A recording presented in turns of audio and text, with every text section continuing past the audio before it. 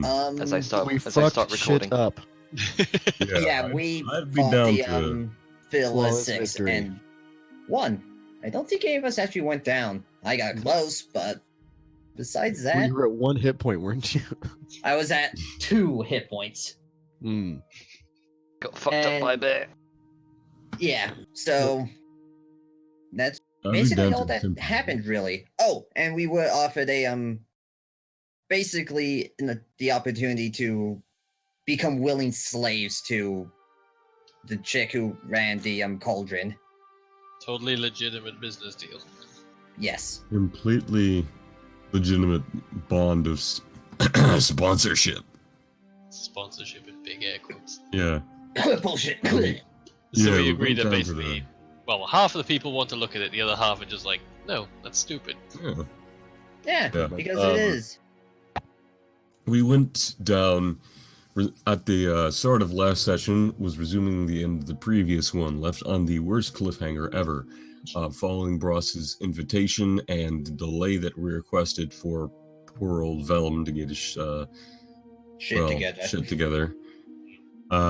We had gone down in a little battle arena. It was an interesting arrangement, a mirror arrangement of a tower, a wall, and several pillars.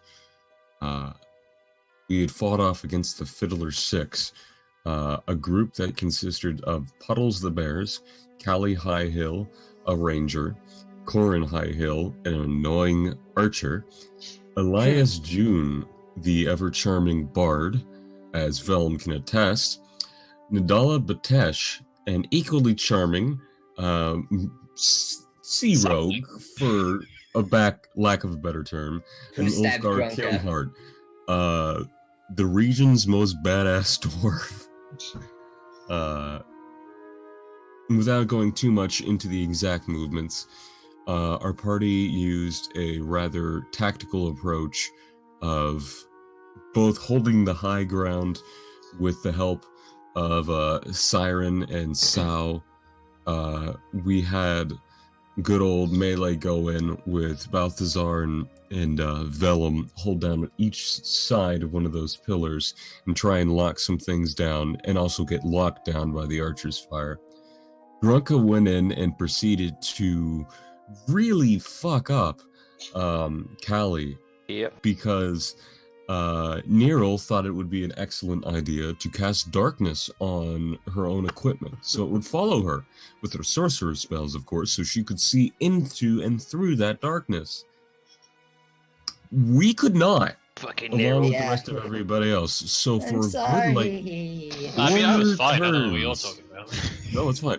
But for a good 4 turns, the spectators got upset. They couldn't see what was going on. We couldn't see what's going on. Balthazar got fucking livid and started just firing into the darkness.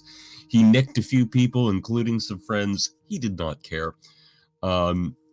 Eventually, Neril got into a really bad position, surrounded by a few different people, but was able to back up and eventually drop the darkness. And then she got pounced by the bear. Yes, she did. But at that time, we were able to get into a good position, and now that he could finally see again, our good old buddy Vellum was able to turn on Taushen's blender, though he didn't really need it, and proceeded to just kind of wreck house, and at the end, mop up a total of 3 people, which I believe he got Nadala, he got Elias, and I think he also got Corin.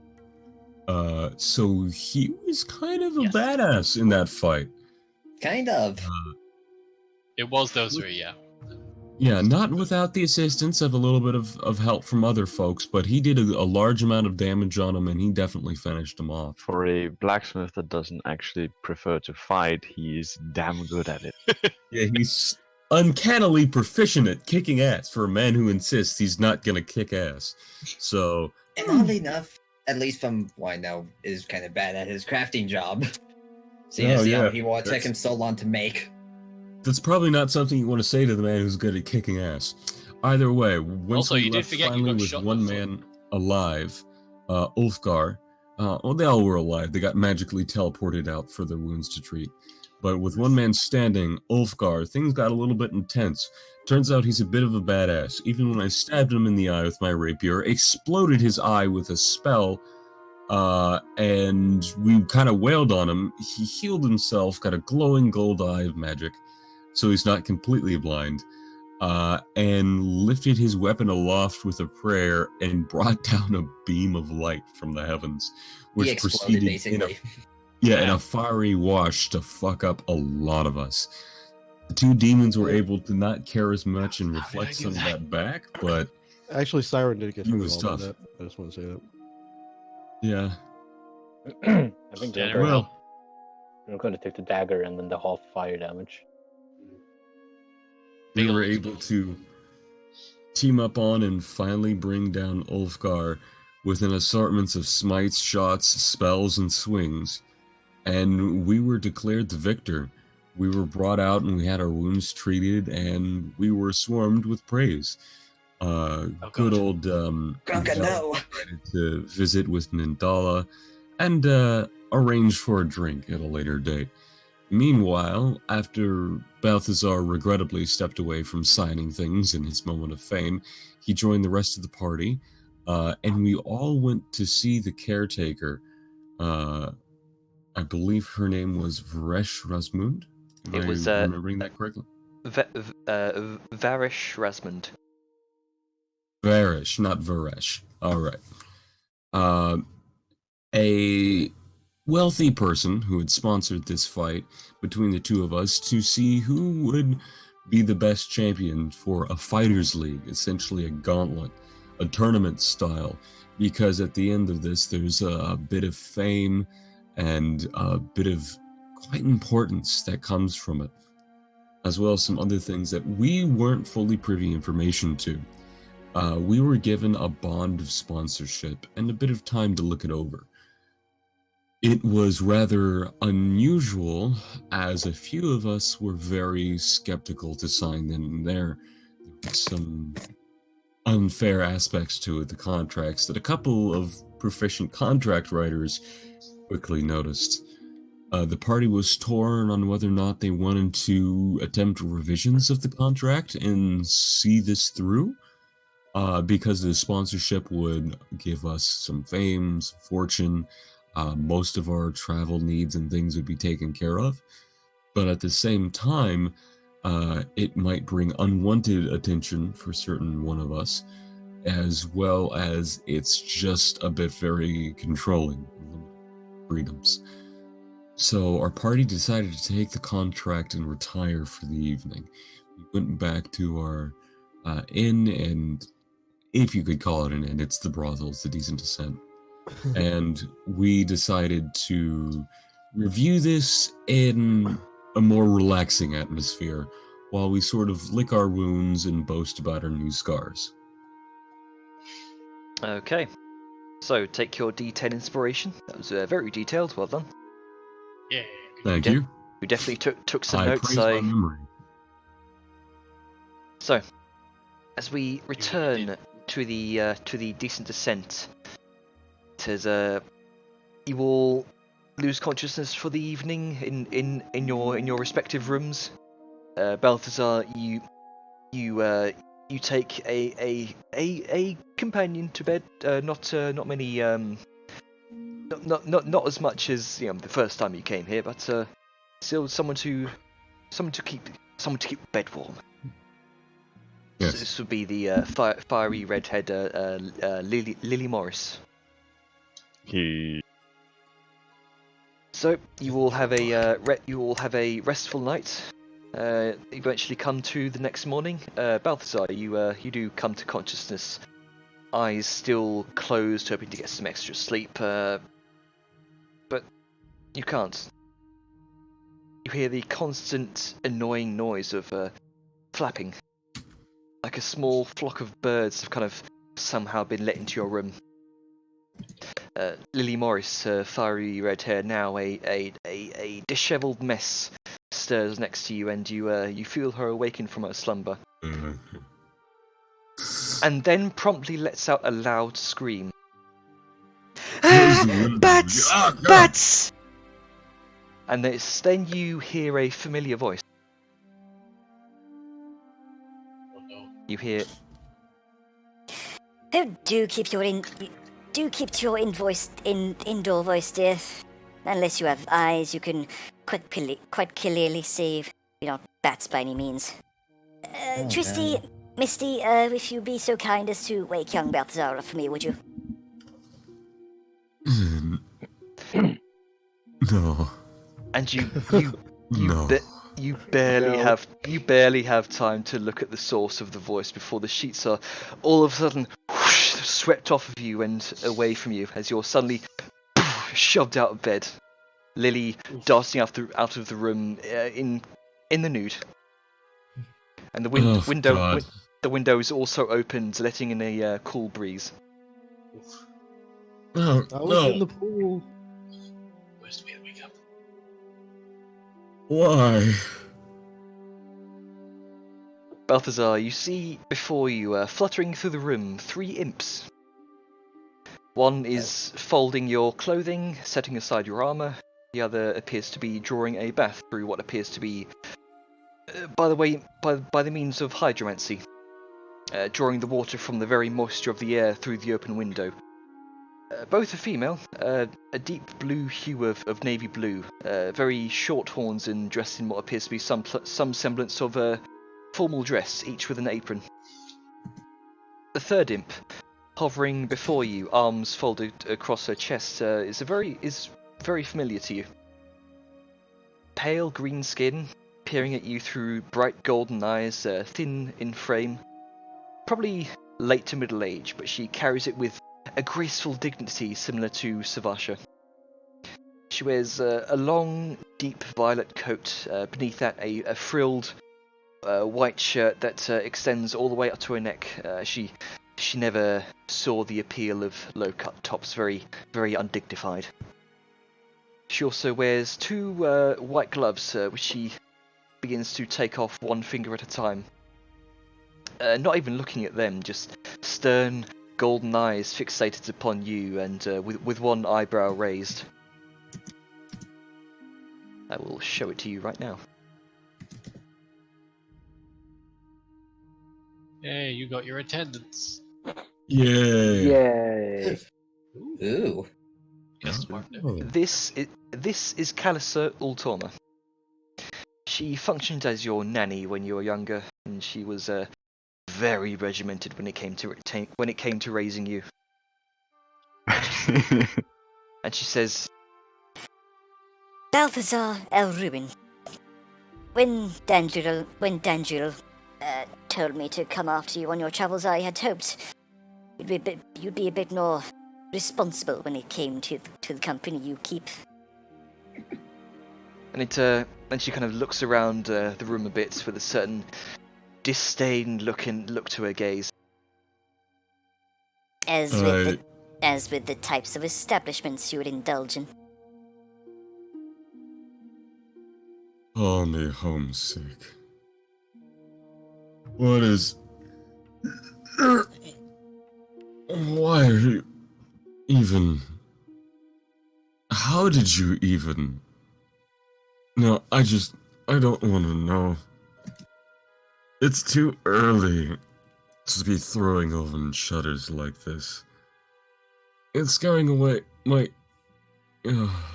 It's 8 o'clock, dear Balthazar. We need to keep you in a regimented Looking for the word.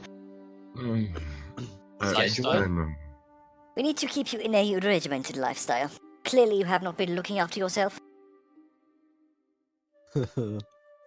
Clearly. This is great. Very well, just give me 10 minutes and then I'll be settled and we can... 10 minutes will certainly not do. Your bath is almost ready, and you must awaken for the day. And Dangel always did care for you. Called you his little czar. You should be grateful. Perhaps you now might have a little bit of order in your life.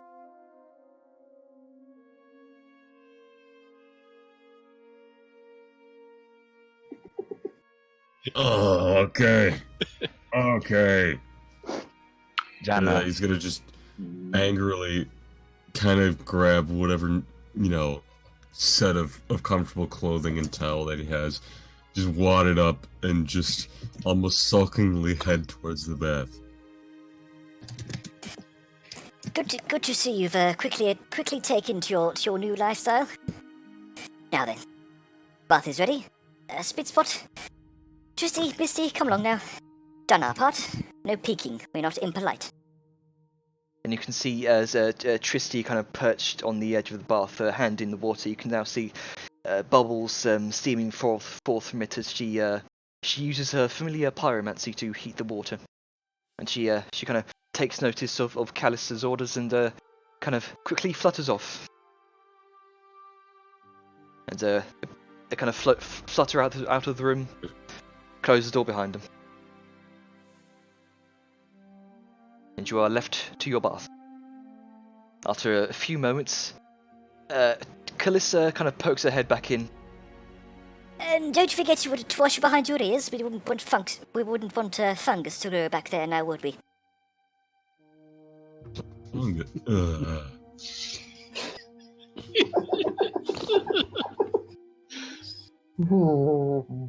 Jana, Yes.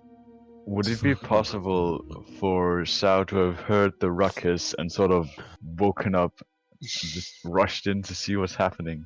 It's entirely possible, sure. Just want to say, you could. I bet. I don't want to assume things, but I expect Atlas was probably expecting like attractive demonesses or demons in like frilly skirts, and then you bring in just. I wasn't. Balthazar was. I wasn't. All right. Well, I- either I- way, a I- swallow I imps, bring in- one of which is a I love matron. I bring in fucking Mary Poppins of the Buzzkill, imps. make no fun, joy. Just a mood-killing matron. I love it. Oh yeah. So he's just one leg in the bath, halfling in, supporting on it, and it's just. Lucifer, I know, I've done a lot to deserve. Not the best, but not this. Not again. All right. Neril, Selyun, you definitely hear the ruckus from down the hall, and as you kind of open I'm up not your gonna- The girl screaming. Scream and running out of my room. None of us staying in bed. Yeah. He's too to the Yeah. shit. you all Nero's going to, if I may, Nero is going to walk out of Sal's room and knock on Balthazar's door. Brother, are you okay in there? He's quite all right. He's just having a bath that we have so graciously drawn from him. Who's that? you see behind you this trio of fluttering imps. One Oh, well, all very very formally dressed. Hello there. Hello there. Who are you? Do you know Balthazar? Yeah, he's my brother. I'm Nero. I offered a small scaly hand. You see, you watch Calissa kind of flutter down to your level a bit, and your tiny hand grasps her even tinier hand in brief shake. I'm not familiar that Balthazar had any relatives who were kobolds. Oh, well, it's complicated. We're not actually blood siblings. It's more of a bond kind of thing that we formed. So I see. Yeah. So, who are you? Forgive me, I'm very impolite. My name is Callisa Ultorma. I suspect that Balthazar may have mentioned me once before. Not once. How very rude.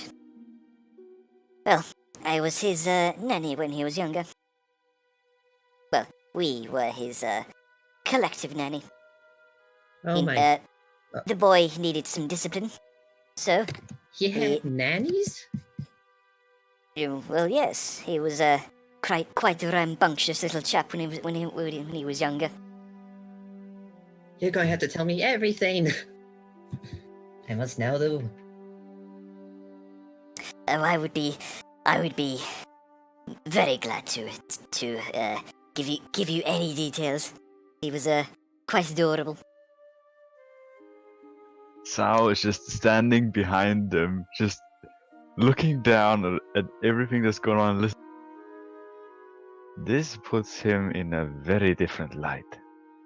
I know, he never told me he had nannies. Oh, who are you, if I might ask? Do you also know Balthazar? Yes, I'm in part of his traveling group. The name is Sao Yun. Pleasure to meet you.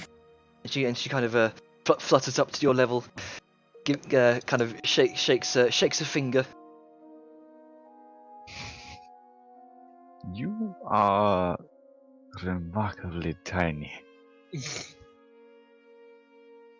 And you are remarkably green. She kind of Sao says So casual racism. she kind of says with a kind of a self-aware grin. Sao just blinks a bit, and then just realizes what she meant. Oh, that was good. That was good.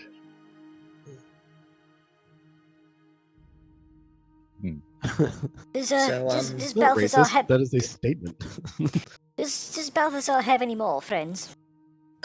Yes, we have a small goblin named Gronka. We have our other sibling named Siren, who is actually a demoness. I don't know if they're blood related though. They never mention it. And we have a half orc by the name of Vellum. A Who is this? demoness. A demoness, you say? Yeah, Yes, and I think she's from the House of Delight. Or was it Possibly. Secrets? I'm not do familiar with know. that house name. I don't know. Demon culture is weird to me. I don't always remember it. Would you say they are romantically involved? Oh, yes, definitely. Does Balthazar have himself? Does Balthazar have himself a little girlfriend? Oh. A little lady. I Wouldn't I call don't them think they're together like that. Siren seems to be more interested in the big horned ones. Ah, that. Yes. such a I shame don't they think she grow up so is fast. taken. Eh. We should see Balthazar on the first day here. Yes, Took I can quite a number. imagine. She says it with a disdain in her voice. You should not worry. At least he took more of his own kin than others. But it's not that I'm worried about. It's quite unbefitting of a gentleman. Balthazar, gentleman. Which is why I intend to whip him into shape, as you might Huh. say. Did you know he bought a cod piece a few days ago? Her eyes just go wide. Would Nero know that? She Wasn't was Nero in the there shop. when she? With the way that he is, I'm certain many people know that. Yeah, Nero was there when he bought it, and had the measurements for it taken. Good times.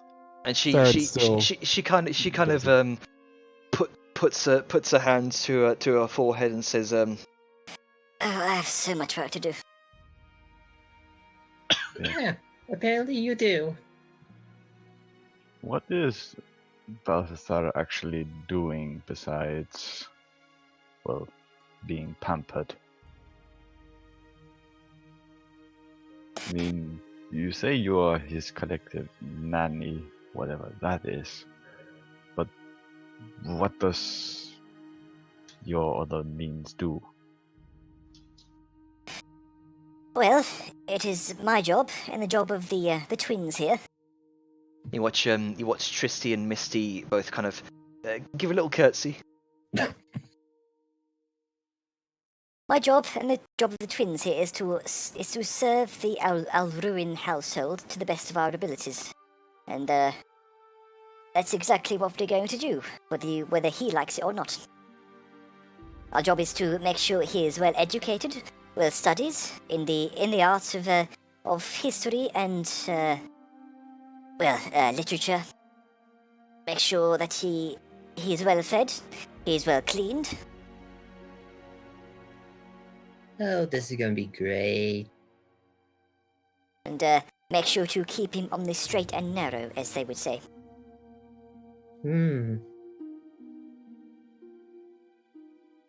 Well, it was nice to meet you three. Likewise. I shall look forward. I look forward to meeting the rest of your strange crew and see what kind of strange friends Balthazar has gathered while he's been away from home. Oh, I should probably warn you, Grunka isn't the brightest, so he may think you're bats or something and try to swat at you.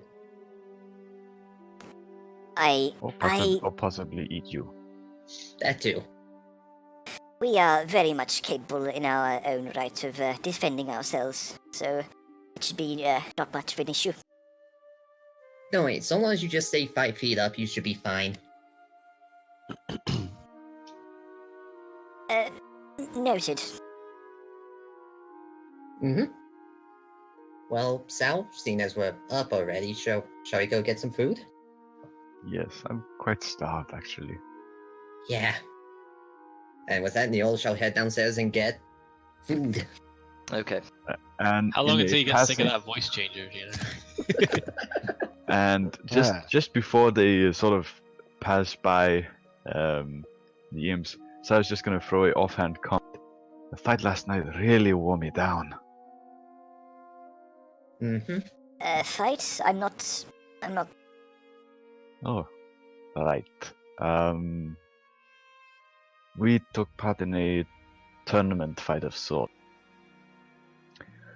It took quite a short time, but was very, very tiring. There was a bear. Oh yeah. By the father, I do hope Balthazar did not take part. He did. He got shot in the foot. Shots in the foot. Yeah, You can looked ask. like it really You hurt. can ask him about it. I'm sure he's more than happy to tell about it. He likes to brag a lot. By At the this father. point in time, Siren's gonna finally come out of her room. 'Cause Oh, hi, people sister. Talk in the hallway enough. It's And you like, see, you see the rest of your party who's kind of talking with this trio of fluttering imps. yeah, Siren like comes out like and stretches. She's just wearing like a robe, like a loosely tied robe, and then she just like stretches, and then she sees the imps and just kind of freezes for a second, and then she just casually kind of tucks her arms into like the sleeves of the robe, and oh, hello. Who are you? Oh, hello there. You must be Siren, if I'm to understand correctly. Siren just kind of glances at Nero and then back up. Yes, that is I. Who are you? I am. Well, we are. You could say Balthazar's collective nanny. I am Calissa Ultona. This. And she kind of gestures over to one of the twins. This is Tristy, and my other compatriot Misty. And why are you here? You said you are I must not have heard you correctly. You said you're Balthazar's nannies. Yes, we were sent by his older brother, his older brother, Dandriel, from House Alruin. Oh my. He has Hmm. nannies. He does. He does. And they're here. Mhm. We were just See- telling them of the exploits that Balthazar has had since leaving, apparently. He has had many Apparently, heroes, very in fact. dangerous exploits. Or pleasurable, depending. Mm-hmm. Should I mention the Bone Kraken? Bone Kraken! You already have. Oh, right. Yeah, we fought Bone Kraken. Siren's going Uh, to kind of look back into the room and like gesture for Una to come out. Una, you all feel the collective doom, doom, doom as Una just kind of ducks underneath the door frame. Well, this Sounds is kind quite the demonic reunion, I suppose. It's been a while since I've seen one of your kind, little cousin. So, How? Oh, continue. No, you go ahead. Oh, I was gonna say, how is the homeland? well, there's a few political mix-ups within the Dominion of Indulgence right now, but politics is tiresome. I don't pay much attention to it. Huh? Interesting. Are the twins and is everything okay? No political unrest, I hope. No, just the usual scandals here and there. It's hard to keep track of nowadays. I do not pay much attention to that kind of thing. Okay. Well, what is Balthazar doing right now? He is taking a bath, a much-needed bath. It is time that us three we gave him a bit of regimentation.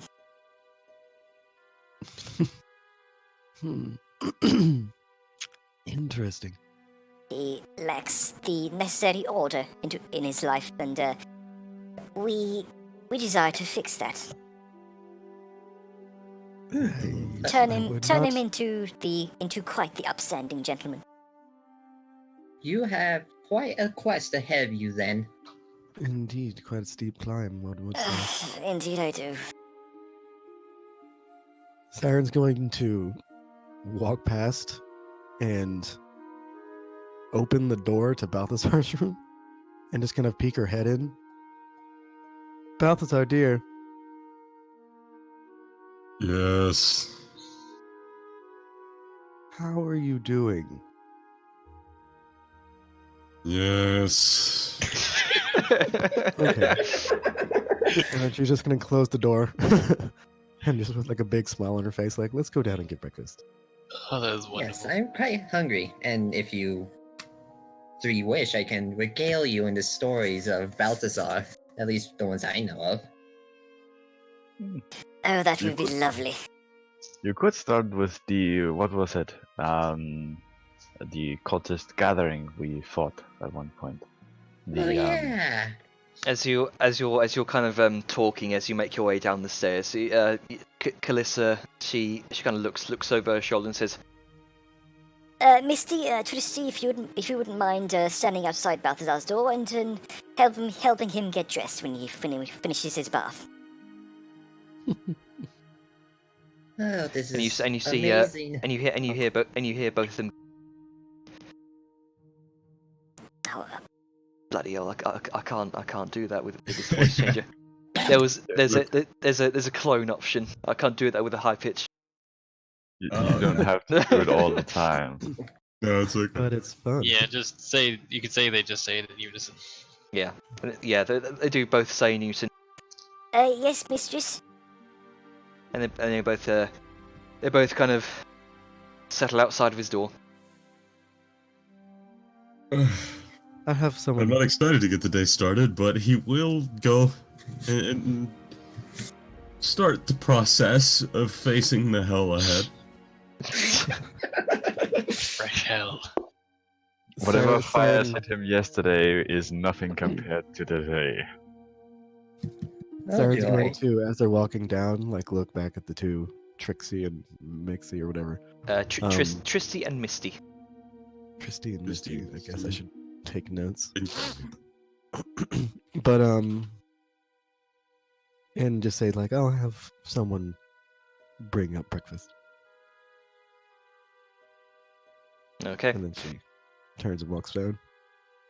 This And as threw we're a walking, fucking wrench in the gears for my plan for today. Holy fuck. yeah, and of course, as we're eating, Nero is going to regale all the stories. The That was gonna come down cultists, eventually. the cows, and the demonic cow thing, the bone kraken, all of it. And meanwhile, you see Calissa just like a kind of thumb and index finger, kind of just pinching the nose on, pinching the bridge of her nose, just. By the father. Oh, also he did jump on the bone kraken from a Yes. boat. I'm gonna, at this point, I should be dressed. I will Yep. start to step out of my room, head down, and I imagine I'm just gonna see them all gathered at a table together. Yep. And I'm seeing little Nero regale the story. Yep. Oh, hi, brother.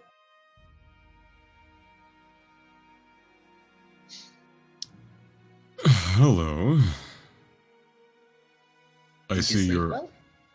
acquainted. Mm-hmm. I Yes. slept well, but you could say I woke up on the wrong side of the bed. Calissa just sort of Rather, I fell out gives. of it. Calissa just sort of gives Balthazar this sly grin. Why did you never tell us you had nannies?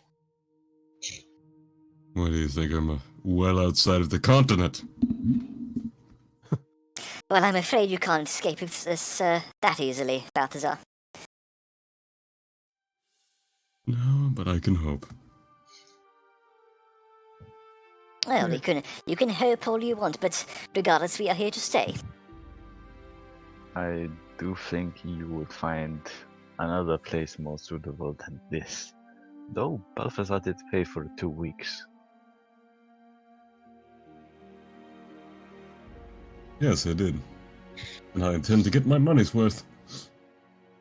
Wasn't that an important lesson? You don't waste? You see, Like that's the coin purse you just threw on the floor? When you paid? Different matter. You see, not wasting things is one of the lessons we taught Balthazar when he was younger. We are glad to see that it has taken hold.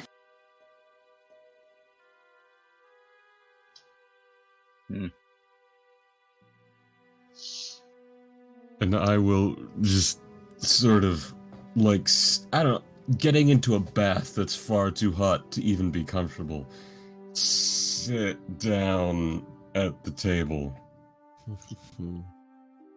As You much as I think- don't want to interrupt this, Velim is going to finally come down. Not a late sleeper, but I really didn't want to just stop what was going on. It was too beautiful for words. It was amazing. Sal just sort of looks at Balthazar and just goes, "You seem off today. Something the matter?" Was it the foot? Does it still hurt? You could say that I'm having a problem with my Achilles heel.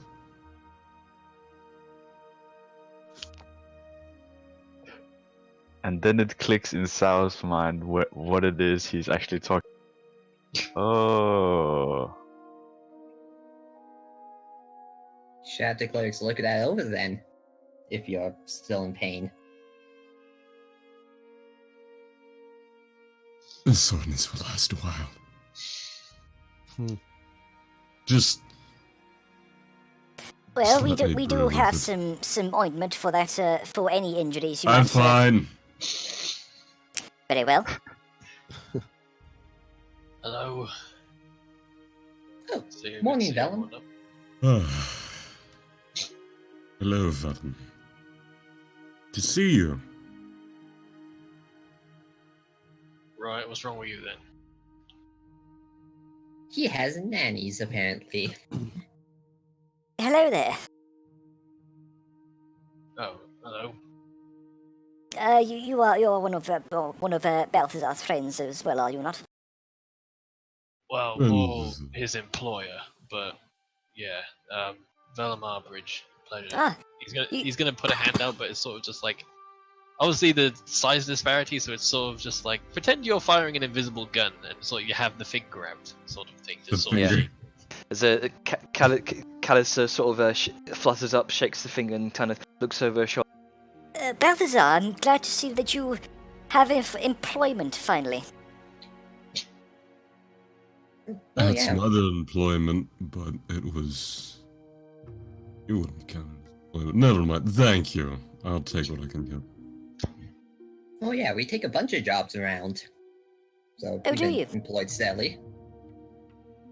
Yeah. Yes. Well, mercenary group. What is? Oh, I was just gonna sit down, just watch this train wreck unfold.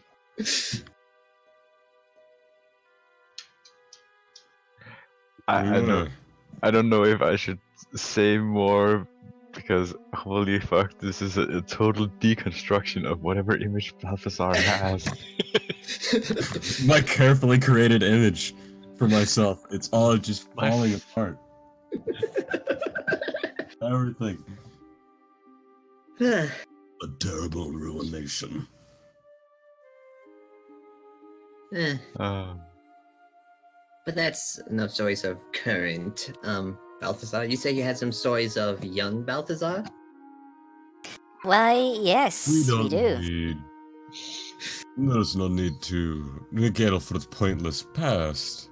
Oh, come, brother. I want to know more about you and your childhood. He was, he was quite a rambunctious little chap when he was younger. I do remember. At one point we had an awful lot of trouble, but fun trying to chase him around the house with his trousers on his head.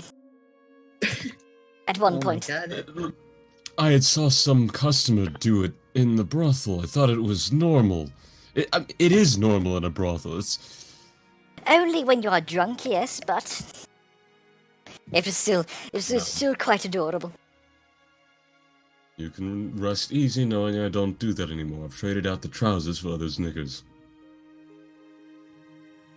And An improvement, I'm sure, brother. you see Tristy and Misty Indeed. kind of giggling in the background.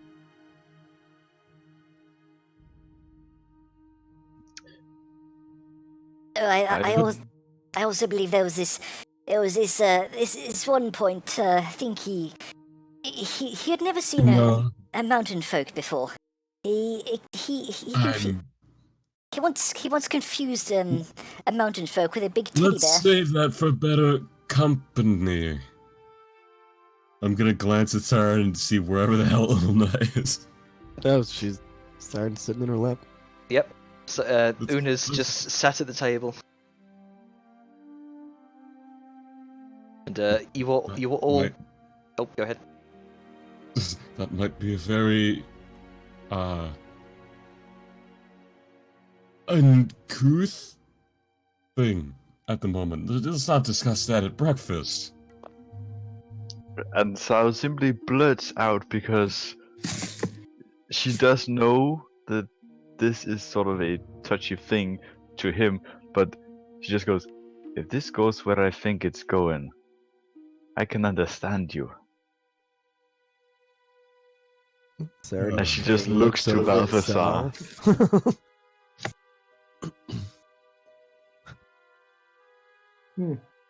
Siren looks over at Sal and just like kind of like surprised, but also like I don't know, was like The student has she's- learned. No, she's like kind of proud. It's like, huh.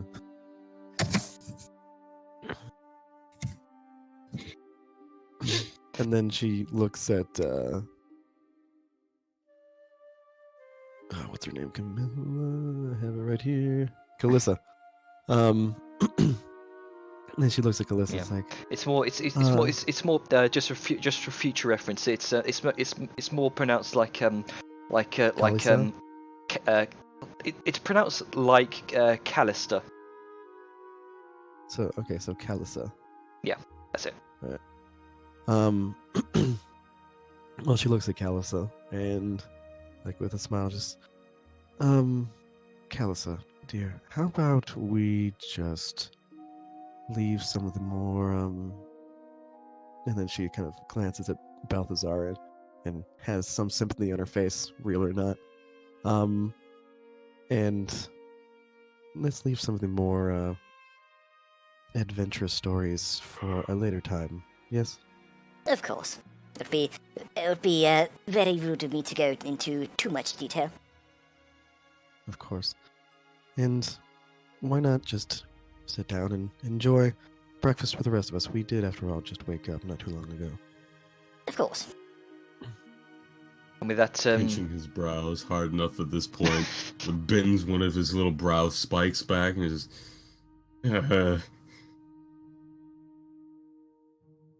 Okay. Thank you. Saren gives a knowing nod, but also there's a look in her eyes that says, "You owe me." Yes. Eventually, you will kind of gather your various meals for the day, for the morning. There's a specialty on various large fish this morning. So you will you'll gather your various breakfasts complete with various fishy delicacies. You'll bring them back to your table. You finish your meal. You are left to your devices. So I do have a legitimate question. How did you find us? Or more specifically, Balthazar? I'm curious about that too. We are not exactly, well, that known yet. Well, I did receive an anonymous tip-off from, well, the head of the household, Balthazar's father. He received an anonymous tip-off from. He didn't describe the details for me, which is strange, but nevertheless, we heard descriptions of a familiar, shall we say, a flamboyant demon who had various exploits within Mayland, so we were sent in that direction, and as luck would have it, the first port of entry would be where our young Balthazar is located. Not exactly a low-profile sort of person. No, definitely not. And we suspected that, well, we know, some of us know Balthazar better than he knows himself. We figured that he would be here. Begrudgingly. What Begrudgingly, a you go to kind brothel? anonymous tip to help you find me. I will have to find out who it was and thank them. Indeed. With a raised eyebrow, Sa just looks at Balthazar and just goes, "Yeah, I don't think you'll be thanking them." Probably not. No, no, no. I insist. What time of day is it, Jane? It's they well. If you say breakfast time, I'm going to punch you. It is breakfast time. The Breakfast. the nanny's got Balthazar out of bed at 8 o'clock. It is like the dawn of morning right now. It is 8 9-ish. o'clock. Yeah. It's 8 o'clock. It's very early morning. Oh, alright, yeah. Okay. It didn't take that long to get food together. Okay. Yeah. Alright. Right, well, as interesting as this is, sort of, there is a genuine tone in his voice that's like interesting, considering, you know, the dismantling of the whole facade. As interesting as this is, I've got some matters to attend to. If anybody needs me, you know where I am. He's gonna sort of finish off his meal and stand up. Okay. He gonna go off and do things unless someone's gonna stop him. I yes. I too have some business to complete along with some project work of my own. I did, as a sign of gratitude, promise that I would assist our dear Vellum here. Though, unfortunately, I am a bit preoccupied for the day. Did you? Oh, Yes. Giving him a look. Preoccupied how, if I might ask? Well, Yeah, well, what you a- see, I've put in a work order, something to bring renown to our little group and household, and I was going to watch over it and do what I may to assist. I'm quite busy with it, you see. Well, I will, perhaps I will meet you here tonight. Well, perhaps we might be able to get involved somehow. We do, after all, serve House Al Ruin. No, he's very, very competent. It's more of an educational thing. It's no matter. Plus, it's fire and it's heavy. It's just, don't. Make a Don't persuasion worry. check. I'm It's- gonna say with disadvantage because nannies. Because also Vellum is not helping you with this. no, Not it's, even a little. It's fine. No, really. Very well. Jesus Christ, he really wants away. He really wanted out of there. Okay. And with that, you see Calissa sort of wave her sort of wave her two fingers in this kind of arcane pattern. You see kind of what looks like kind of rising out of the table. This 20-inch tall door. Very well. If you require our services, we will not be far away. With that, she kind of opens up the door, and it's like it's like this single door that's just kind of in the air. There's nothing around it or anything. But as soon as she opens the door, you do see what looks like an expansive series of rooms, sort of like a TARDIS type deal.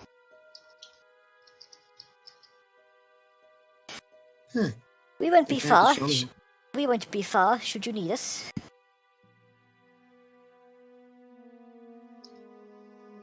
Balthazar is already in manner of setting away breakfast. Yes, I'll be getting ready upstairs. I will see you as soon as you go, Vellum. Are his nannies gone now? Well, as the door kind of opens, it looks like a fairly homely dwelling that looks like the interior of a cottage, kind of expanded to the scale of an imp-sized mansion. Inside, you can see. Actually, make a perception check. Vellum doesn't care enough. Oh, fair enough. Okay. Somebody else can if they want to, but he's I just was like, gonna say, Neil is very interested in this tiny door. So what do I need to roll? Perception. Perception.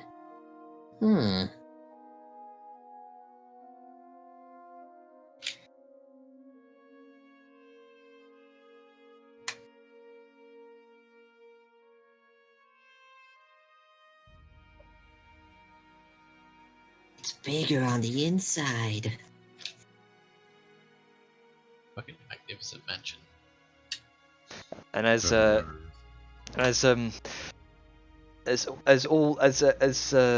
get ready to go inside, she's Misty, Twisty, come now.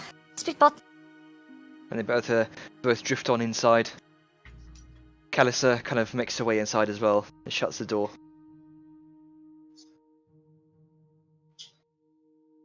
And the door slowly whoosh, back into the table. Yeah, the don't moment use me that as the- an excuse ever again. The Got moment it. Well, it that has the- been absolutely wonderful traveling, Mayland. It has been an eye-opening experience. I'm certain everything will go great from here on out with... What was it called this name? I don't care. Anyway, so, some other interesting places. Let's see. There's an island. Yeah, there's an island here. A little smaller continent, far to the east of the main one. The east of the Carthan Commonwealth. Maybe we could go there. Why? Anywhere I cannot be found.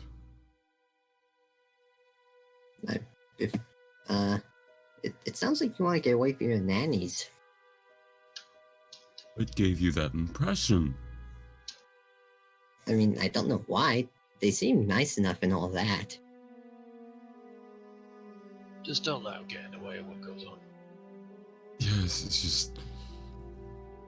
They want a very different lifestyle than I do. And talking and explaining that really doesn't work. Didn't realize I was muted. Good job. Alright. Sao is just A, looking like she's trying to hold something back, and B, very much trying not to look at Balthazar.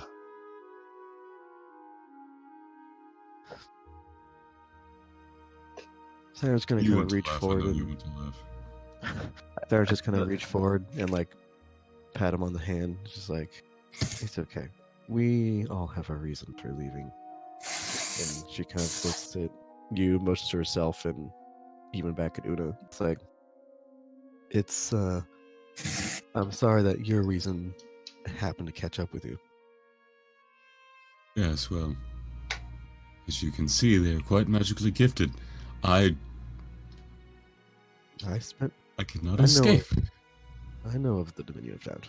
I know the power that imps wield. They're gonna have to show me how to do that. No, they're not. No. And I'm sorry to say that they probably won't, because you will most likely never see them again. Oh. Okay. They likely have a way of tracking you, Balthazar. It seems too Yes. coincidental that as send an anonymous tip sent them exactly to your door. I'm not surprised at all. It is horrifying.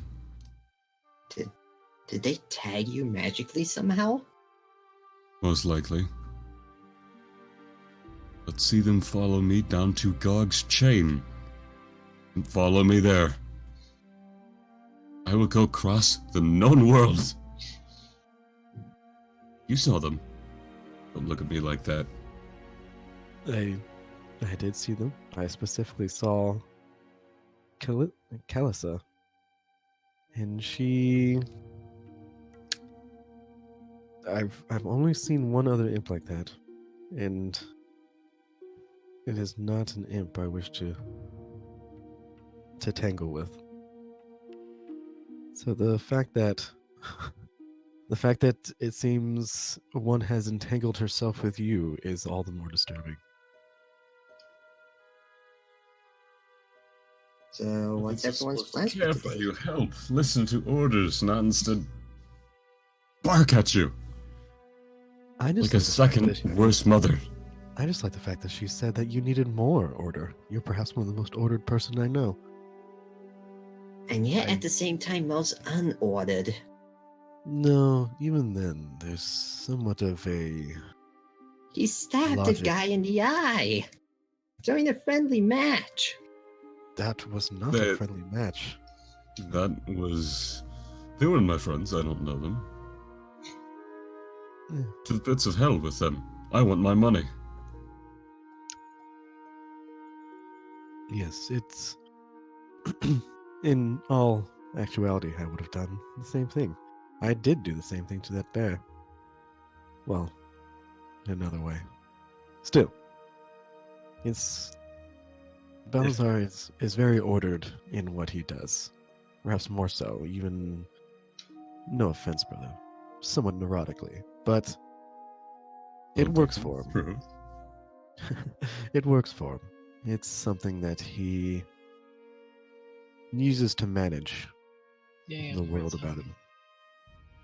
Whereas people like myself, yourself, Nero, we revel in the chaos. Can But I say something without being sounding like I'm trying to be, how to put it best, an asshole? sure, you're more To than me, it welcome to be sounds an like asshole. you're scared of them, Balthazar, and not just scared like fearful, but like actual scared for your own life. Or at least the life that he knows. Not for being alive, mind you, but for feeling alive. Near 100 years. 100 years. I have been underneath that ball and chain. Just in the past 10 did I get free.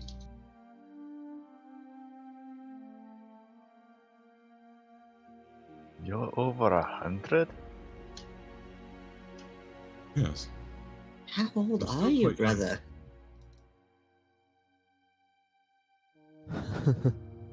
I You forget know- sometimes, I forget.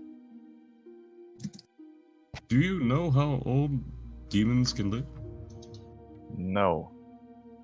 Hmm. Most of my kind maybe makes it to 80 if they're lucky. Hmm. I'm just gonna glance over towards Zion.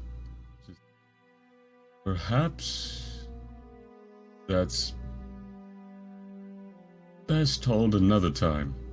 Hmm. Yes. It's a delicate sort of conversation outside of the demon world.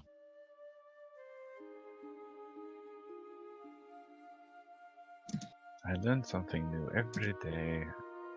The world keeps getting more and more confusing. Hmm. Right, I'm off then. Oh, what are everyone's plans today? Well, I'm helping him now. You can pretend you are, but you ain't helping.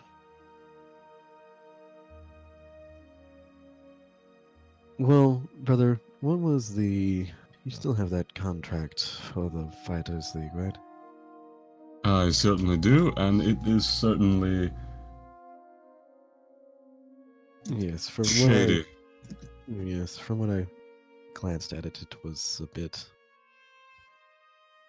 underhanded, even by our standards. So, perhaps we could peruse over that, give it a look. As for most everything else, I was thinking after that fight, as kind of unconsequential as it was, that I don't know, just a day of relaxation, maybe some enjoyment. She like reaches back and kind of pats Una on the thigh, and Una kind of gives your thigh a bit of a squeeze. or just something simple, maybe shopping, kind of see how things are coming along with the mayor and where our standing as the de facto mercenary group for the city is. Like, oh my god, like shopping. Sure. Jenna gets PTSD whenever anyone mentions shopping. I was kind of thinking we could celebrate at some point. Sure. There's nothing stopping us. Yay! Like, we're Well, known that as thing heroes to the general populace, and now we're known as heroes to the secret populace. Well, when would this celebration be then? I was thinking we could go to tavern at like sunset? I don't know. Time's weird. You're right. What would you wish to even do for these celebrations? Drink? I don't know. I've never celebrated a fight like this before.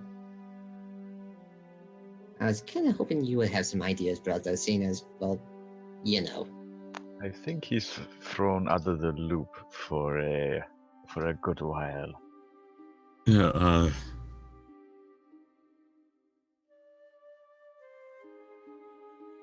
Well, the usual song, dance, any other method of enjoyment, even some games, perhaps. That We could can work. go. yes. Sarah Sarah kind card of- games. Oh man, I feel like Balthazar and Siren would be too good at bluffing in a card game. So I'm gonna say yes. But also, Siren kind of looks up at Una. It's like, dude, is there any theater around here? Like a play or something that we can possibly see? Una sort of strokes them through her own mane of hair in deep thought, and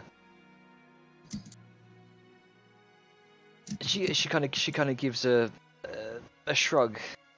It seems that she's not sure. It's alright, dear.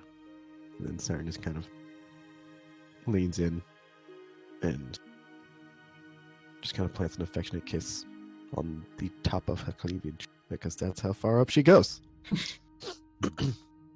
And then just kind of turns back around, like, and I don't know, maybe see if there's some sort of event or something that's going on that can occupy our time for a few hours. I mean, it's very, I wouldn't necessarily say celebratory, but it's some form of entertainment that doesn't require us losing money to each other. Sounds good. Guess I'll see you lot at sundown then, unless anyone needs me. And with that, he actually go. Okay. Hmm. So, Bellum walks out of the decent descent. Yes. Is that place I used last time still good, or are they repairing it? As you kind of make your way over there for the best after the best part of 15 minutes or so, it looks like it's still relatively run down. You can see kind of outside what look like two individuals. One kind of wearing an apron. One with like a piece of parchment attached to a wooden sort of board. Looks like they're kind of surveying the damages caused. Well, I'm gonna ignore them and go right in. Okay. Because the last thing I need is questions about, hey, what are you doing in there? Nothing. Okay. What are the gonna rest? get set up, get to All work. right. Okay then. What are the rest of you doing? I shall go check on the Grunk. Yeah. Yeah. What is Grunker doing? It's just trying to spend some time with Webby. Trying Okay. to teach it some stuff. Make an animal handling check. Yep.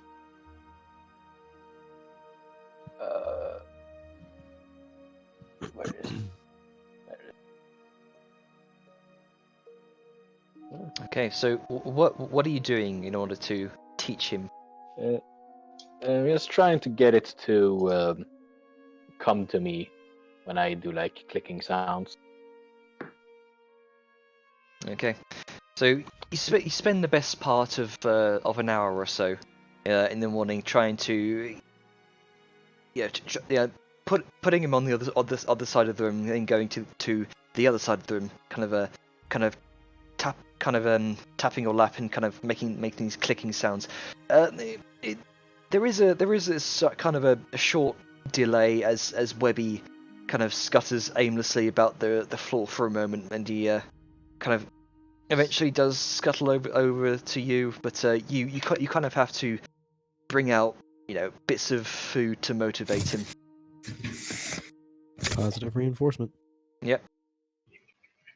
And Webby kind of happily chows down on the kind of bits of now slightly rotting meat.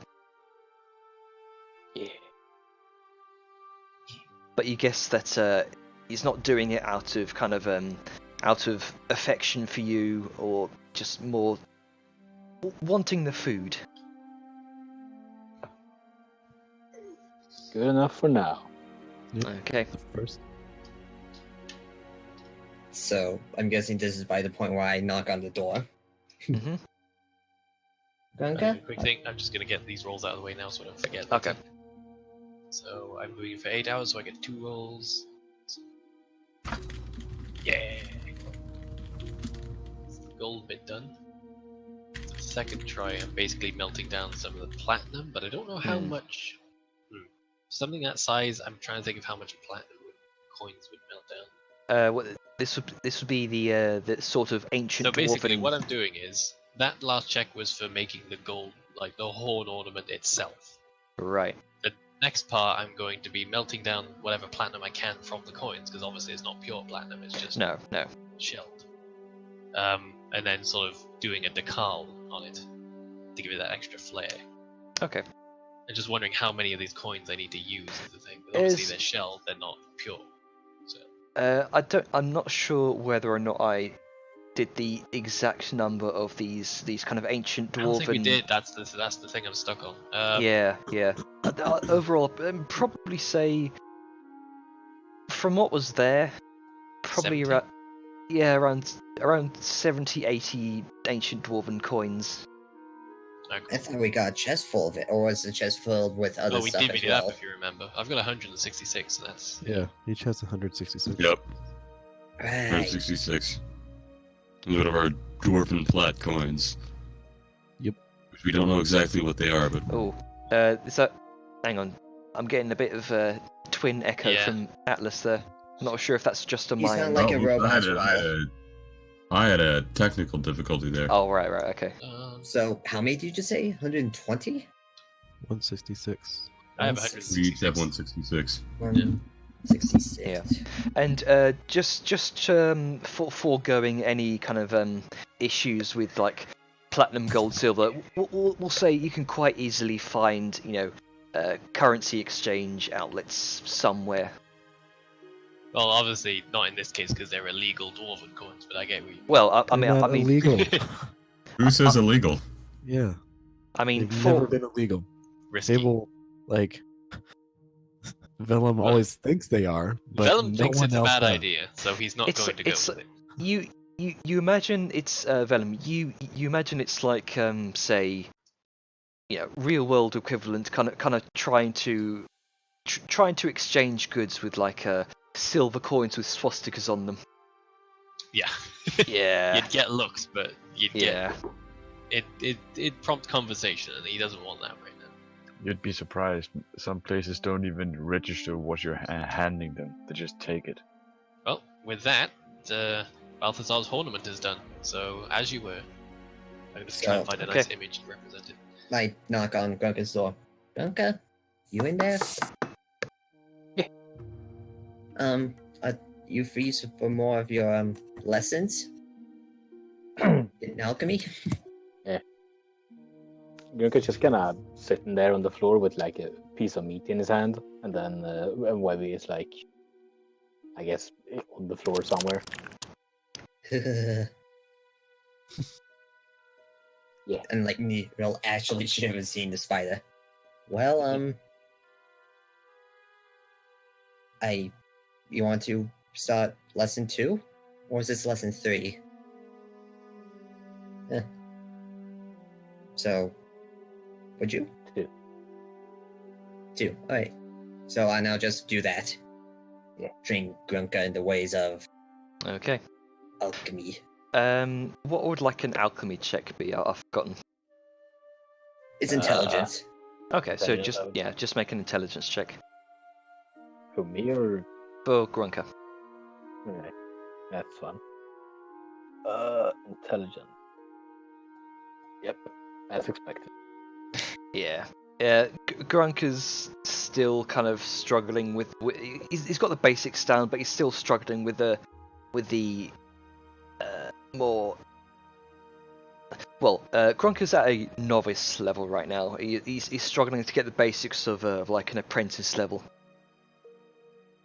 He's still learning what plants do what. Yeah. He's starting to realize that bones don't actually run away. Yeah. Yeah, bones don't run away. Or that bones do when. Yeah. Alright, what's the math for the passive wisdom? Because something doesn't seem quite right. The It's math 10 plus for it- your bonus, basically. Like 10 plus what the score is. Oh, okay. So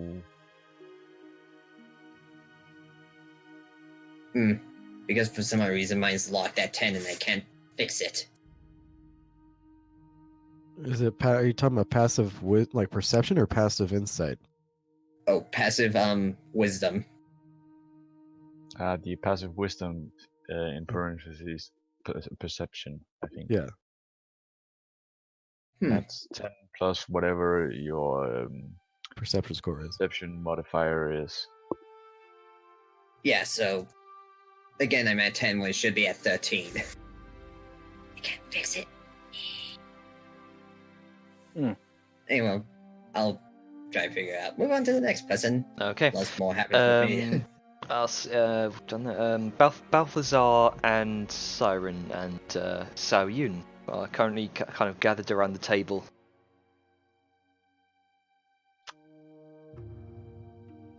Balthazar? He's just rubbing his temples at the moment.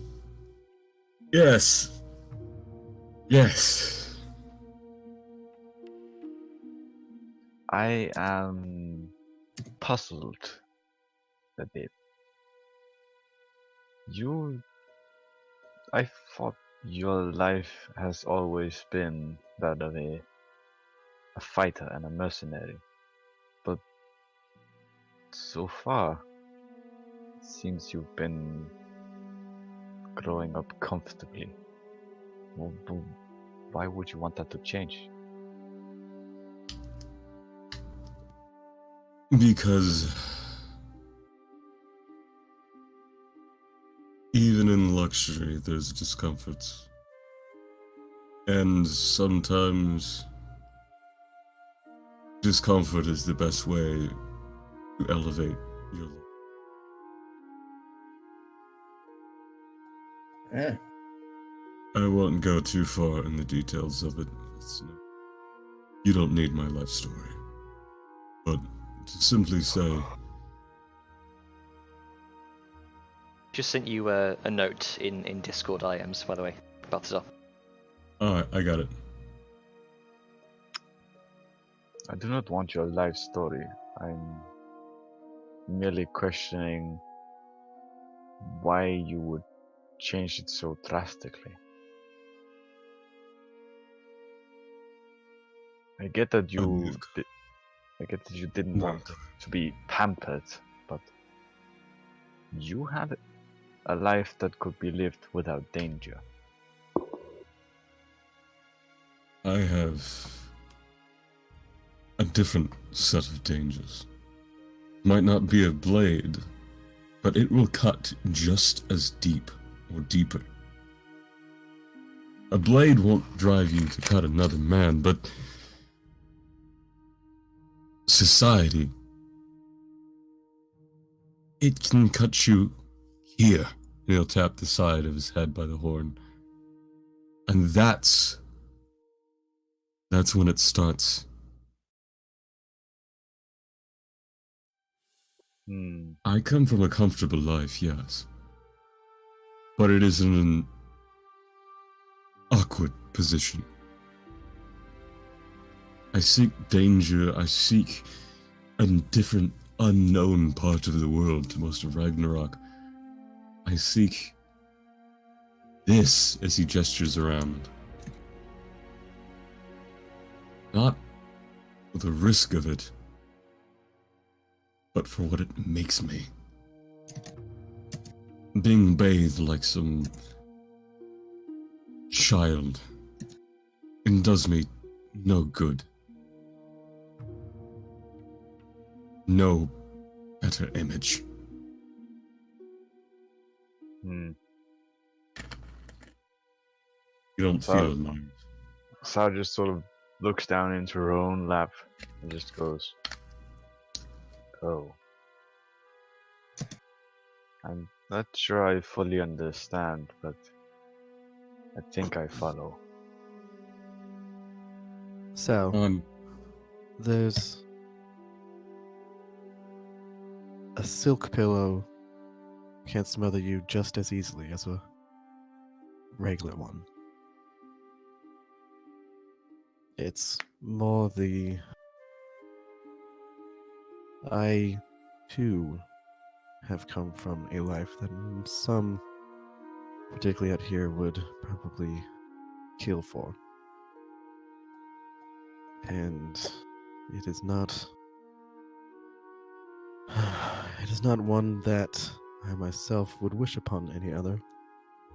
The circumstances that bring me where I am, I haven't told anyone, even Balthazar. But earlier you spoke of dangers, that he can live a life without danger. And I would say to that, most of the dreams that are worth having involve danger. Like, you can't make a comfort in this world without really having something stand in your way. Having something that you need to deal with, be it by blade, by wit, by spell. To really get what you want. Just as Balthazar has a drive that took him away from such pampered things, I have a drive that took me away from my own past. Though to be honest, it was more that I was driven from it rather than I ran. But that's neither here nor there. Still, you understand what we're saying, right? That while to you it might seem we come from a world of luxury, and you kind of motion around to this slightly demonic, like Dominion of Indulgence style that's been melded into kind of like the Port Morkney. While we might come from a place of grandeur, and you just see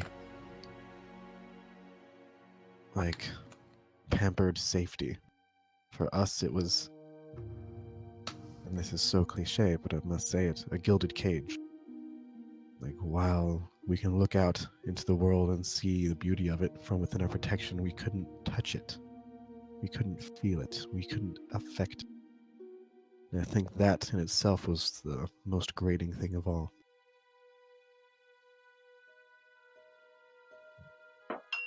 Hmm. We have an I interesting do. society. I do follow you to a certain extent. There's one thing, at least for our culture. We have our gilded cages, but we are the sort of people who take pride in our cage, on how it looks, how it is adorned, and it becomes almost a social war to see whose cage can be the best. Limitations. And the only way to have a finer cage is to finally reach out and grab something from the outside. It is an unusual way, but it's a way that we embrace. It gives us status, and it also confines us.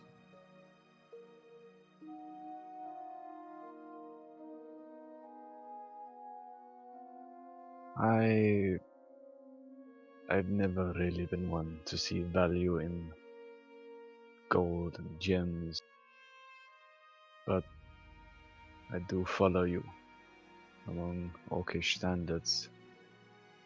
Showing that you are more powerful than anybody else gives you status. Showing that Yes. you can fight better or win more, outsmart your opponents, that brings you status. It proves that you can survive, even though it's a fine line between life and death.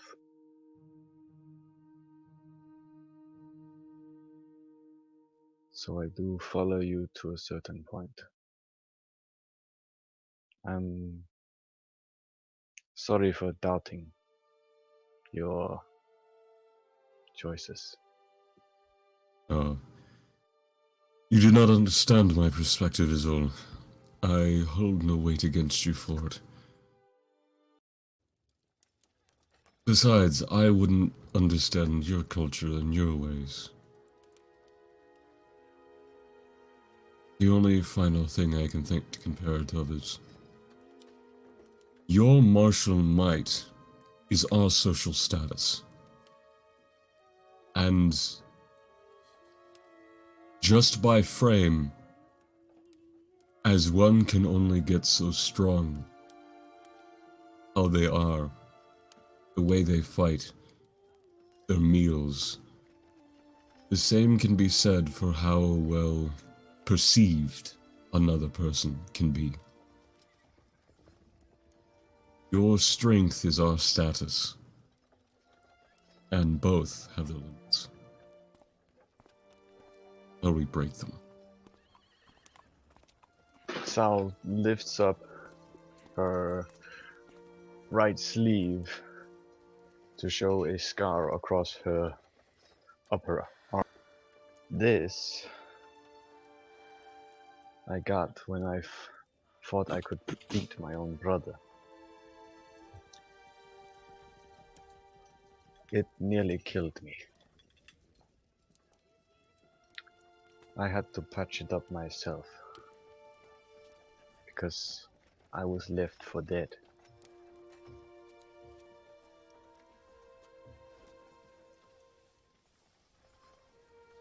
We were fighting in the woods, and it seemed I was winning, but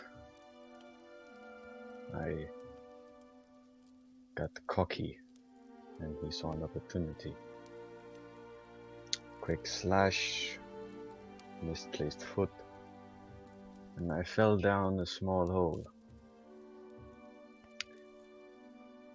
He assumed that either the fall or the bleeding would have killed me, so he simply returned to spread the news.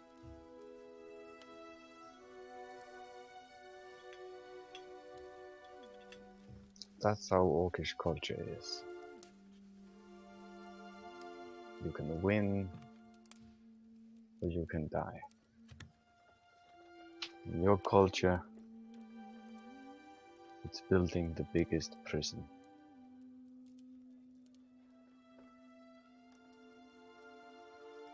and living with it.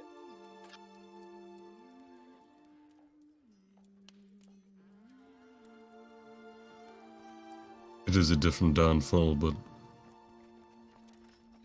seems we can at least understand each other. Yes. Take comfort at least knowing that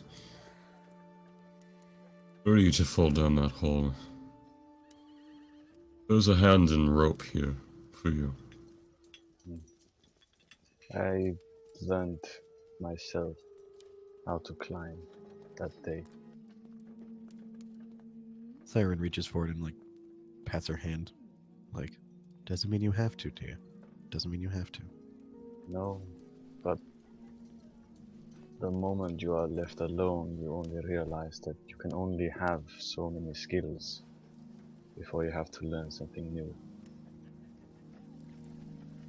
I took pride in my intelligence afterwards, because I realized I am not suited for fighting people face to face. I took pride in my ingenuity because I learned that if I can outsmart my opponent, it means my advantage becomes greater. And it is something I sorely need.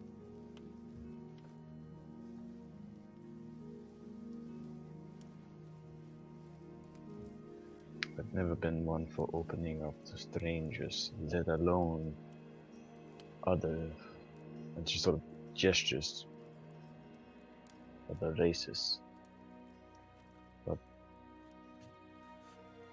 if we are to fight together, you should know my strengths and weaknesses. Means you can cover them as I cover yours. Wise.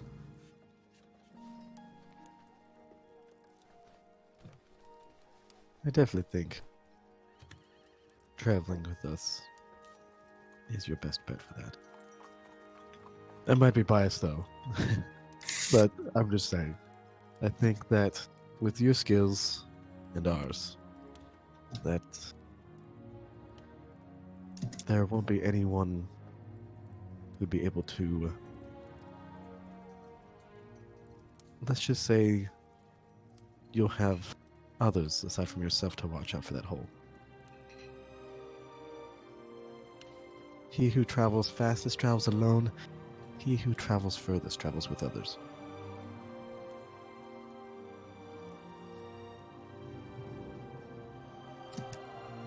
Okay, so this time it's around say 10 o'clock in the morning.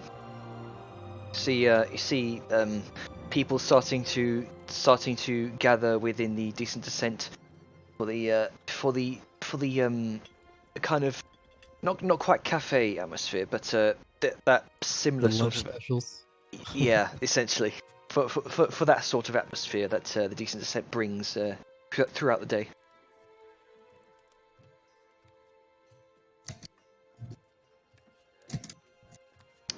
Grunka and Neril, how are you two doing?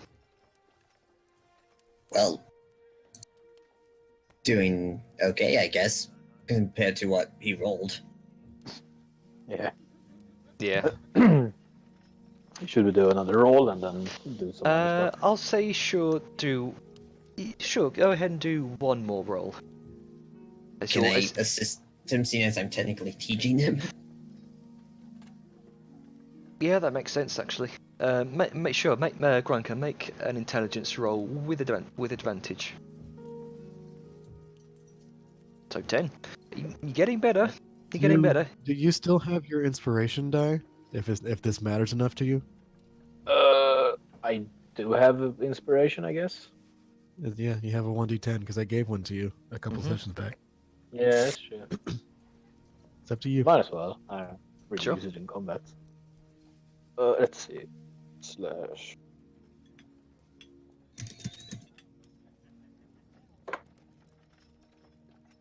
$13. 13. Better, definitely better.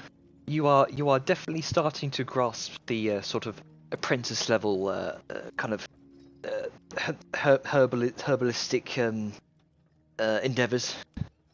And he can finally understand that bones can indeed kind of run away. Indeed, and you can also start to understand what different what the basic level herbs do in certain more advanced recipes. Nice. I need to see if I can figure out some sort of system, like some sort of learning system that might be able to. Check the Xanathars thing. I think there's something for that. Yeah, I'm sure. There's like It downtime must- rules for learning new skills. Yeah, Yeah, I it need must I have need fit. to, I need to check that out. No. But yeah, going over to Sable. No, not Vellum even. Tink, tink, tink. Still working away. I'm spending 8 hours on this. I'm going to be doing it Yep. unless somebody comes to visit. I'm going to be doing Alright. that until sundown. Fair enough. So what's Balthazar, Siren, and Saoyun doing? Still chatting around the table? Well, after everything is said and done and everyone's kind of, talked, Siren, or, yeah, at some point in time when there's a lull in the conversation, Siren's going to, just kind of motions like, well, I should probably get dressed before we head out. And she kind of motions to the to the loosely tied robe. She's naked underneath. And then looks at Balthazar, and so I was thinking we can go see the mayor about the Black Hand standing within the city, and whether or not we'll be getting that house of ours, that kind of home base. Because if there's one thing I learned from all our adventures with the Black Hand before now, it's always nice to have some place to come home to. I completely agree. I'd also like to see about us being recognized as an official business. I know we've had this talk, but to be more than just a known group, an adventurers group, like say the Fiddlers, but to be an actual establishment, it gives us more legal standing, protection. I won't say the word sanctioned, but it definitely gives us... Leeway. Yes. Besides, it makes us seem more official. And it's the first step to being recognized.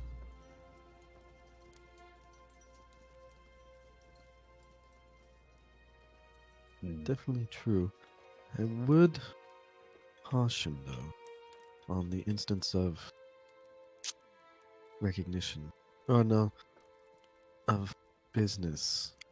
That with business comes a lot more regulation as well. Because as a mercenary group, we can simply go hither, thither, and make a name for ourselves by actions alone. And with what we have here, motions to everyone at the table, we can very much get a name for ourselves. We saw that in the arena last night. So, I feel that while your gaze is set to the horizon, you might want to see where you step to get there, bro. Make sure your ambition doesn't lead you blindly into a pit. Kind of motions with a smile to Saoyun. Watching Very one's true. step is the first of many to winning a battle. Sometimes ambitions require A leap of faith. more... Yes, without doubt. And that leap might lead me to more heads than I can count on my hands.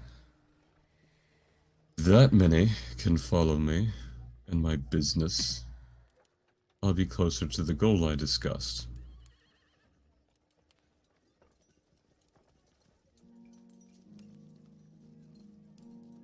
For now, let's. And I agree and have, as we just talked a while back, I agree to accompany you on your vision, but again, it's the voice of reason, and can't believe I'm saying this.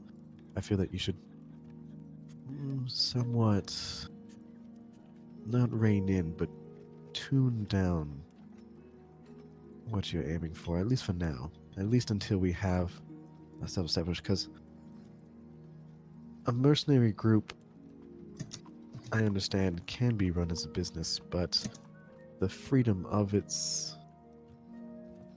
nature of the mercenary group in itself, the freedom it has to move about, even if it does have a place to come back to. And I honestly think we'll have many, given how far and wide our range will be. I feel the freedom of movement and the ability to choose what we want as opposed to a business where basically every person who comes in with a coin is what we'll be setting ourselves up for. I don't know, just caution. That is all I suggest. Caution. Caution to that ever-hungry ambition of yours. Very well. I will spend more time to temper this thought. That's the word I was looking for. Yes, it's That was a lovely word. Sorry. But for now, I say let me put some clothes on. And then we can go see where our standing with the city is. So Very Simon's well. going to kind of slide off Una's lap, give her like a smile, and then Una's massive kind of furry tail, just kind of as you're kind of walking away, just kind of very lightly just swats the rump, surprisingly gentle for the large individual she is. Siren just gives a little hop, and then just like a kind of a sly smile over her shoulder, and then but doesn't say anything, and just kind of goes upstairs. Una also kind of ventures herself towards the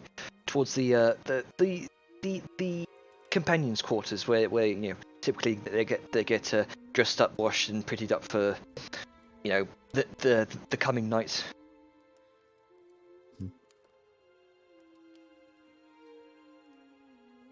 Okay, so what's the rest of you guys doing? Say So- we'll Smith him.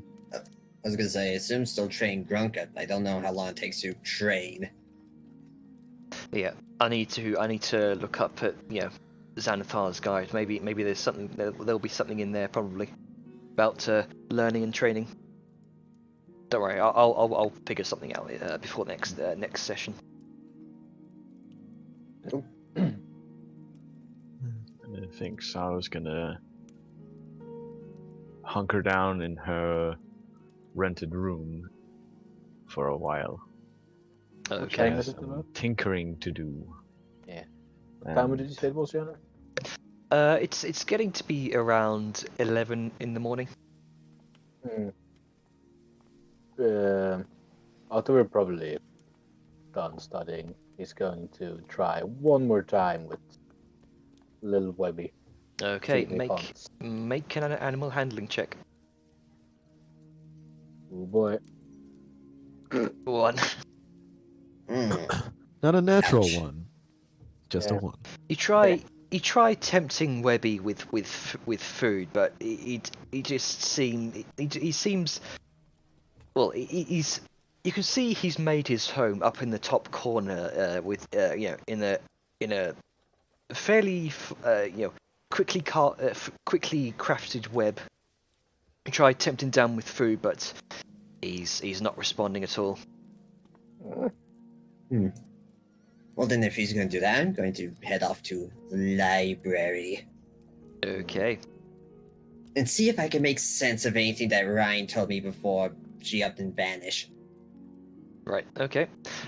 Make as you kind of as you leave the decent descent, make an investigation check if to try and ask around if you can find any sort of library. Okay. 19. 19. You do kind of ask around. You do eventually find a few guards. They say to you, "Oh, you're looking for a library? Well, I think probably the closest here would be the librarian's tower." You see- Library's tower? Oh, the librarian's tower. It's just over in the Divine District. Oh.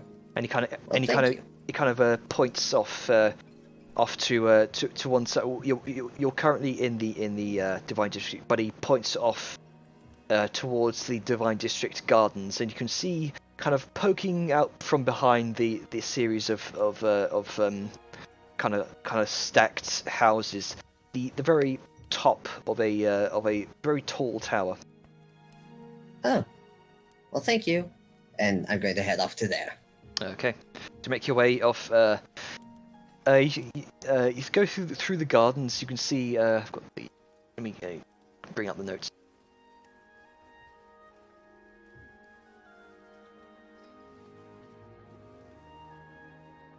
As you kind of as you oh, go ahead. Oh, I was just saying the notes. Yep.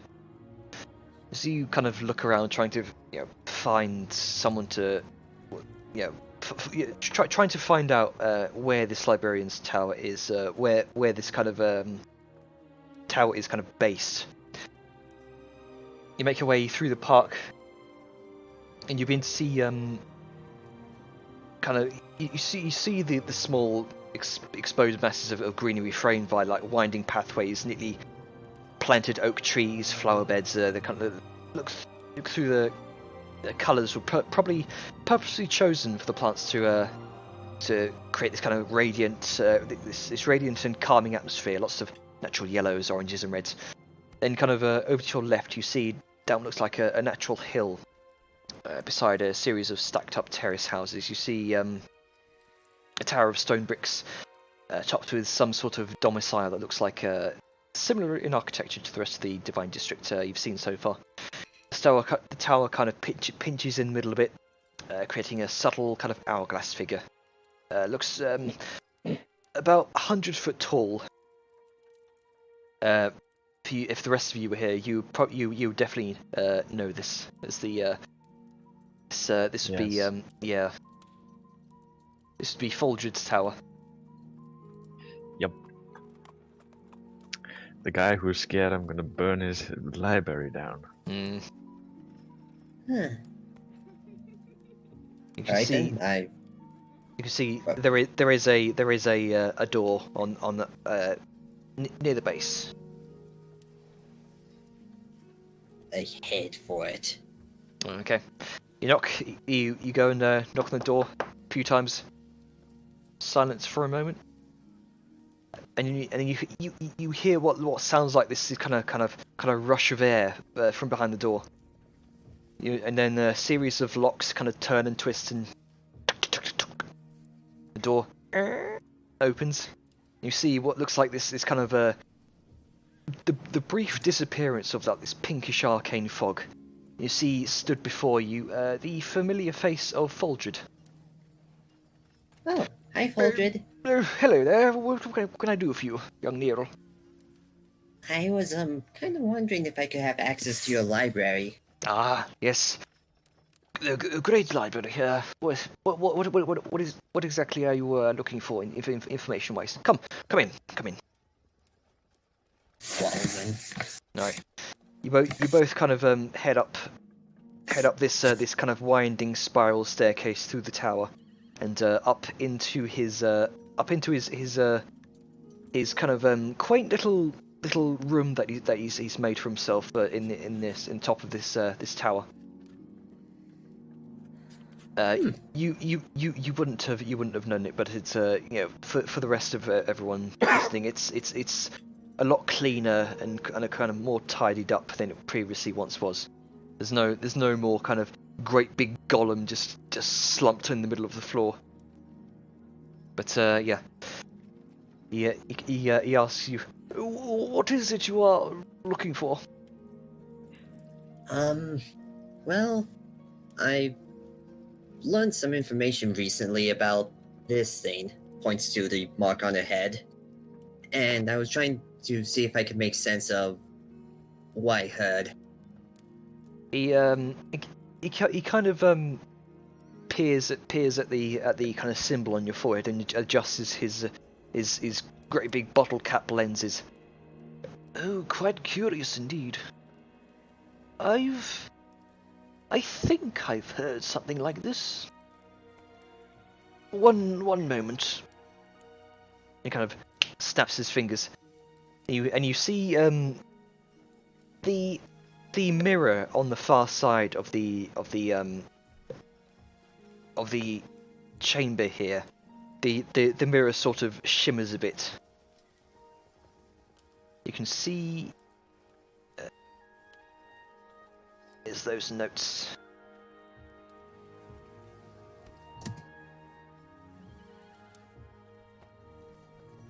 Yeah, you can see on the other side what looks like a very large room filled with kind of towering columns, kind of arching in the ceiling.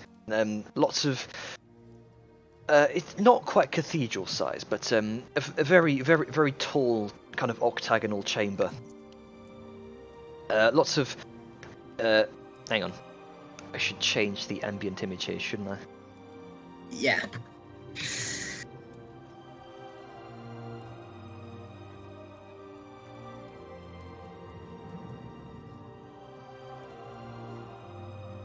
Oh, hello, Rain. Ah! And Oh, no. Seth. It's been a while since He's not we- supposed to There be we there. go. Yeah. Where is it?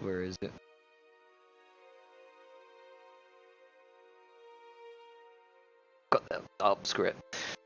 Yeah, you see books upon bookshelves stacked and, probably, about 15 to 20 feet high. This room isn't so much kind of expansive and long as it is just incredibly tall. You can see ladders kind of, I don't know what they're called, but you kind of slide across the bookshelves. You see desks kind of stacked with other books. You could probably describe it as an organized mess. Huh. How can you have everything be so organized but at the same time so messy? It's more of a curse than a gift, I suppose. Come. And with that, he kind of steps through the mirror almost. This kind of shimmering, warbling like effect that happens on the glass. Huh. I follow him. They kind of a cold like this cold feeling that goes through you as you enter, and it definitely seems to be its own pocket to him. But actually, yeah, make an Arcana check. I can do that. Yeah. Oof. This is definitely not within the realm of reality, it seems. This is definitely his own pocket dimension, though you swear you feel some semblance of like the realm of insanity almost, but it's not how do I describe it? It's like this controlled influence of what would feel like the realm of insanity, like it's being Organized chaos. Yes, yeah, exactly. Huh. Interesting place you got here. It took a while to get the enchantments right for the reality displacement, but I think I did quite well with this library. Right, Huh. you said, oh, what was it specifically you wanted to know about regarding your mark there? Remind me, Janet. Ryan never actually mentioned the word blood hunter, did she? Or whatever. She didn't mention the the words blood hunter, no. But she did mention, like, vampires and mutants and that stuff. Yes, like she did mention Order of the Vampire and Order of the Mutant. Well, I was wondering if you had anything on, like, these things I heard about. A order of a mutant? Order of the Mutant, that's very obscure history. Might I ask why you want to know? As he goes, kind of waddling off to one side, this elderly halfling gentleman kind of starting to rummage through all these books. Because I heard that whoever these order things are has something to do with this mark that just appeared on my head one day. Quite peculiar indeed. He continues to rummage through books for like best part of half an hour. It seems like he's really struggling to find anything on this subject. And he kind of plucks out what looks like a very, very old and dusty tome that hasn't been touched in years. And he says, "Well, I am afraid I don't have much regarding the subject, but I think this might sate some of your curiosity."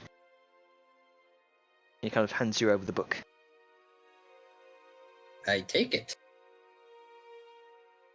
And see if it has a title. The title is...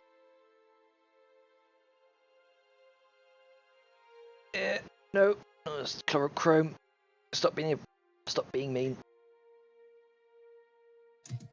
So you have a weird mark on your forehead.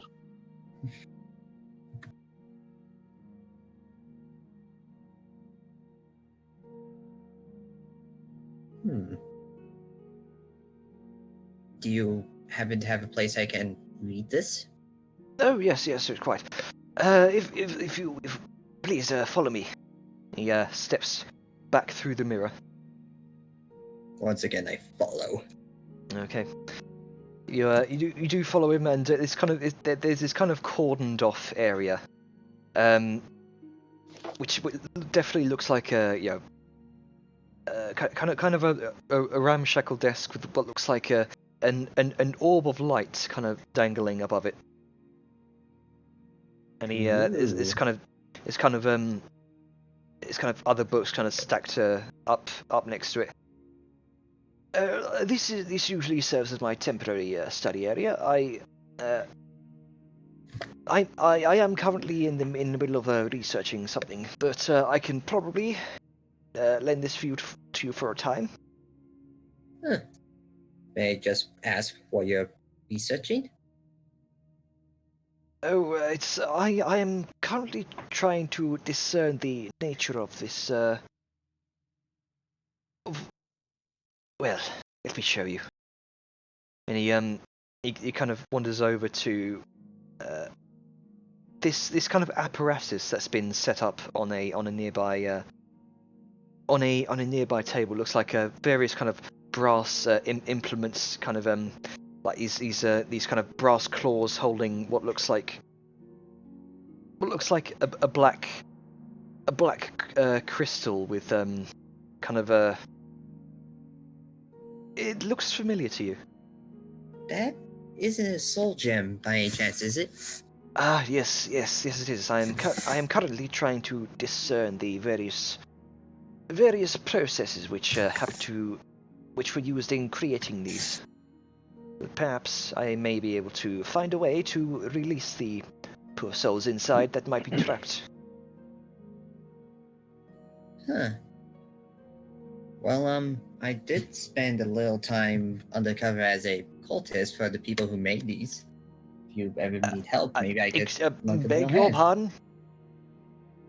Oh, yeah, I was working with Mr. Sean as a undercover agent for the cult that That most would likely explain made it. this. Yes. Oh yes, he did. He did discuss working with a small kobold friend. That would be you, I suppose. Yep, that's me. Ah, very well done. Very well done. Right. Well, what would you happen to know about these? Well, I'll roll an arcana to see why. No.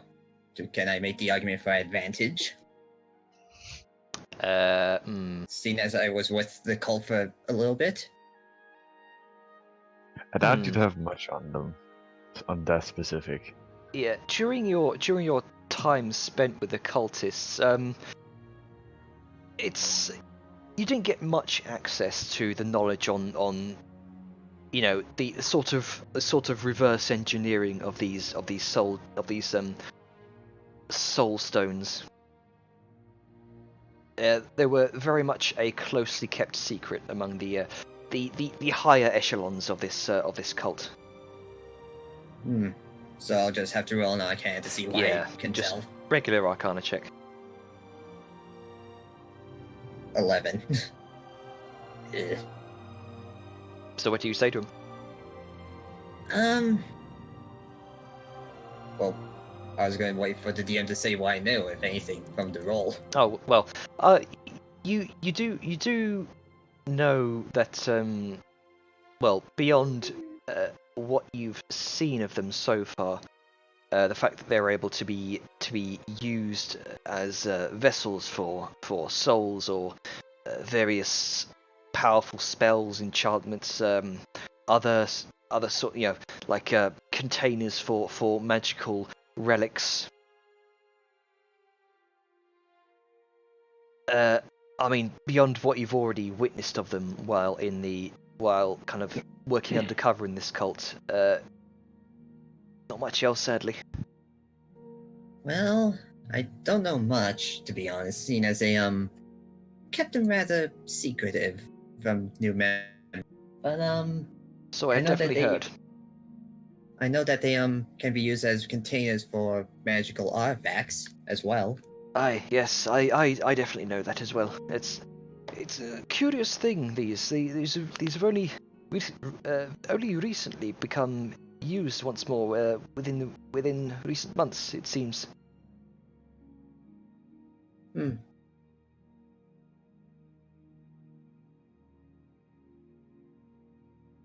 It would seem so. Hang on, it's my. Oh, there we go. Okay. Sorry, Mike wasn't showing up on the OBS. Anyways. Well, sorry I can't be much more help. It's no trouble. I will crack it. I will crack it eventually. Well, like I said, if you ever need help, I can do what I can. The offer is very much appreciated. Thank you. And now, if you wouldn't mind, I'll start reading now. Of course. Gives a little bow and thanks before sitting down and starting to read. Okay. As Foldred goes back to his tinkering, you open the book called Radical Blood. Huh. Interesting title. And it talks of it talks of various individuals who have had everything taken from them, be it from an attack by hideous monsters. Some may have had their families slaughtered by these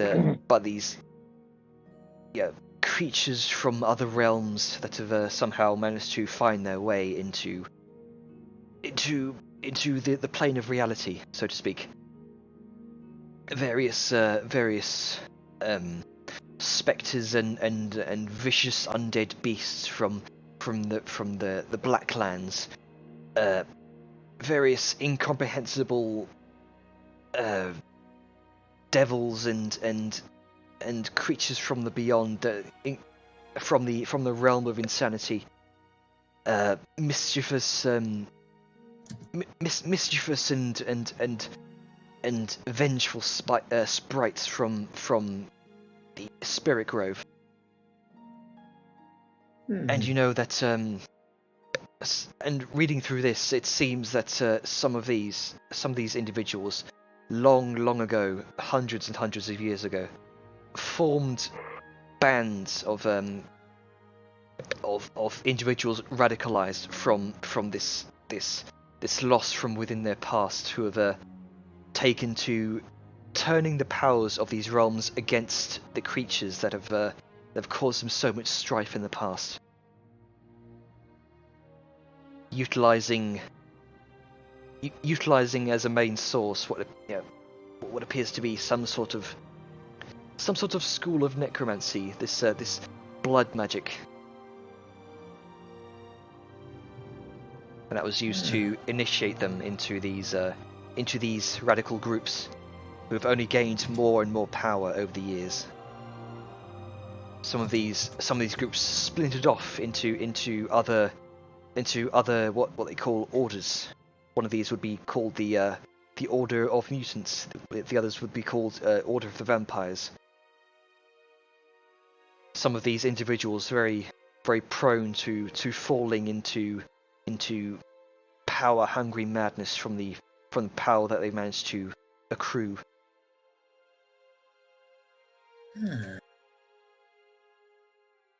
Interesting. Doesn't say about the origins of some of these orders, particularly the order. There is what seems like it seems to be. Actually, no. This would be make a perception check. Perception. Yeah, as you're kind of reading through this, with what little time you have kind of spent here, as Folger needs this work area in the near future, kind of speed reading through all of this. You do seems like catching glimpses with a rolling 12 perception. Yeah. Some of these glimpses, it seems at some parts that the origins of some of these orders and the kind of the events that happened. Some speak of splinter groups,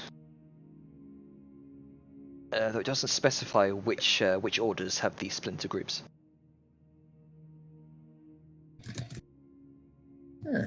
Probably because you're kind of speed reading through this and you've probably missed it at some point. Aldrin, would you mind if I borrow this? Not at all, not at all. As long as you return it back, of course. These books do have certain enchanted seals on them, so I will.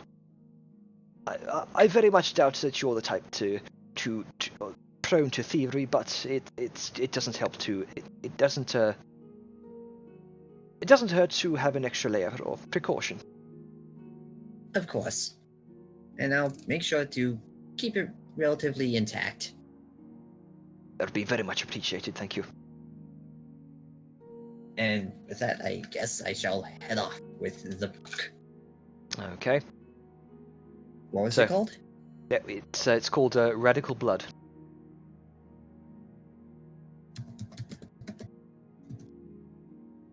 Alright then. Okay.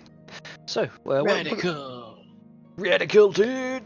Okay, so what are the rest of you guys doing? Stuff until sundown, I guess, because that was tinkering. That Tink, was tink, tink. focus training. Balthazar and Avon. Oh, yes. No, Siren Yeah. Avon, sorry. Yeah, Siren is gonna come down all dressed. And in a nice outfit. Not like her leathers or anything, but she's gonna come down you know. Yeah. In fancy dress. Very, I almost want to say, like, Esmeralda-ish, or like Romani, like Oh, from yeah. Hunchback of Notre Dame. Just like a lot of Oh, yeah, free yeah. flowing, like material, like kind of a blouse, almost like summer wear. Even though I think it is kind of winter. I don't remember. I think It it's is. winter. It is winter. Yes. She's It's does it. thick flowing. She just wants to look nice. Or actually, tell you what, she's gonna have like the summer wear ish underneath, but she's also gonna wear like a nice fur coat. There you go. She has one, so she can take it off whenever she goes inside. Okay. I guess I'll get on my pimp outfit if we're gonna be dressing nicely. You gotta I represent. spent man. well enough for those really nice, fine clothes. And I Mhm. will wear that codpiece by damn. You're gonna wear So the codpiece to an official meeting with the mayor. you Seems do. legit. So Balthazar, Status symbol.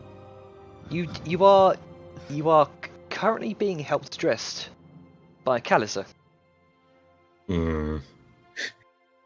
Of So, course. As you come out of your room, you Jesus. you're almost it's Siren. You see Balthazar is almost kind of uncomfortable in his well dressedness. So you can see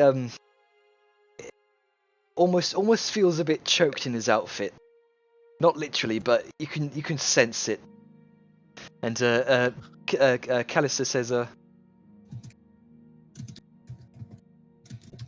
she kind of flutters behind you, kind of with a small little cane there. She kind of taps your lower back and says, Come on now, back straight. Best foot forward.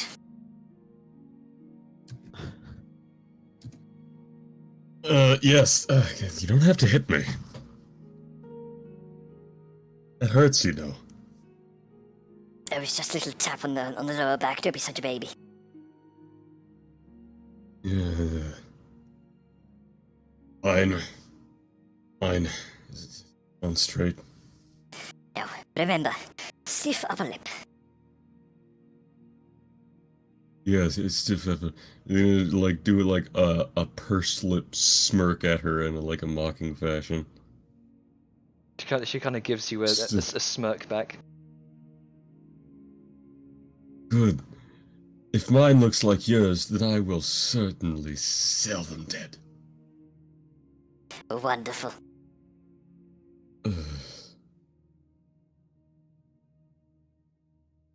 Shall we be off then? Sure. Nice outfit for you. Oh, thank you. I just wanted to look nice. Callisa, you won't be accompanying us, will you? Well, not unless little Balthazar here needs help. No. It will just be formal meetings, you know, basic paperwork, judicial use. And there won't be anything to carry or nothing like that. So it should be fine. Very Really? well. Do break a leg, dear. Ah, yes. One more thing you could help me with then. Yes? Walking. Sorry, I didn't catch that. One more thing you'd be able to help me with then. Walking. He makes a little snide comment. She just returns it with a smirk. She's used to this to these snide comments. She kind of almost it's almost she sees it as affectionate banter. It pretty much is, but at the same time, Yeah.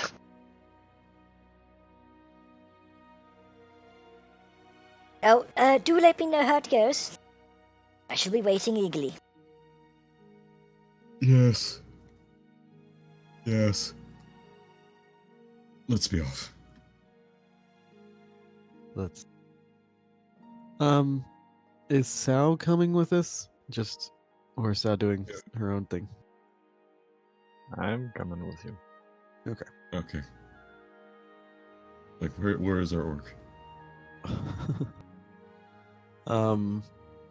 Sarah is just coming down in her usual sort of dress up, although she's wearing not her adventurous parts of her gear, just sort of, just not her backpack and other stuff, and including not her rifle. Uh-huh. Oh. No big gun today. No. I've been working on a smaller project.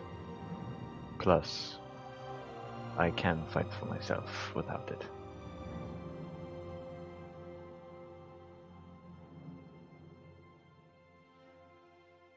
Oh, hang on. There we go. I don't know why, but OBS keeps cutting off my mic. So, as you all leave the decent descent, you're making your way to the fortress, aren't you? Yes. Right. Okay, just making sure.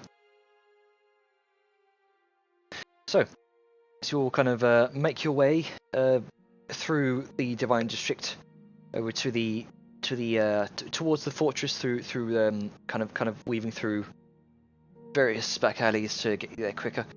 Kind of two of the guards stationed at the portcullis they recognise you all. By this point, they are familiar with you, but you get the sense that to say the following out of regular procedure. All right, what's your business? We're here to see the mayor. Yeah. Oh, yes, there we go. As she says. I didn't catch that.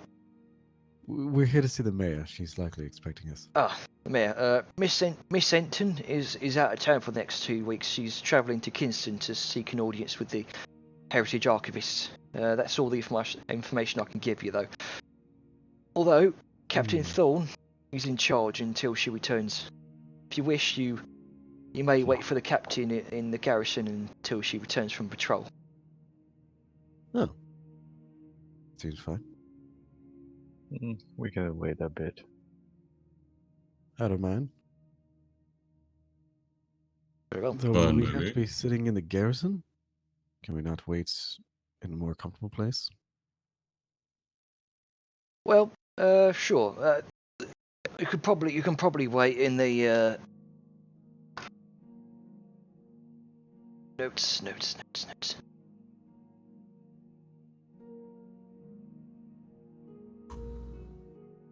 So much world building. You can probably wait in the mess hall or the dining hall if you wish. She's probably due to return back there soon. All right. Then we'll wait and just have her know we're here. Very well. And Siren just kind of waits for them to lead them Okay. to. Yes. So eventually, you are kind of led into the main kind of fortress area. Also, to kind of make your way into the courtyard, you do see more of the Kingsguard. Currently in the process of drilling a regimented kind of training routine. You see their kind of silvered armor trimmed with golden filigree, their shields, which they appear to be doing blocking and deflecting techniques with, the familiar shape of the blank masked face engraved onto the broadside of these kite shields. The full-faced helmets which also resemble the mask. You also see, stood off to one side as he examines a presumably higher-ranked guard barking orders to these regimented Kingsguard, a figure in shining full plate, trimmed with bronzes and golds and ornamented with grander filigree pattern with his grander filigree patterns than his comrades. Not quite a full helmet, but it almost forms like a crown atop his head, a single kind of spire pointed upwards, a diamond-shaped ruby in kind of set in the front. Around his shoulders drapes a rich red cloak, similar to Thorn's. From what features you can make from his helmet that frames his face, you see stern, grizzled face, dark brown beard with a few white hairs starting to set in. I'll get the ambient image for the fortress here, because I need to keep up to date with that.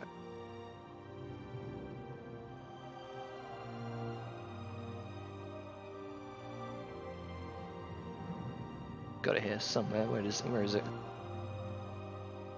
Ah, here we go.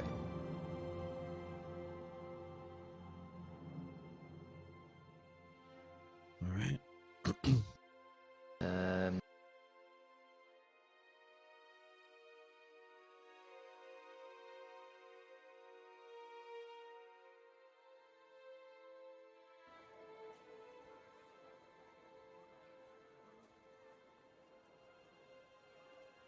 You see, he stands, kind of hands in front, resting on the pommel of his longsword as he watches on.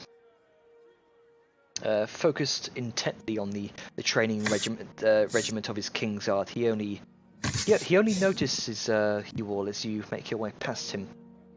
Presumably, this is Captain Tenwin Thunderbolt Drost.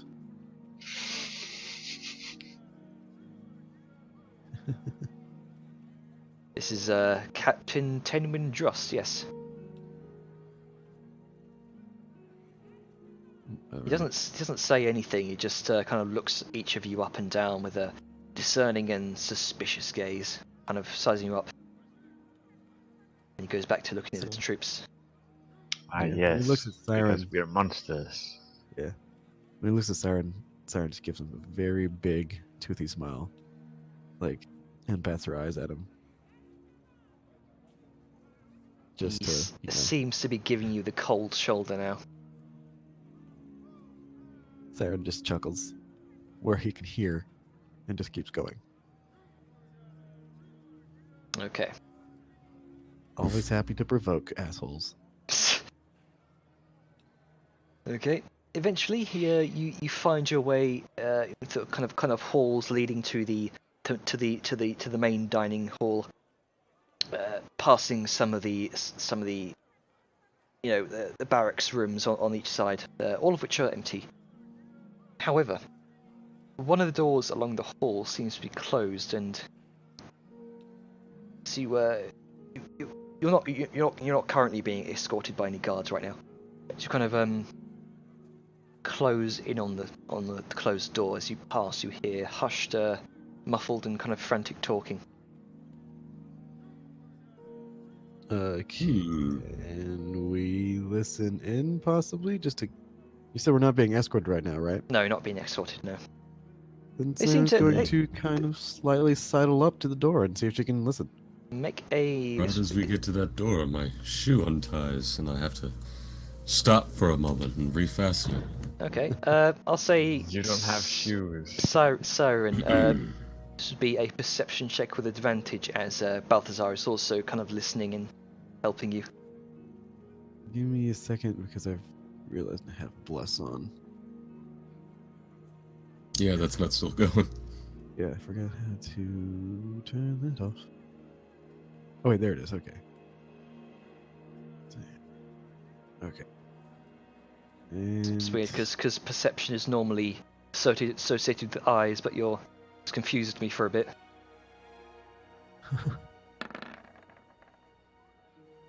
me. Meh. Me. Okay. Meh. You do hear Me. two male voices. One of them is familiar to you. Oh, is it? Mm-hmm. Do I recall who it might be? Is it Sean?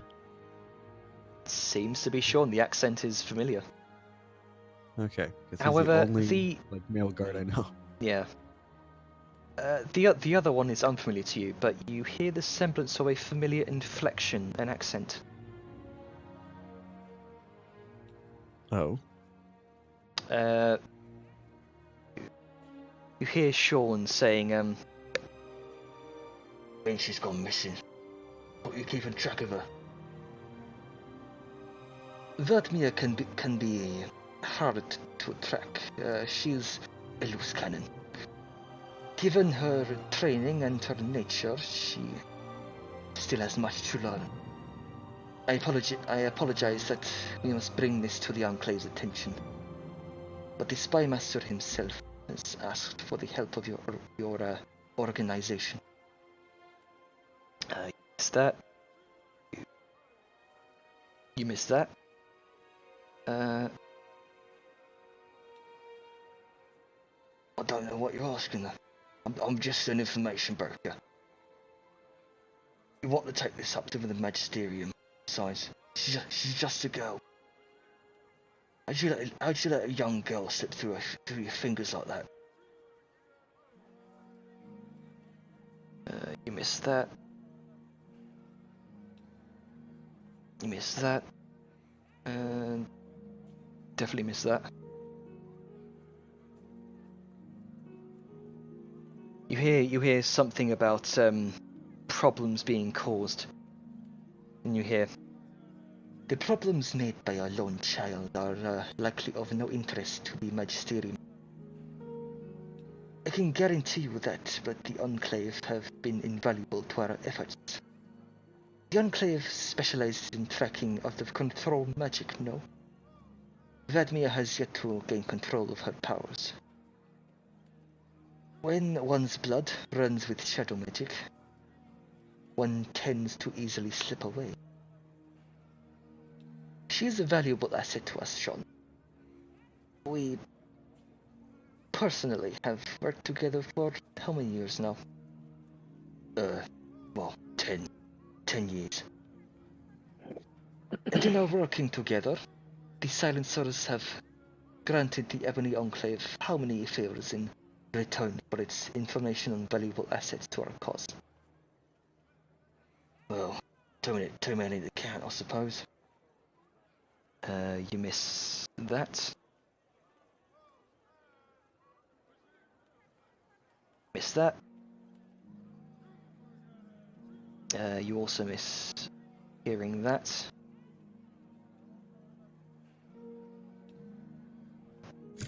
You hear. Jackie Sorry? can. Let's say, like, hearing how much we're missing, would say that if Balthazar wants to maybe make a perception check too, maybe not necessarily advantage, but if he wants to listen in, maybe. I'm not very good at that. I mean, hey, it's better than nothing. You can't brute force this. Yeah. I mean, I this is- understand that, but like, the only reason How I'm even about suggesting we do something a little different on that. Here's something to proposition. Could I perhaps use my history skill to, if it would be appropriate, to try and distinguish the type of accent that I'm hearing from the other person? Sure. Because history would encompass various nationalities and kind of origins of different peoples. Well, let's see if this can give me any clue of who this might be. I have no idea. Yeah, I mean the accent does sound familiar. He's Norwegian.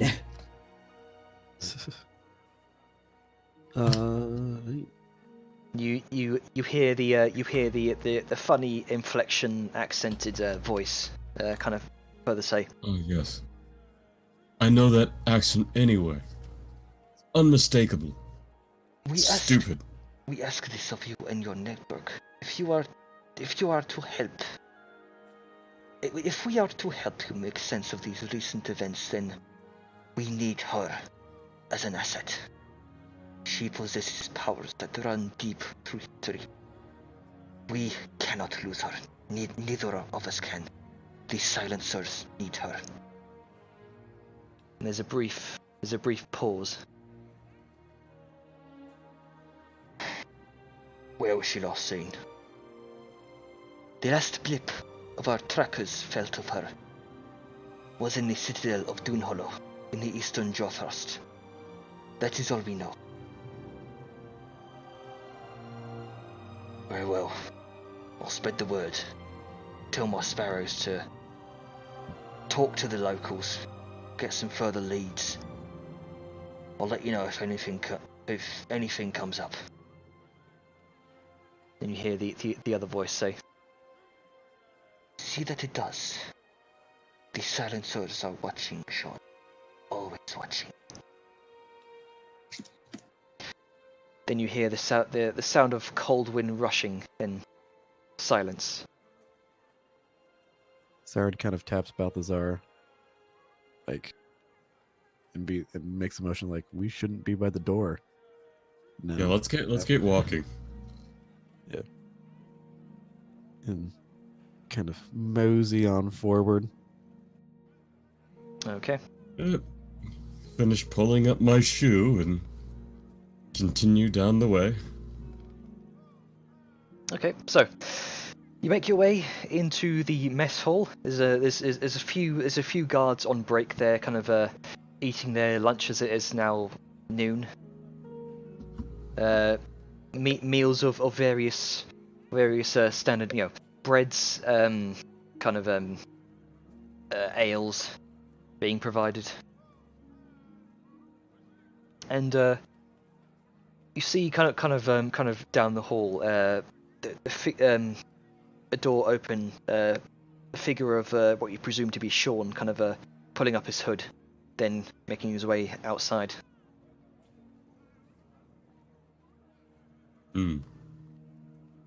So, about Kind of sit. Oh, go ahead. Oh, I was gonna say we're just gonna find a table and sit. Okay. So, about an hour passes or so, and you start to see various other guards, maybe about 10 or 15, kind of enter the mess hall, who seem to be on their break as well now. You see entering through looks like the figure of Captain Thorn, kind of shedding off her red cloak and kind of hanging it up to the side. Ah. Siren just kind of gives a wave whenever she enters to grab her attention. Thorn kind of acknowledges you, makes her way over. Yes, hello. What can I do for you?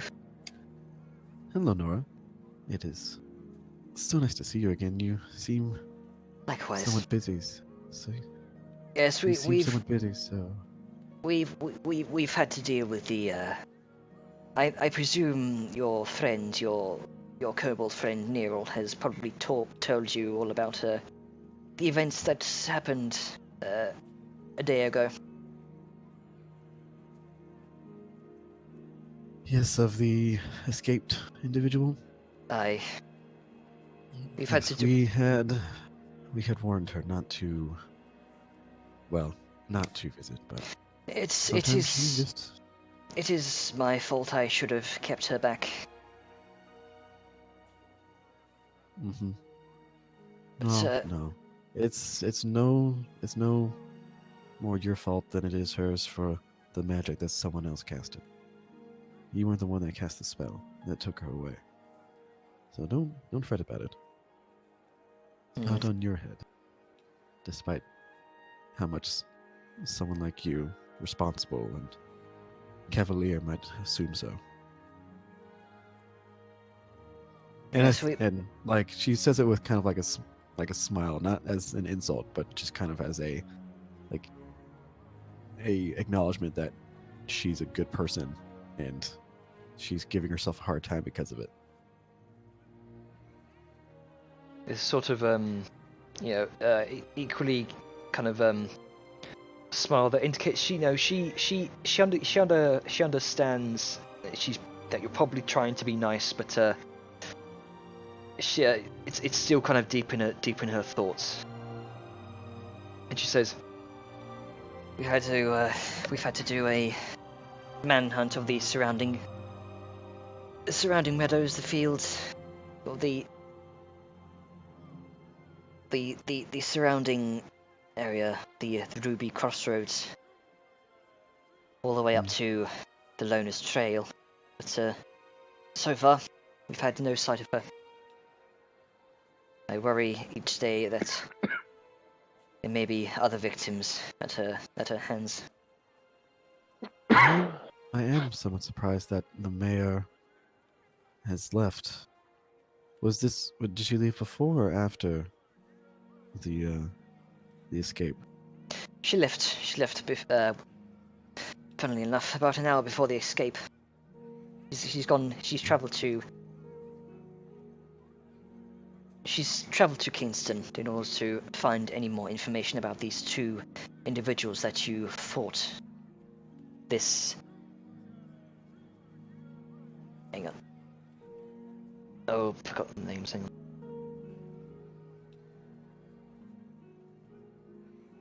This Julie and then this Nathania. Yeah. Well, I hope that she's okay. I'd rather not have that creature waylay her. That would be a very important target. She is very well guarded. I would not be surprised if this creature chose not to deal with such troubles. She already seemed too weak of a stature to take on anything like Miss Enton's escorts. That's good to hear. I'm happy to know that. Speaking of Miss I have it right here because she's in NPCs. Layissa, there you go. Speaking of Mayor Layissa, I'm sure since you are here operating in her stead that she conveyed to you the possible standing of whether or not the Black Hands will be taking up a position within Port Morkney and whether or not we'll have some accommodations that come along with it. She did mention that to me. Yes, you've been wanting to be recognized in Morkney's official capacity. Yes. Yes. And you do know that with that official capacity comes regulation. Yes. Various rules, and I suppose you know that. Mm-hmm. It is that we've come to somewhat discuss about, and also possibly come to terms with. Though I know that it might better suit to wait until the mayor has come back, but again, we're just curious. We didn't know that the mayor had left when we came here. Yes. It came as a surprise to me as well, but considering recent events, I suppose it should be to be expected.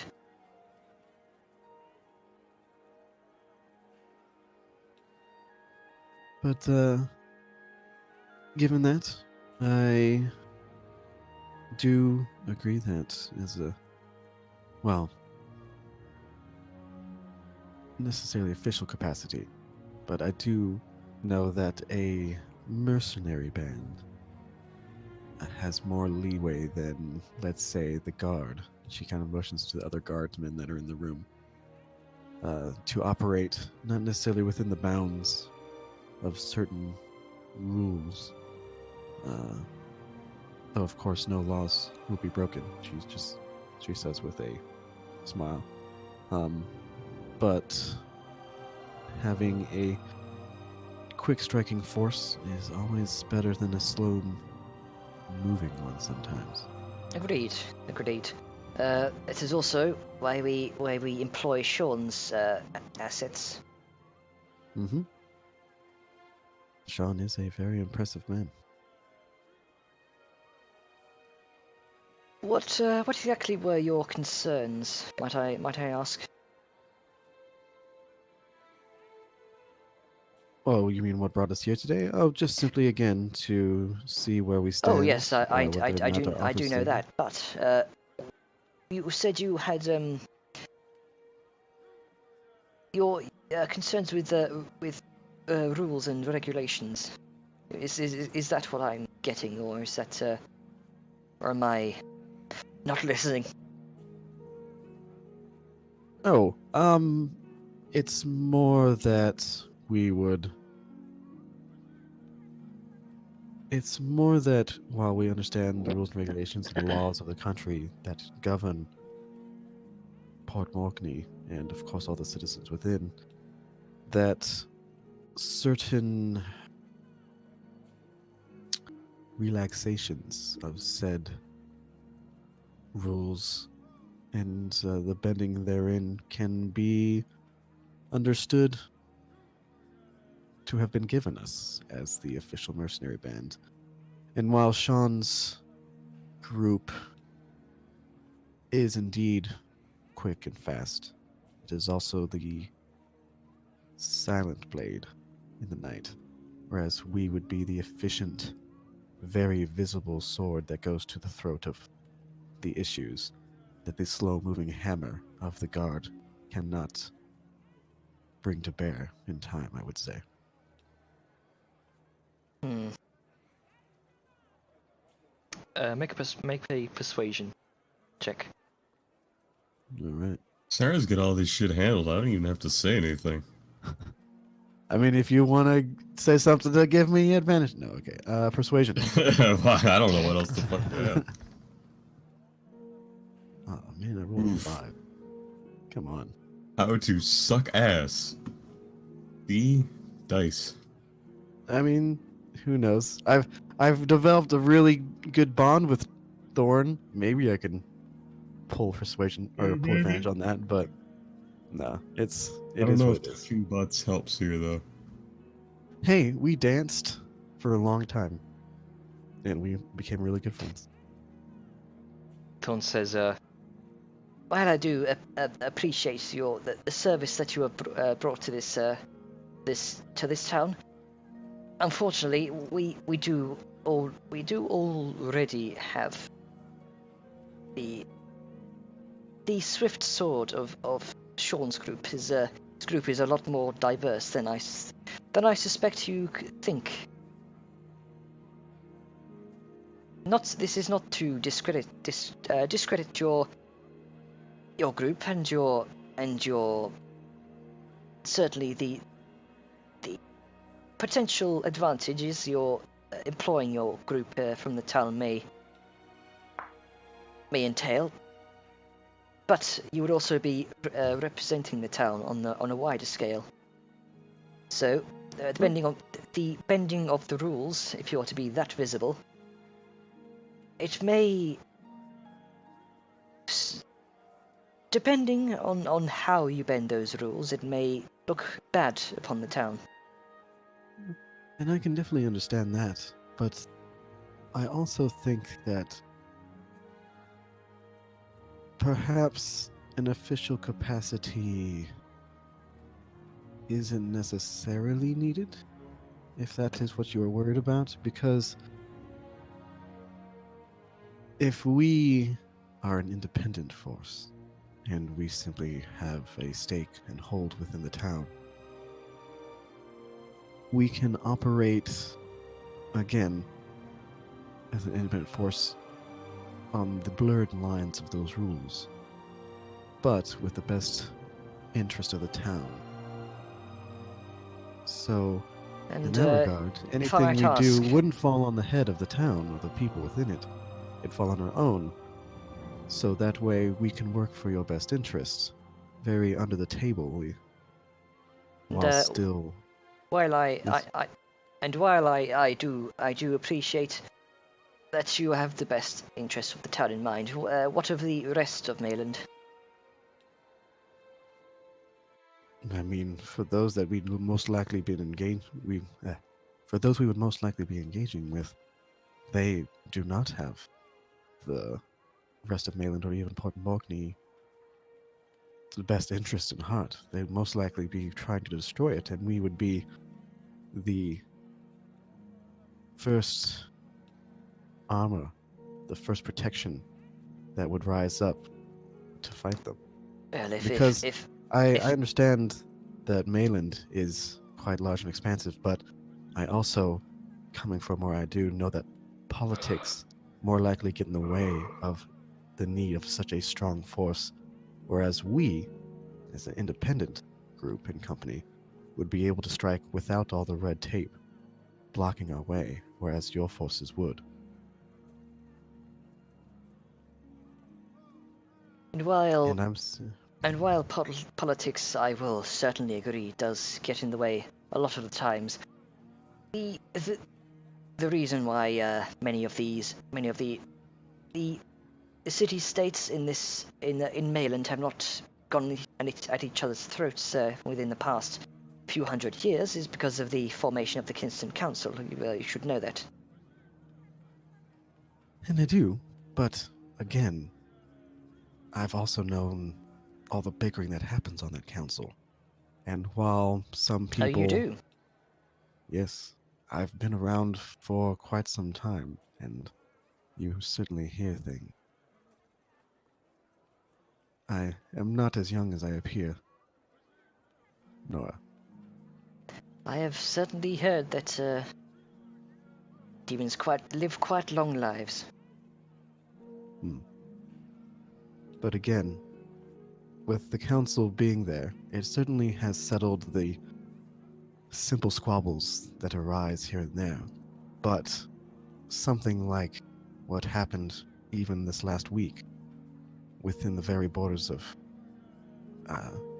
the city, if something of that grand a scale were to happen elsewhere, do you really think the council would not assume that an invading army from a different province, while supposedly well-intentioned, might not also pose a threat to the sanctity of their sovereign nation? I simply mean to assuage as an independent group. We are by no means looking for a land grab. We are by no means looking to conquer. We are simply here to protect, and do so outside of the constraints that such rules and regulations offer. Make another persuasion check. I was just about to say, that's a whole lot of fucking bullshit on Siren's part. Is it though? I Well, mean, you're I know fi- you're civilization. 50-50. I know that even within like allied nations, you generally don't want another standing army on your soil, even if it is to help. And can I make that with advantage? If no, I understand. I'm afraid not. Okay, then I'll do normal roll. Another fucking monkey bitch. Come on. Oh dear. Not Hold having on. I just wanted to It's check the something. curse of 13. See, That's going to be. I had advantage. God damn it. Okay, no, it's 13. Normally 13's a lucky number for me. Not here. Also, you Not kicked here. a perception there. Oh, did it? Oh, I was wondering why it was so low for what. Oh, there it is. So it's 5 off. 18. God damn it. Well, it's Just- going back just- down. Couple Un- more clicks and we'll be at 13 again. Unlucky. So, Captain Thorn says, Again, I do appreciate your concern. You have my sympathies in that politics certainly does get in the way of a lot of things. Unfortunately, sometimes the order of a bureaucracy is sometimes better than all-out underhanded chaos that some might bring. I understand. It's not the chaos that we bring. It's more just the swift retributive. What is that word? Retribution. Retributive action. Retributive? Yeah, whatever. Punitive. Let's just say punitive. The swift punitive action of a group that does not necessarily need the hearsay and the squabbles Because it's not chaos. It's a simple matter of defending oneself. And if we are the group, if the Black Hand is the force that can rise up at any moment from the shadows to defend Mayland, then I don't see why we shouldn't be so. Again, I understand very much so the dynamic and the calming influence that the council brings to Mayland, but I also know that every city-state has its own desires. Every city-state also has its own subtle little nuances for power that come along with it, and I just simply mean to bypass that. To bypass it and bring Mayland the peace it so rightly deserved. And you if say- that is... And you say you wish to strike from the shadows. I'm afraid that position is already taken, and having two organizations that strike from these shadows, some other city-states might point fingers should they be discovered. No, and That is my it concern. was somewhat of a misspoken. It was a mix of metaphors I probably shouldn't have used. Not strike from the shadows Yeah. as in just darkness, more of rise from the earth, from where we shall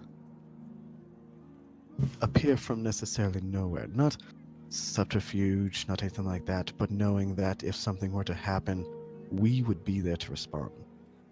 It's no, like, Sean's group. And again, he is necessarily of Port Morkney.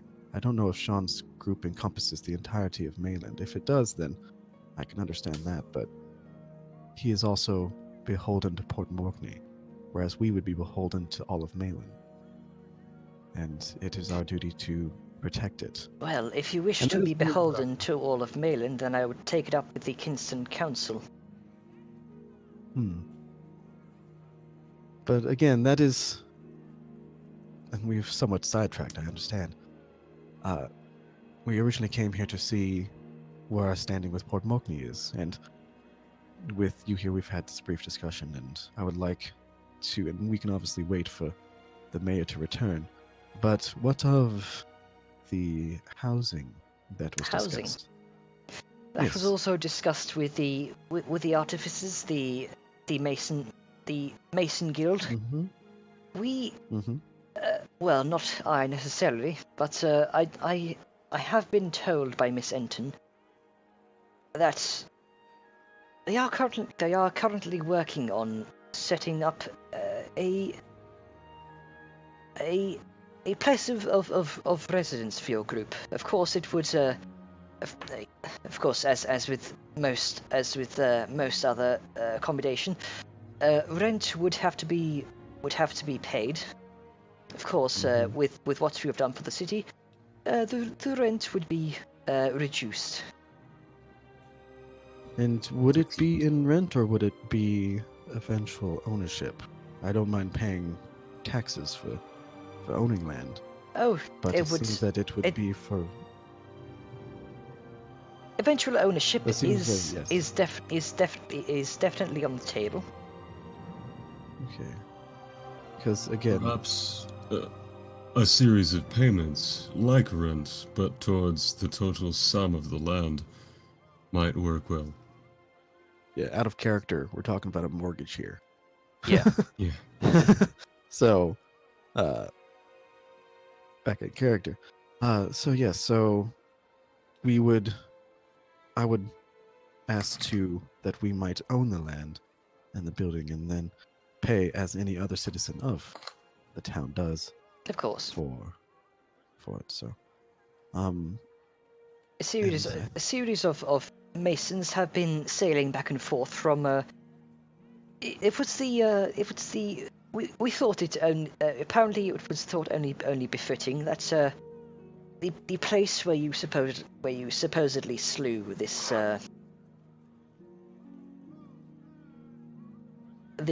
Julius character. This old lighthouse would only be fitting to be converted into a place of residence The Masons Guild have been paid in full, and they are currently in the process of refurbishing your future home. Nice Cool. smile. Of course. I don't know that exact location. Then great minds think alike. Then. But yes, Smirk, the only issues would be getting the stone to and forth the island. Understand. Yeah. It is quite some ways out. We've also dispatched a few arcanists over to the island. Apparently, there is some residual dark magic that's still there that needs how you say sweeping up. Mm-hmm. Understandable. And any sort of artifacts that may be there will be delivered to the librarian's tower to be studied and disassembled to see how Morkney may better defend against Prepare. this. Yes, exactly. Must know your enemy before you may properly strike away their blade. It's a wise thought. I do have a few thoughts of my own, just to contribute on the closing conversations. Yes, do go ahead. On the note of our favor and working with you as a special group, I understand that you have others, as we've seen from Good Sean, who work with his select skills in a very particular way. Now, where he excels, I believe, is more in the realm of information. That Few is correct. things, perhaps, a typical enforcer may not. He has the capacity to gain intelligence, manipulate it, and do a great number of things to benefit the intelligence and the politics of the land. Now, you have the guard to enforce face value laws. They can do and act upon with might justly in the land, in a very, how shall I say, publicly approved manner. You would, if we were to see Pork Mortney as a person, the guard would be the face, what everyone knows and goes to, where Sean and his men, they may be his ears, his sharp ears and the eyes that would peer out behind a closed helmet, uncertain where they're looking. When we offered to be recognized, we thought ourselves more as perhaps the sap, to do what the gods maybe do not have time to do, or due to the delicate nature, is not worth the information and expertise and cost of Sean's men, but still required a bit more of a direct, forceful approach to solve a problem. One where you do not need to perhaps think everything through, but due to limitations, it might not be best for gods to get involved. Just public image. But if it's a mercenary group, what affiliation do you have publicly? You have the ability to dissuade any, shall I say, ill reputation from coming back to you. It was just an alternative way for you to solve a problem that you might not normally be able to, that would require less finesse and a bit more authority than Sean's men. If that makes any sense. Make a persuasion check with advantage, because you are now, both of you are now trying to talk her into this.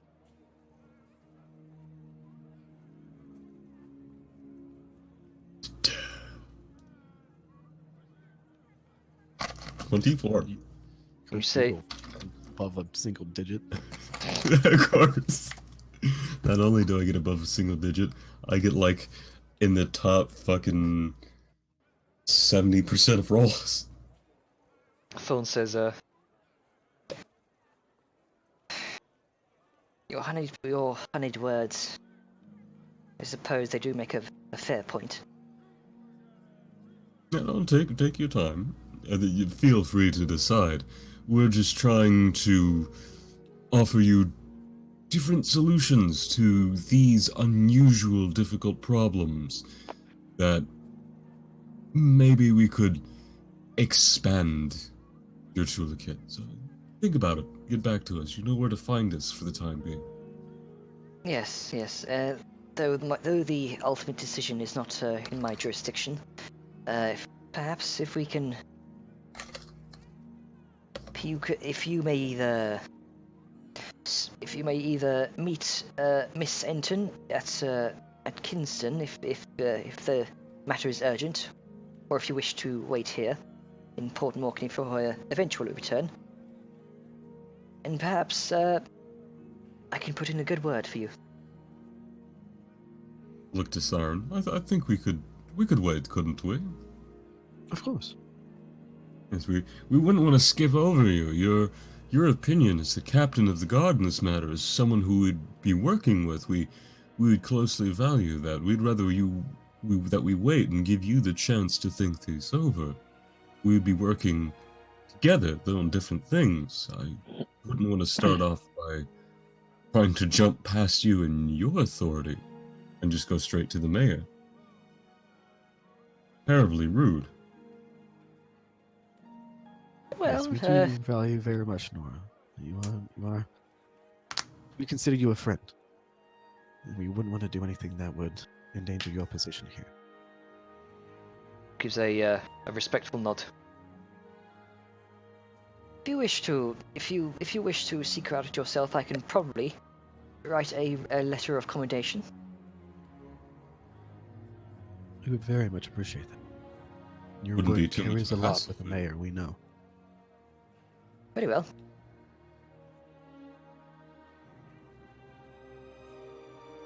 Okay. Little above board fist bump for teamwork there. Still annoyed at rolling 2 5s in a row. I am so sorry for you. It happens. It happens. Yeah. Know the I mean, feel. it's still a 13. Yeah. It's I mean, yeah, I still get a not plus bad. 8 to my persuasion, but still. It doesn't Yeah. matter when you roll single digits sometimes. Yeah. I don't think I rolled anything good. Very well. If that is all we wish to talk about, I think it is. We were contemplating having a celebratory kind of fight, just like a get together amongst friends. The Black Hand had a recent bit of achievement, but something simple. But we wanted to celebrate nonetheless. So, if you want to come with, you're always welcome. Make a persuasion check. Here comes the other 5. Called it. Called Jesus. it. That should be like a nat Jesus 20. I Christ. called that one. I called Jesus. 3 for That's- 3. That is 5. If you unreal. want to come, with, Jesus. it. That That- should be like a nat 20. I called that. That was like Babe Ruth with like the home run. Just not gonna do anything but do. I'm just gonna motion towards Siren's outfit.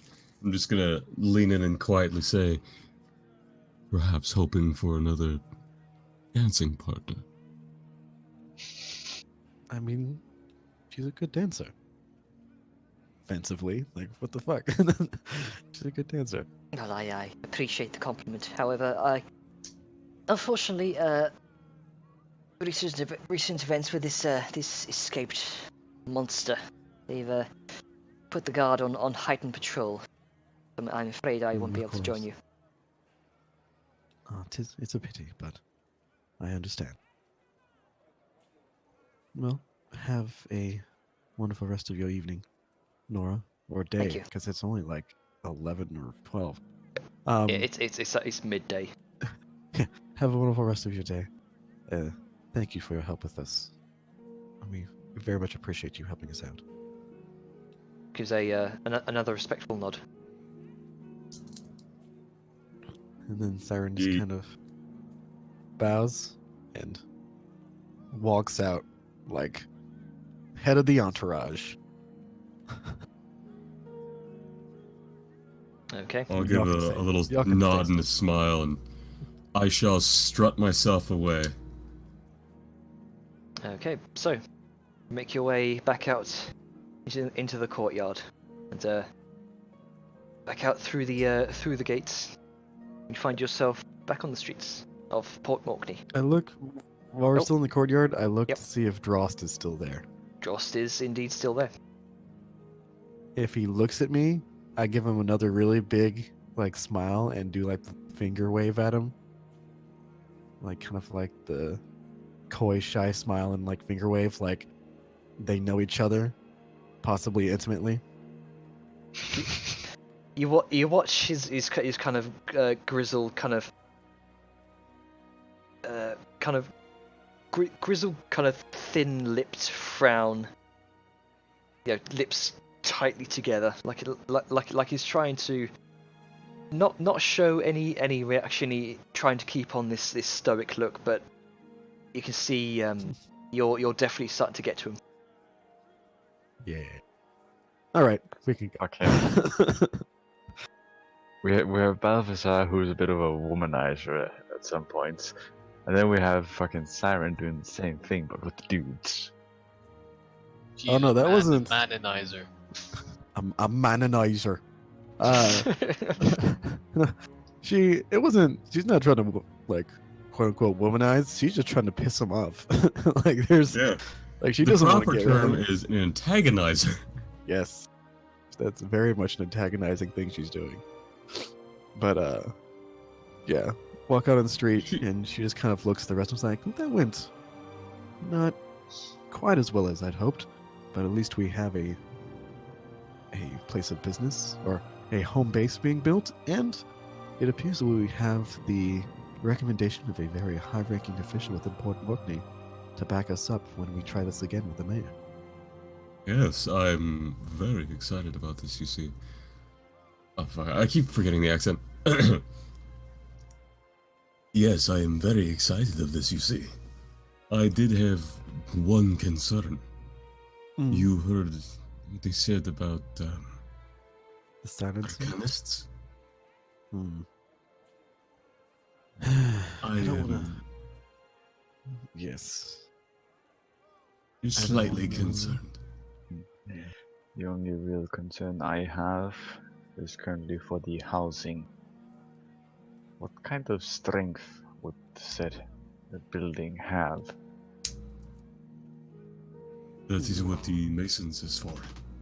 Yes, but you can build a house that can easily fit a family and have it be decent, but the moment you bring a, let's say, a cart crashing into it, the wall could be dented and weakened, so it would collapse the moment you touch it. I'm curious because, knowing my recent tinkering, I might be able to produce forces greater. So I want to know if I can do it indoors, or do I have to build my own? I'm sure that there's certain foundations and whatnot that can be built to accommodate.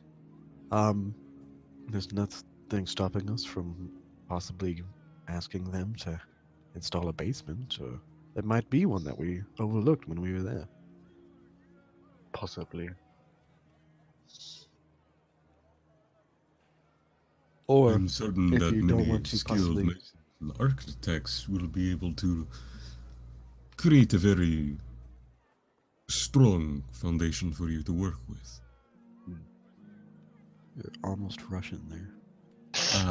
До I'm working. No, Do- it is Svidoniya, okay. It is okay. I understand. I am friend Balthazar. I am here to help you. Comrade Drink this. Balthazar. It is okay. I am Comrade Balthazar. Is it sundown yet? Not quite. Yeah. Not quite. So We've been they talking like for hours. yeah. So with all that, Siren's gonna head back with the rest of them, and we're gonna let other people, because it's still only noon, do their Okay. thing. I am mostly joshing you. That's understandable, but you're Yes. also the character who No, chose to I get dedicate, like a I bunch of fully hours. understand that.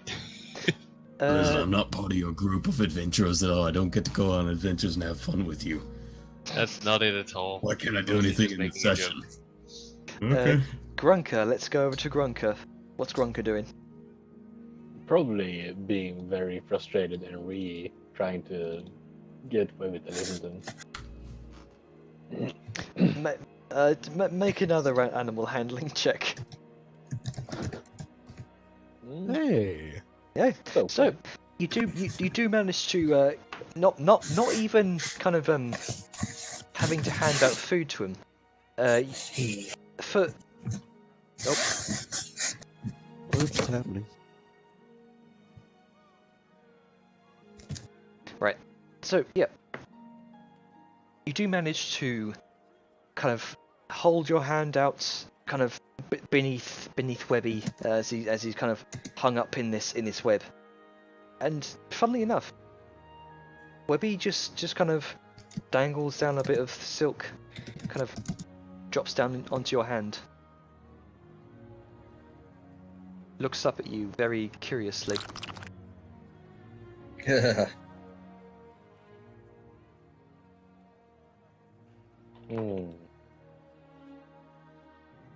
Good.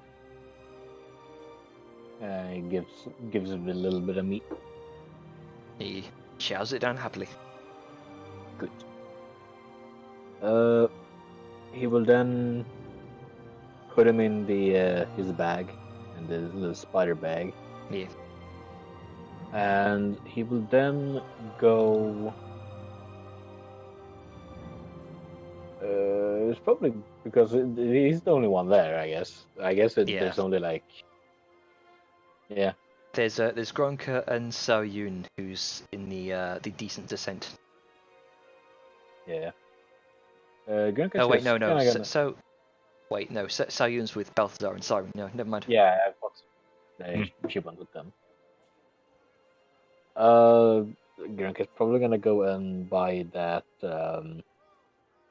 that tool that he is proficient in, that he haven't had a chance to do. What tool would that be? An instrument. Depends which instrument you want to buy. It's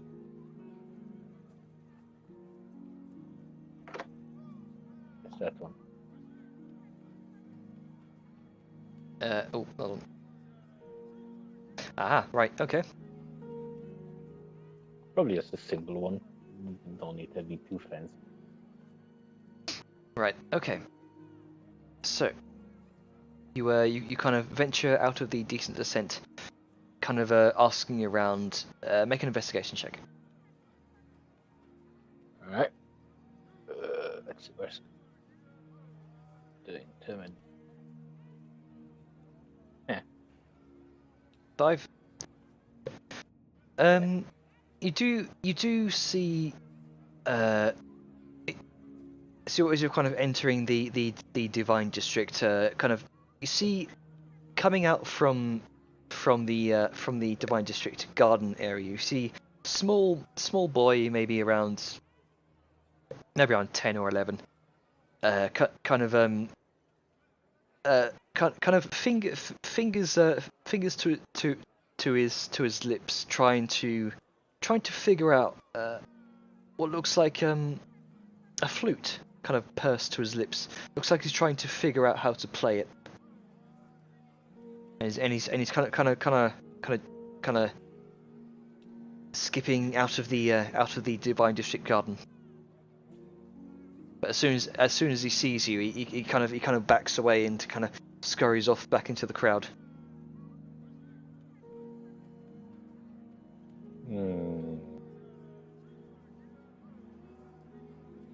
Guess I'll try and get a bit closer. To what? The weird person. What, the boy? The boy's the weird person. Yeah. Weirdo. Boy. Some kind of Boy. suspicious child.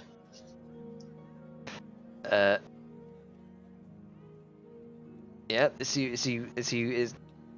you kind of venture up towards him, he kind of says, "What do you want?"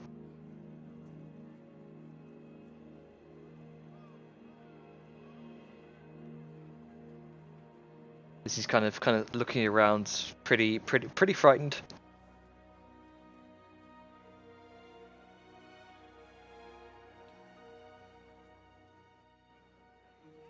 Kind of looks at you expectantly. He said, "Hold on." Oh no, he has burped. No.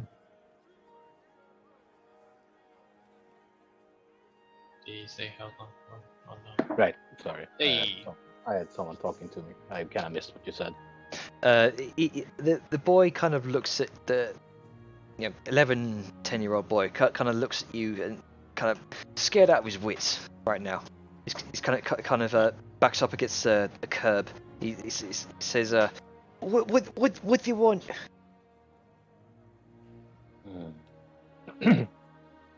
Gurka kind of points at the flutes and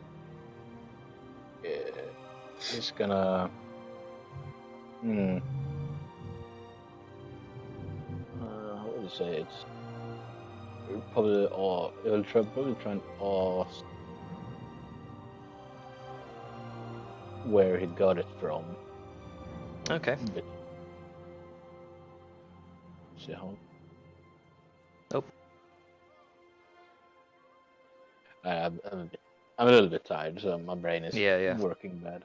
So you ask him where he got it from. He kind of points over to the entrance to the Garden District. And he says, funny man with big hat. I bought it from him." Oh. Hey. Okay. And go see and find the weird man. Okay. With big hat. So And get my ears bleeding from the cat. sorry. Cat's being. Hang on. I gotta let them out. Yeah, very loud cats. Oh. Just compared to mine. Oh my god.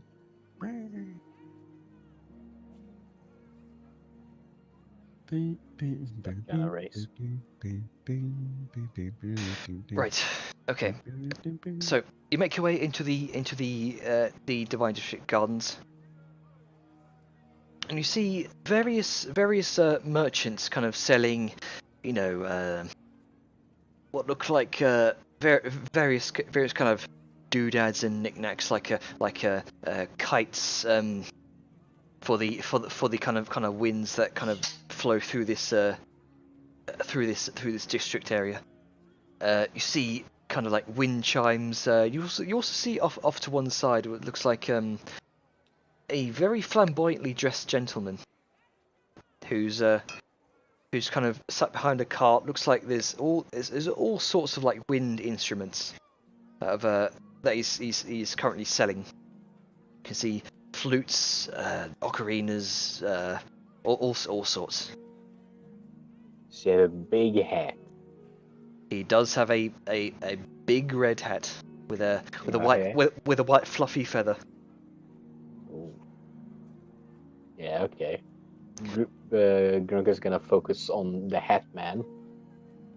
And it's gonna get to him. Is there like a lot of people there? It's not many people given the weather. No, you suspect normally this place is more bustling during the summertime, but people are currently taking advantage of the high winds to entertain themselves some way or another. Yeah. Well, he gets to him. Okay. To keep this brief, Yeah. pale skin, kind of like a very twirly mustache. Looks, and he kind of speaks with a flamboyancy to put it briefly, and he sells you a. You wanted what was it? An ocarina, wasn't it? Yeah. Okay. He sells you an ocarina for about say two silver. It's a very deep shade of blue. It looks like it's been made from clay and kind of painted over and sort of polished. All right. He's gonna take it. Probably gonna play a little tune on it. Okay. Make sure it's nice and in tune, I guess. I mean, it's a big old kind of formed clay instrument. There's no tuning to be done, but it's fairly good make. Yeah. Make sure it gets good tunes in it. Yeah. So you now have your ocarina. Yeah, it only took me like a week. Why am I not surprised that you have ocarinas in this world? I mean, I think it was literally one of the instruments I could choose from being an outlander. Being an outlander just means you can choose Yeah. a musical instrument. Oh yeah. Yeah, I just kinda instrument. Okay. So what's everyone else doing? What would everyone else like to do? Grinker's probably gonna head back Yeah. to the... I'm curious what's going on either with Nero or Vellum. Ah. Tink, Well, tink, tink. Vellum. Tink, tink, tink, tink. Yeah. What's Literally that, sadly. what's Neril doing? I guess just heading back to the decent descent, and Okay. we'll So go first- into one. So, West? funnily enough, since Grunker's in the Divine District Gardens, you do meet him along the way. Grunka, what are you doing out here? Well, I did just tried it. I guess he did pretty good at it. Ocarina. 18. I mean, seems pretty adept with the ocarina as you watch him kind of venturing, weaving through the crowds. Neril, you do hear him kind of whistling wind through the crowds as you see him playing an ocarina. You can play an instrument? Yeah.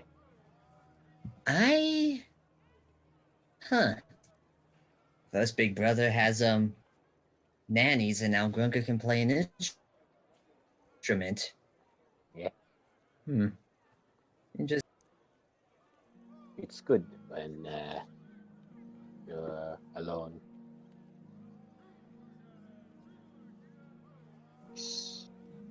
Make you feel good.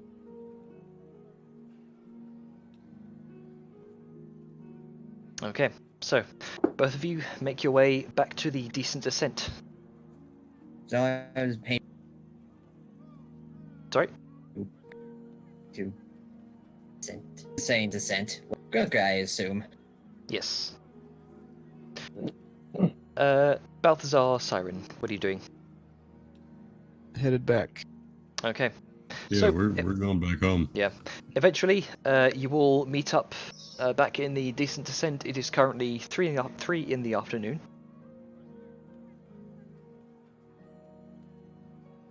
All right. Let's see. I guess just kind of chill and wait for everybody to get back. Okay. I mean, Where were we meeting up again? Were we meeting at the Decent Descent or the Laughing Seal? the Laughing Seal. Okay. And Okay. I mean, I thought that's where we were necessarily going, but if we were actually meeting there, then like wait until it's almost sundown and then go. And of course eat lunch while we're here. So- Until in greater detail. Okay, so about an hour passes as you wait for Vellum, who by this time 8 hours have passed since you started work Yay. at 8 o'clock. You are now finished Hooray. at 4. Oh, I got out earlier than I thought it would. Cool. It's not sundown yet, I don't think, so we're gonna head towards the Decent Descent. It's gradually getting that way because it is winter Oh, and right, well. nights come earlier. Right, yeah, because of winter. Yeah. Yeah, I'm just gonna head to the Laughing Seal then, Okay. because that's supposedly where we agreed, I think, if I recall. If he does recall, sure. Okay. So Yeah, I'll meet everyone there, hopefully. all right. So the rest of you, you're gonna meet in there. Seems like that's the plan. Okay. Mhm. So eventually, after a while, you suspect that Vellum's probably already at the Laughing Seal Inn. You make your way out of the Decent Descent, head to the Marketplace District. I'll bring up the ambient image. Hey.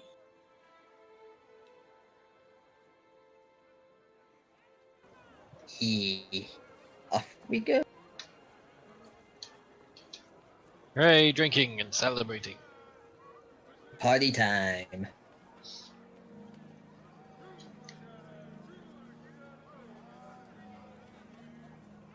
Yes, I imagine I see them walk in. Yes. 1 second. I'm gonna have found a table, ideally, because obviously, if I had gotten there before them, that's what I would do. So you all kind of enter the Laughing Seal Tavern. You can see the atmosphere isn't as quiet and hushed as you last entered.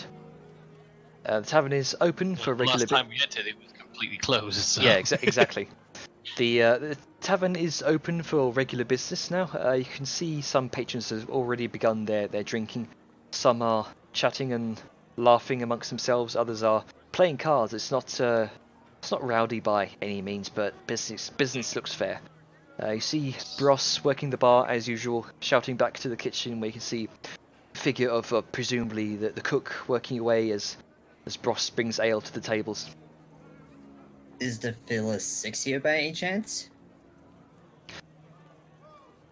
You don't see many of the Fiddler Six. You do see kind of a long maroon coat, tri-corner hat, the familiar face of Ndala. Oh shit! If she Ndala. was here, I would have gone there immediately. Well, got business to attend to before revelry anyway, so Oh, I'm just gonna sort of flag everyone over once I see them arrive. hello. There we go. Right, Balth, I finished one of your jobs. Oh, really? Is that so? Yep. He's gonna sort of Which reach into his bag and get out a smaller bag. Sort of like the sort of thing you'd keep coins in, like a little coin bag. And sort of You're saying he's carefully taking out his coin slide it purse. over.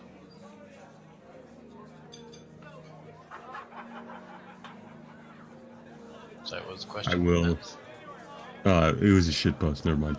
Oh. I will go ahead and pull the little bag over, and I'll open up and inspect the contents. Inside, it's not like thick, but it's not a flimsy sort of construct. But basically, the relatively pure-looking gold spiral of trinketry before him, it looks remarkably well done, because I got noteworthy, and that's noteworthy. But Velen does sort of, as he's looking, Velen stands up and sort of approaches to one side. Right. Let me. I don't know if you know how to put these on, but I'll put it on for you so you know. But yes, upon looking closer while he's approaching, it is a relatively simple spiral, but its main features lie in the platinum decal running along its outer rim. It doesn't snake so much as twist like branches would. It doesn't go to the underside, obviously, otherwise it would affect the wearability. But over it sort of twists and arcs and loops on itself from time to time. And upon closer inspection, it would actually have his blacksmithing mark, which might be one of the first instances where it's been on a particular piece, or at least to Balthazar's knowledge. And what does it look like? I don't have an image for it, because I would have to draw one, because image Google is a shit. So I will have to get back to you on that. Yeah, because blacksmith's mark is very, very necessary. Oh yeah, I mean, I think he's asking what your mark looks like, not the. Yeah. Do you want me to put it in the chat again? Sure. What was that? Sure. But yes, don't know if you recall, but he has mentioned that.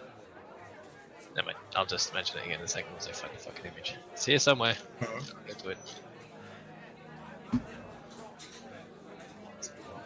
Somewhere. Anyway, he's gonna sort of take it off him and start putting it on. It looks like it wouldn't fit at first, but due to sort of after like a little bit of twisting and shifting of it, it seems to sort of fit relatively perfectly on These are whatever little horn of his caps choosing. for the end of his horns. What was that? These are little caps on the end of his horns. No, it's a spiral. Since he originally wanted caps, but then after discussion, Balth said he liked the idea of the spiral. Oh, So it'd okay. be more of a sort of. Wouldn't be like all the way up, but it would be sort of. It wouldn't cap it, sort of thing. It'd be leading Okay. up to it. It was a spiral that would go around from like. It would Around, be, like- let's say the thickest part would be sort of further up the horn, and as it spirals, it goes towards the end, the tip. Okay, and it doesn't go over the tip. It's just kind of like It's leading towards the tip. Yeah, and it's okay. So it spirals around that in like the groove of his horns. And it's you said it had like platinum gilding. It has decal, platinum decal. Gilding is different, I think. Gilding is like when you overlay something with a material, if I remember right. Yes. Oh, okay, Basically, so it's like sort of not so much engraved, but inlaid into the gold is the platinum. Okay.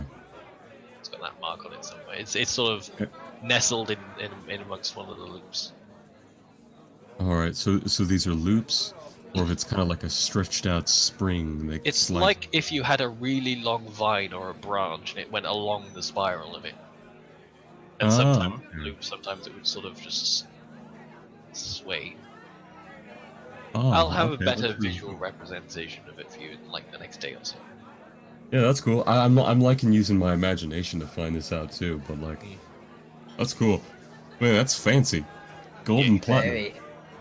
Fucking, why don't you draw one each and then you can see and compare them? Oh yeah, both of us draw. Yeah, sorry, my brain didn't. My brain was in one mode and it should have been in another, right?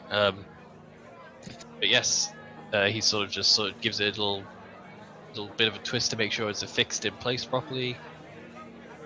There you go. One of my better works with this sort of thing. mark on to prove it.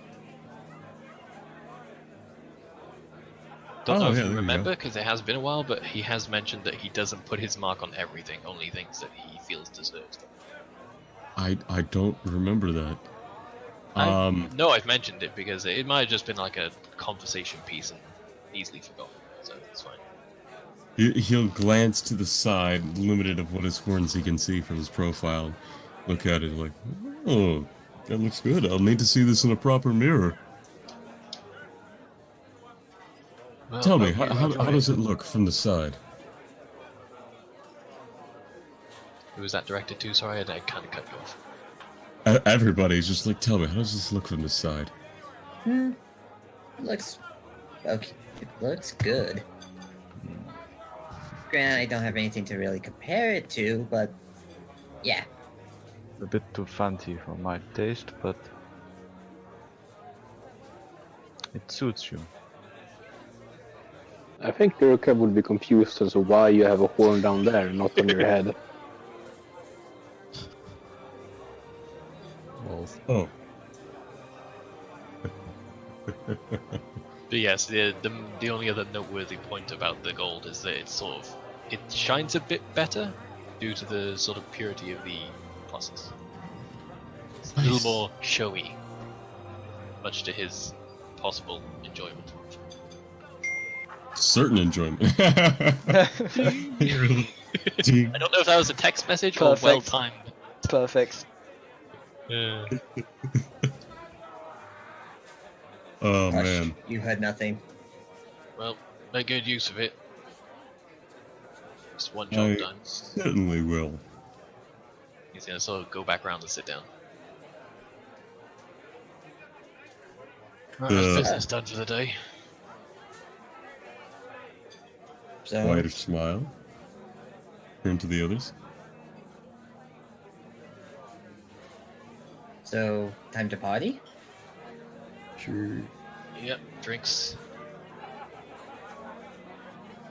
And as you're saying that, you see Bros come over with a bunch of ales. He kind of sets them down on the table. It's on the house. Ooh. Don't mind if I For the do. victors of last night's arena. Fair enough, I guess. So it takes a drink. Oh, speaking of which, my wife says you've got a few issues with the contract. Is that right? Mm-hmm. You could say that.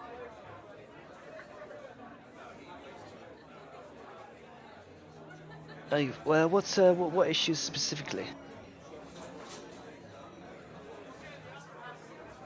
No offense, I think we'd rather celebrate right now than talk business. Aye, fair enough. I mean, Vellum's gonna look around to see if this is a sort of a general feeling among everyone, but it seems like from the silence, it's like, yeah, we'd rather just enjoy ourselves. Is that We'll the Aaron talk to getting? you about later. Yep. Just kind of silent nods around the table, I would assume. Well, I'll leave you to it. Have fun. And he kind of hobbles off. Gives him a nog. A nog. A nog. This isn't Christmas. There's no nog. Give him a There could nod be. and then start drinking.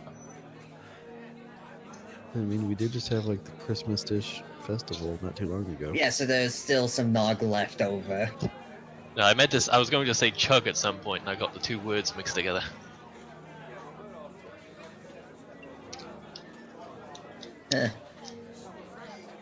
Yeah, I always I forget, how strong is the booze here? Like, do they water it down at all, or is it something I need to be concerned about? You get the sense around this tavern. It's more of a it's as a high class tavern, more of a working man's tavern. You see lots of fishermen around, lots of sailors. Probably use this place as a end of day kind of Yeah, so it's going to be a bit of the harder stuff, so I should yeah. Alright. Yeah, I mean, he's gonna still drink, but he's gonna pace himself a bit more, knowing it's not watered down or any light stuff or anything like that. Okay. Siren, Balthazar, what are you talking about? What do you want to do? Just kind of doing a like enjoying a good wine and kind of people watching. Overall, probably trying to keep the mood a little lighter, like no real business talk, I would assume. Hmm. We've had enough business for one day. Yeah. Everyone's been doing business. Hey, Yeah. Ronka, do you Yeah. want to play us a song with your new instrument?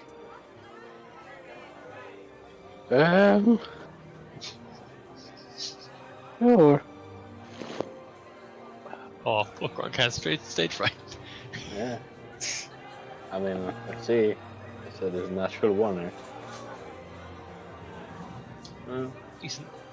12, not So bad. A few notes go off like do do do do do do. It's a bit. Granted, he hasn't had it in a while. And also, You- it's the bar is set a bit lower because Goblin. Yeah. Also because there's a lot of people.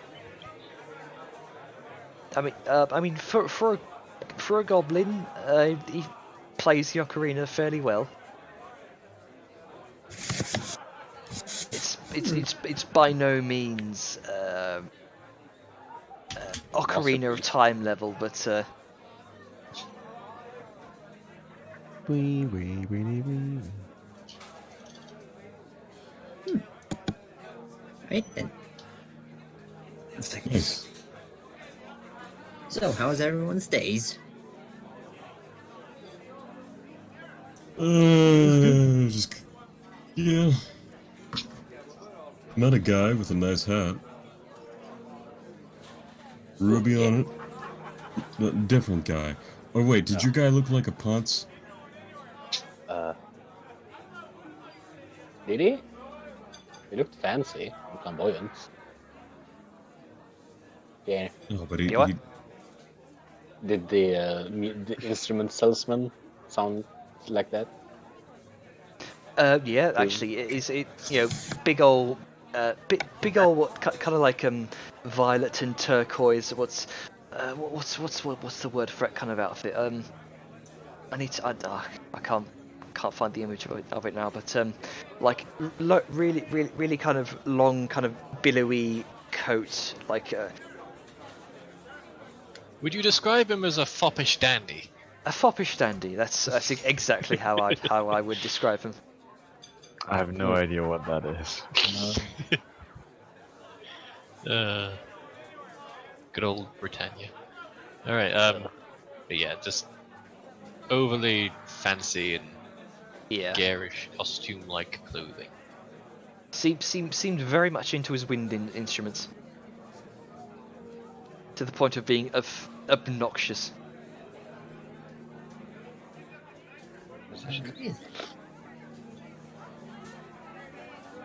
Siren, how would you describe him?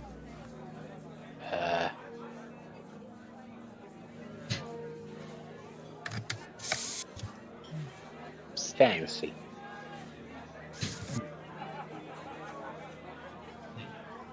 I think you might be talking about Tenwyn Drost and this other. Yeah, talking about two different people. Yeah.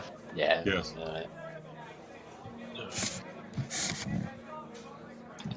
Big hair. James, what's with you lot? Hard to believe I'm the one who's into more revelry right now than you lot. So takes another sizable swig of his drink. I was gonna say, this entire time Neil has been drinking Oh, and has gone clearly drunk. oh no. How Oh, big are these no. points? Yeah, and I made a personal constitution save. I rolled a 2. Oh no. Oh no. No. Neral is just out like a light. Oh no, that would No, be why I just did it completely for that wasted. Oh right. High Okay. inhibitions. one. How big are these points? They are pretty sizable. If I could Imp probably size? half imp size. Oh, pretty decent. Hmm. They're less tall than they are kind of wide. Ah, stouts. Stouts. Yep. Definitely some dwarven influence to the design as well. Mm. Oh, Well, if anyone knows how to drink, it's dwarves. Start chugging.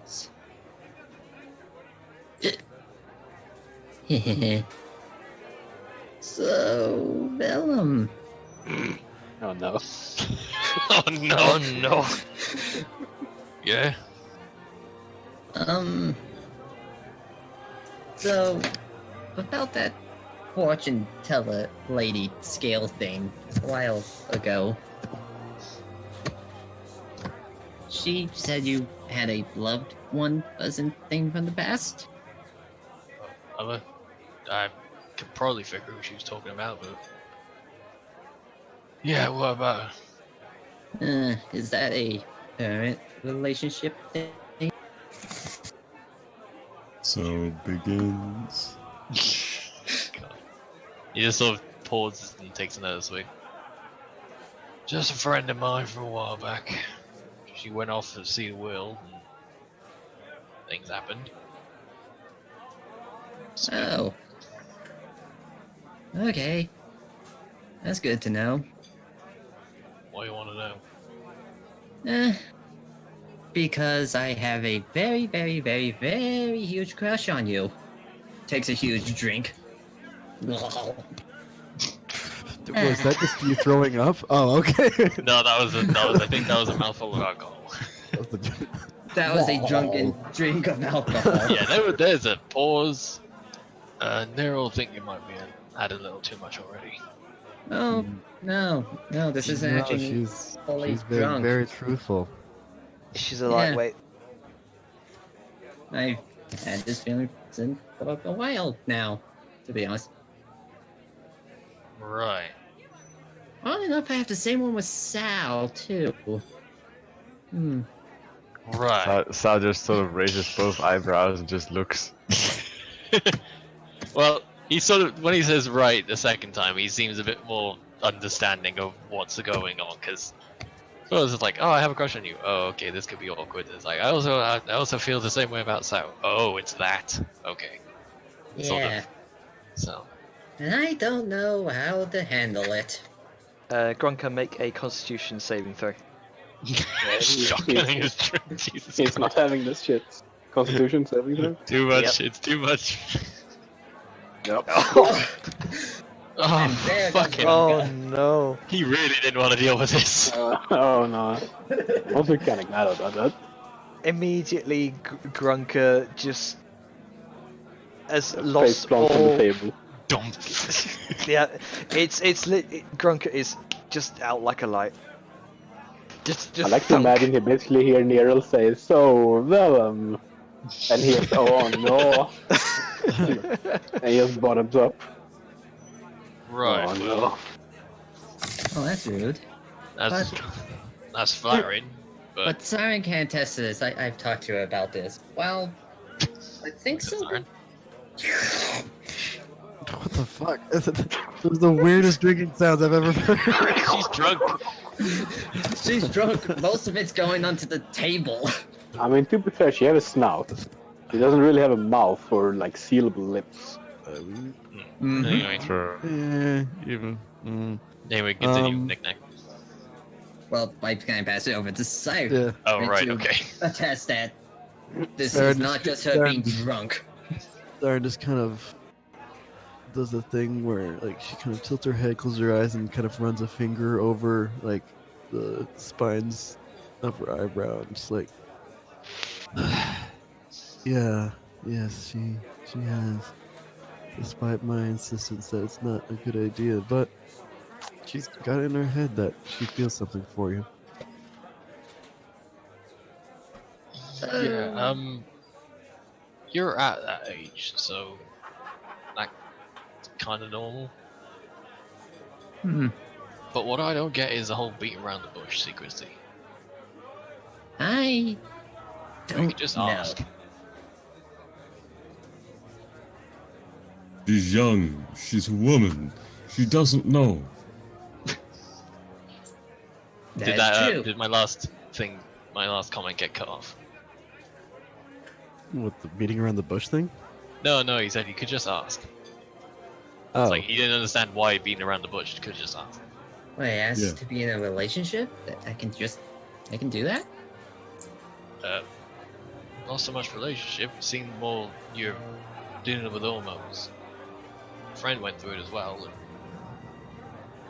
yeah. Usually Huh. pretty simple fix them. Oh, Swings no. his drink again because dear God, this is awkward. Oh, Getting wait. flashbacks. No, Sister tried something like that, and it wasn't that. Right. Well, what started this then? At first, it was probably when I dried your clothes off.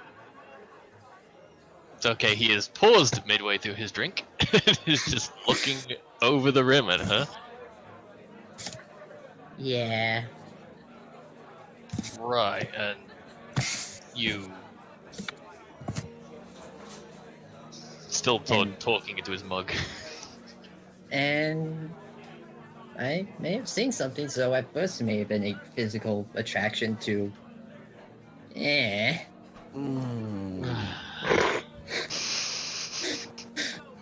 You're young, you're getting to that age, and that's what triggered it. It's physical. Congratulations. You made my little sister don't Amara. say it. But I feel like after time and getting to know you, it sort of became more than just a physical attraction thing.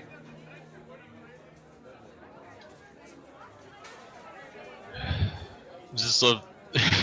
He doesn't know what.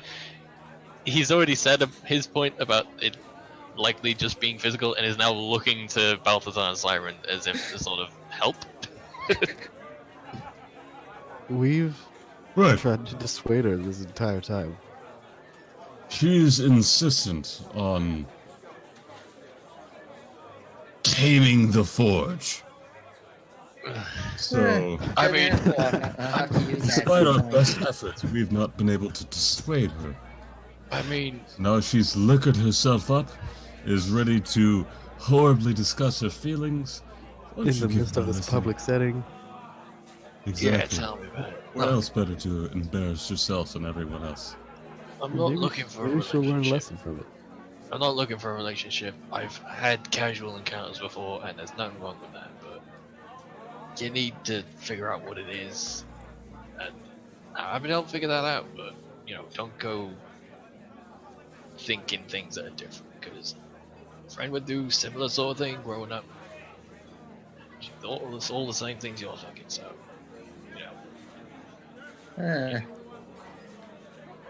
Okay.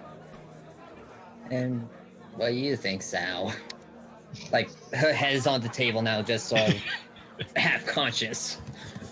sloppy Oh. seconds for confession time. Why you breaking a young girl's heart like that? And you see Oof. Ndala standing behind you. Sort of leans back on his chair, like sort of, how you have your elbow on it and then leaning back, sort Yeah. of doing that. Oh, hi. Ah, come on, it's better than leading the roll. Ooh.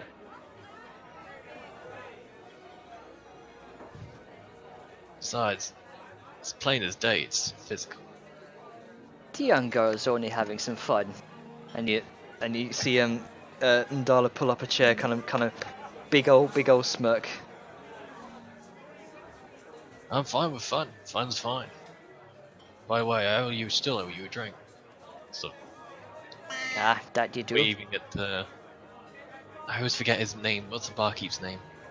Bros. Bros. Ross. That was it. Yeah. Just sort of gonna Bros. give a wave and then sort of point at Ndala to sort of signify another one. Bros kind of acknowledges you and gives you a nod. And soon after, brings over another ale.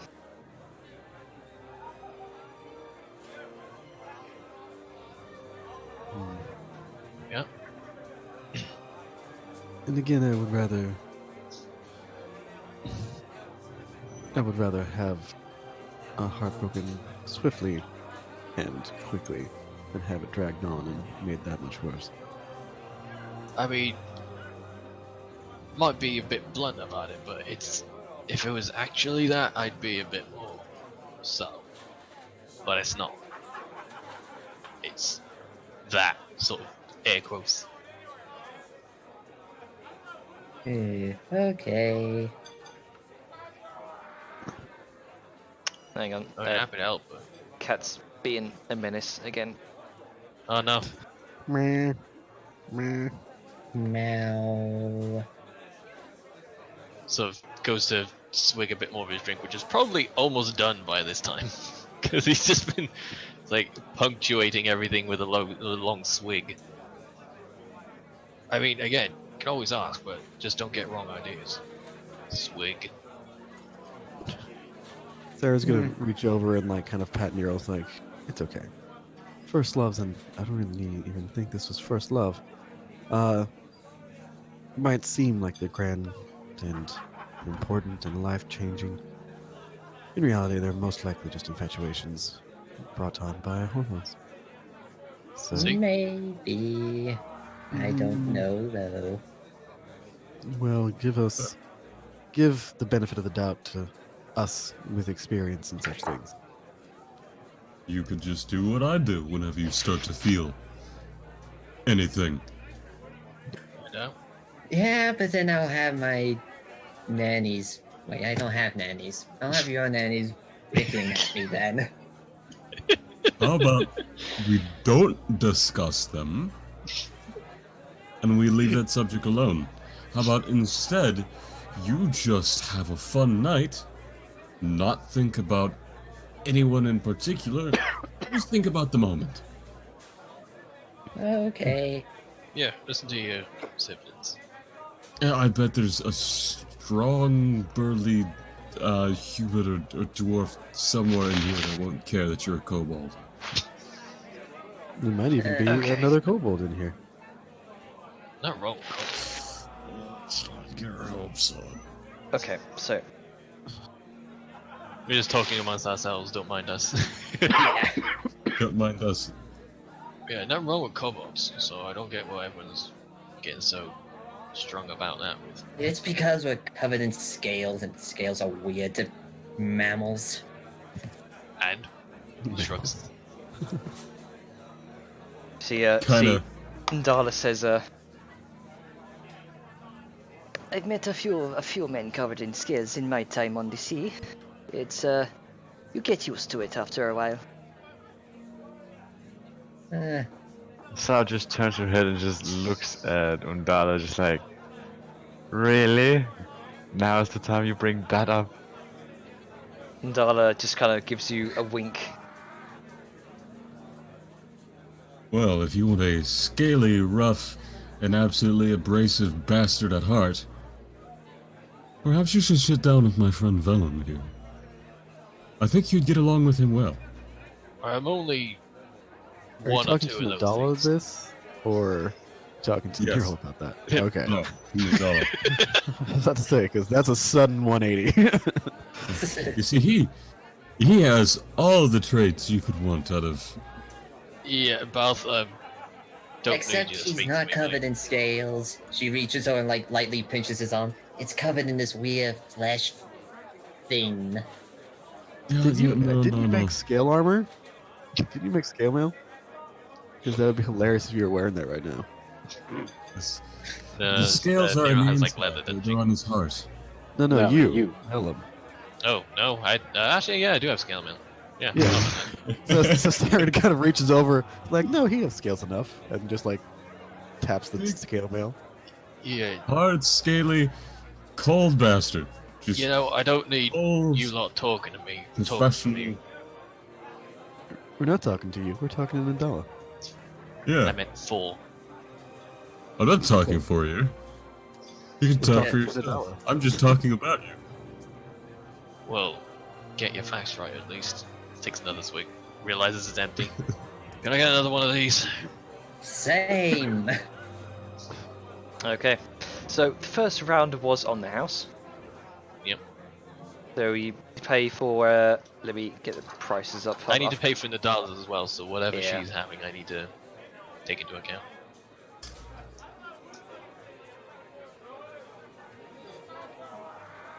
Okay. Sarah's So- just still sort of sitting awkwardly holding her drink and haven't even taken a sip. Hasn't even Just taken like- a sip. So Two people are shit faced. you get Just- you get Just eight, sort of looking at what's going on. you get, eight copper pieces for two ales, for two mug of That's ales. pretty reasonable. I'll just give a silver because celebratory mood. Also, I don't Okay. want to do change. Yeah. Fucking change. Just subtract 1 silver, and then 8 copper. You forget seems how a- lazy I can be. But, you know, it's polite. You No, tip. I just know more that you are no math. I know math. Yes. You still got to tip though. I mean, come on, gratuity. On so Siren just kind of again pats Nero on the top of the head, and then looks at Ndala. It's like, you could do worse. I'm just saying, not by much, but you could. Like, I'm sure you'll have a really good time with Vellum.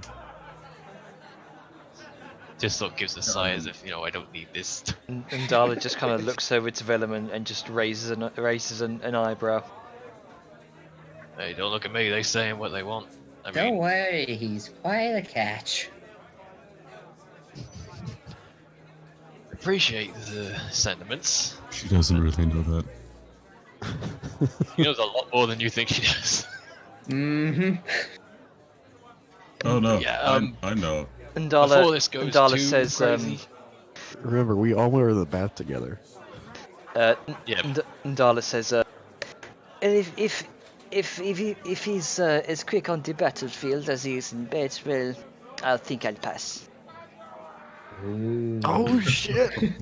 Oh. Sarah just gets like a really wide grin, and then just like nods. So raises an eyebrow, looking at it a little. Drunkenly Actually, slides a nobody healing does- potion over the vellum. Well, I You mean, need this. I lasted I longer can on the tell you. field than you did. It's for the burn. There's one time, Anyway,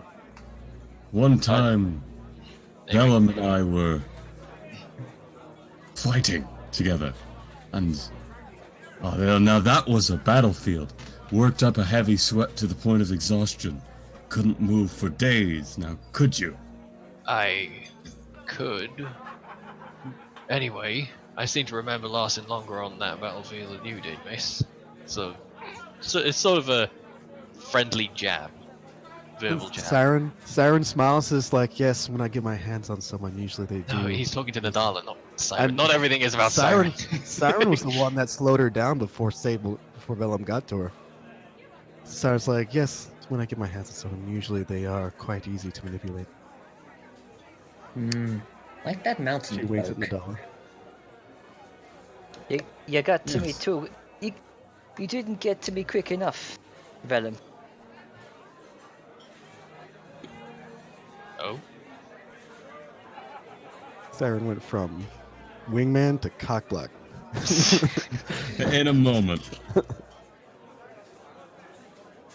just taking another swig. How's the leg anyway? The leg's healing up nicely. It's might take a while before I can walk properly. We're gonna need more than a drink to make up for that then. That I am. with that, she hastily downs the whole mug. I'm gonna make her have a Constitution save here. Hang on. I should probably make one too, considering Yeah. Vellum had been very much quickly going on there. Yep. Decent, but She beats you with a 17. uh, She so am I drunker or finer? you're drunker, but not blackout drunk. Hmm. You're happy. Yeah, a little loosened up. All good. Where Ndala just shakes it off, kind of gritting, kind of downs it, grits her teeth. Good to know they don't water it down here. This batch isn't as good as the last one. Tea ain't Yeah, as good just as as much. That's just Ti- because you're drunk and you can't really taste the difference. Okay. tea ain't as good as the rum as I had with that I had when I was with the Corsairs. How long you been off the sea then? Good part 10 years. I managed to get my land legs.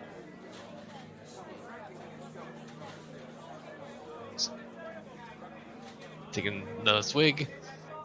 But yeah, Neil he's sort of resolving a conversation that didn't quite finish off. It's like, yeah, just don't go spying or peeking or whatever it is you were doing again. It was That's- completely accidental. Well, I swear on Balthazar's left horn. can I insight? Go ahead. Excuse me. But Yeah, she's being truthful. all right, At least as far as you can tell from drunken cobalt. drunk Nero. face. Yeah. All right, the, well, the keep drink, it that way. the drinkers definitely seem to, any lies shit that she's trying to hold back. The ale will definitely kind of loosen it up into the air. Well, make sure it stays next. And then there were those times I snuck into your room. Okay, what?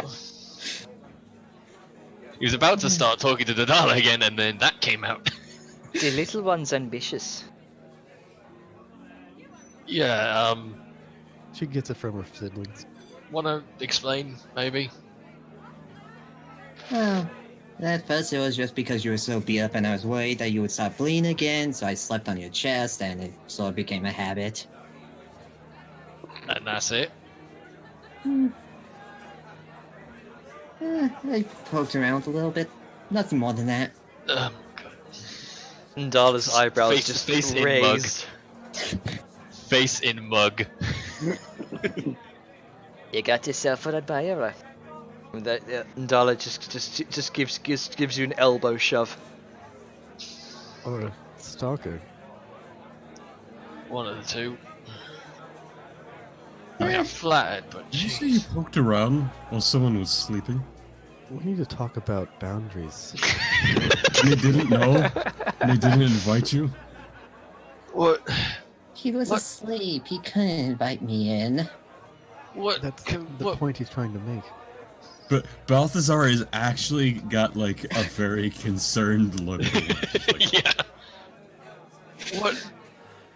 What compelled People you? go to dungeons for that. What compelled you to do that, Daryl? I mean, Uh, try not to be mad, but it doesn't sound good. In hindsight, I don't know. Curiosity, I guess? I don't know. What? If flesh was similar to scale. It's Right. not. It's soft and squishy. Dig. Digging Yeah, the like, hole deeper. Saren kind of holds up her hand, like, Okay. like, Alright. I'm gonna just take her just to the side for a moment. Please. It just Yeah. We're gonna go over here and we're going to just do something else for a while. that's so bad. Just still sort of face in mug a little bit. I am so sorry about that, Donna. I'm just sitting here enjoying it. You see Ndala, big smile, just enjoying the shit show. I mean, I'm flattered. Come wouldn't know if flattered would be the right word. I'd say concerned. True, the girl needs to learn some boundaries, but maybe it can blossom into something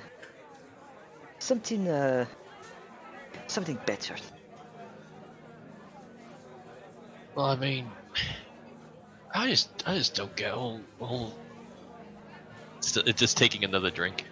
I don't get all the hiding around and secrecy. Still, it's like just say what you mean. The girl's confused. I mean, keeping it a secret ain't helping. I mean, if you wanna have the fun, then have the fun. That's all it takes. Vel's very much more loosened up now, if you hadn't noticed.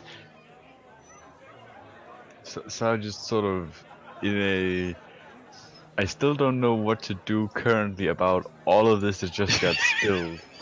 Just says, well, from what I remember, she is sort of on the younger end, so it's a bit expected, I guess. Yes, she is. She's while she might only be a few years, like a handful of years old, she's just coming into adulthood for their race. Yeah, I know. That's why I'm trying to be, Maybe straightforward with it. We'll be having the same trouble with Kelly. She's just getting to that age now. Yeah. I mean, how are you handling that then? Well, Ulfgar's definitely putting her on the straight and narrow, teaching her about boundaries, the birds and the bees. You know. He's a good tutor. Yeah, well, I don't know. I just don't understand it. Back when I did it, it was all fine. You just said what you wanted, and if you knew him well enough, then sure, great, fun times I had. Nothing was weird. I need another drink. Finishing off another one. And Constitution. Alright, cool. Yep. You're banging it. No trouble. No trouble. I'm gonna get another one. So that's like how much gold? Silver, copper, gold. It's for mug of ale is 4 copper pieces each. Right. Well, that was. You know what? I did say I owe Nadala more than just a drink, so I'm just gonna get it. Okay. So, I mean, at first he was like, "Oh man, that's gonna heal in like a day or so," but then it's like, "It's gonna take a bit longer." It's like, "Oh well, shit." Now I really feel bad. You get the sense she's probably had worse. She's a hard girl. Oh yeah. Yeah, she is. So you said that you've been landbound for 10 years. About 10 years, yeah. What kind of ship did you used to sail with?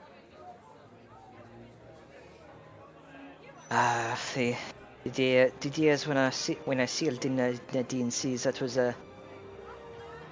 some fun memories.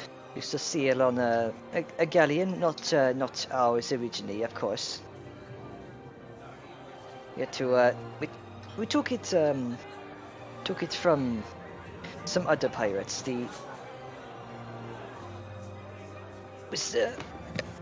What was the name? What was it? As I rummage through notes here. Hey, it was a long time ago. Oh god, I hope this entire conversation hasn't sunk any of Vel's chances. Oh Christ, this is so awkward. I love it. So good. And he doesn't even understand it. It makes no sense to him. Just like fucking. I keep going to say what you see, but that's something different.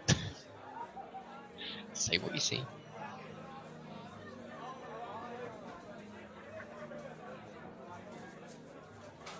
It was called the Mermaid's Breath. It was probably one of the fastest ships we found. A crew of about 50 odd.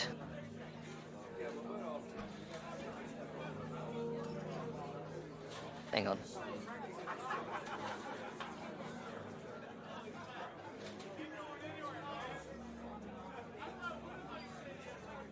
Yeah, there we go. Okay.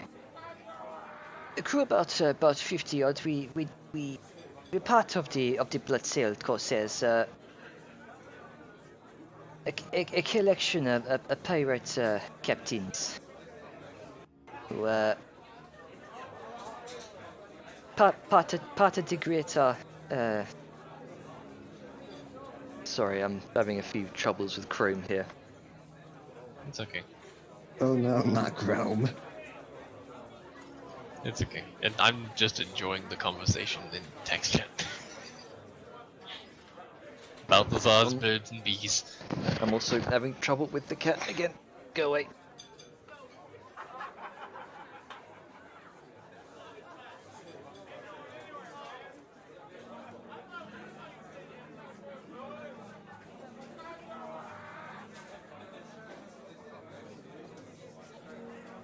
I spent me time with the Bloodsail Corsairs of sailing in 19C. It was I did questionable things. We can say that for a fact. Gotta Some- earn a living somehow. I suppose. Sometimes I like to forget what I did out at sea.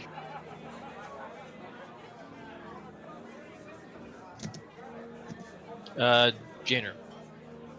I didn't Yes. really see it much in the combat because she never got to use it, but does she have a weapon? She does. You can see now, kind of leaned up against the table, what looks like a quarterstaff. Like, is it just a straight quarterstaff, or is it like iron capped or something? It's iron capped, yes. No, Donna, mind if I take a look at that? Sure. She kind of Yep. hands over her quarterstaff to you. You're very And not there's gingerly, a but there's sort there's of a deftly. there's a brief tug from her grasp. Don't break it. Smith, I know what I'm doing. Good with my Breaks hands. it. But yeah, he's gonna sort of not gingerly, but sort of deftly move it about in his hands. Despite the fact that he is a little tipsy, he knows what he's doing when it comes to like handling weapons and such. And he's gonna sort of look it over, examine it, see its wear and tear. He's basically sort of just looking it over. Usually tell a lot about a person by what they're carrying.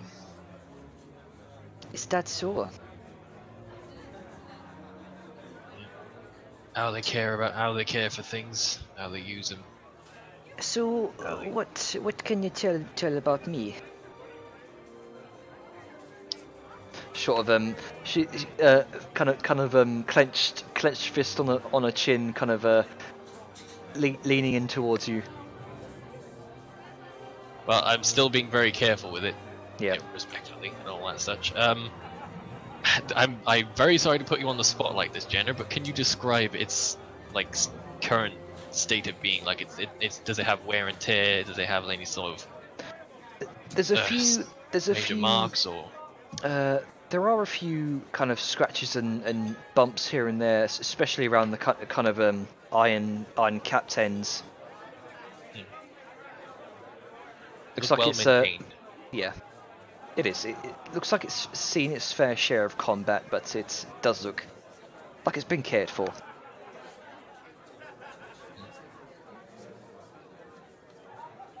Well, I can tell you're sensible about these things.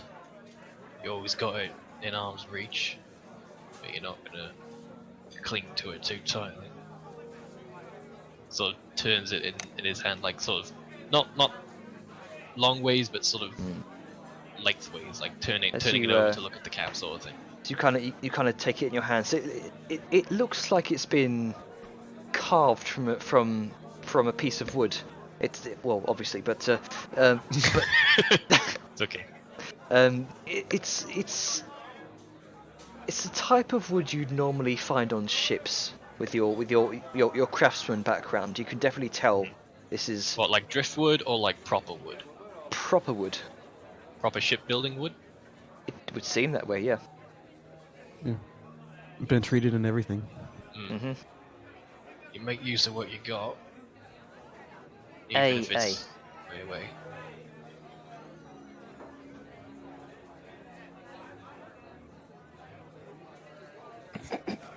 Sentimental value. Sort of looking at the caps.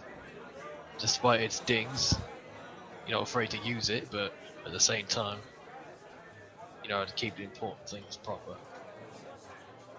So it gives it a bit of a swivel lengthways and hands it back to her gingerly. And she takes it in her hand.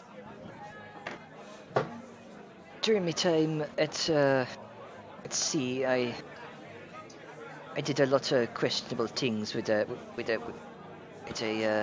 sword, but normally now I find myself more acquainted doing a bit of blunt trauma, if you know what I mean.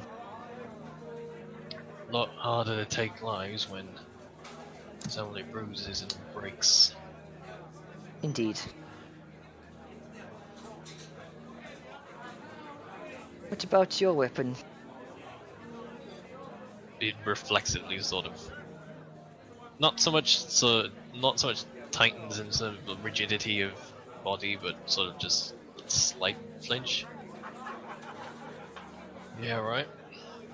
Reaches back behind him because it's sort of along with his bag, sort of thing.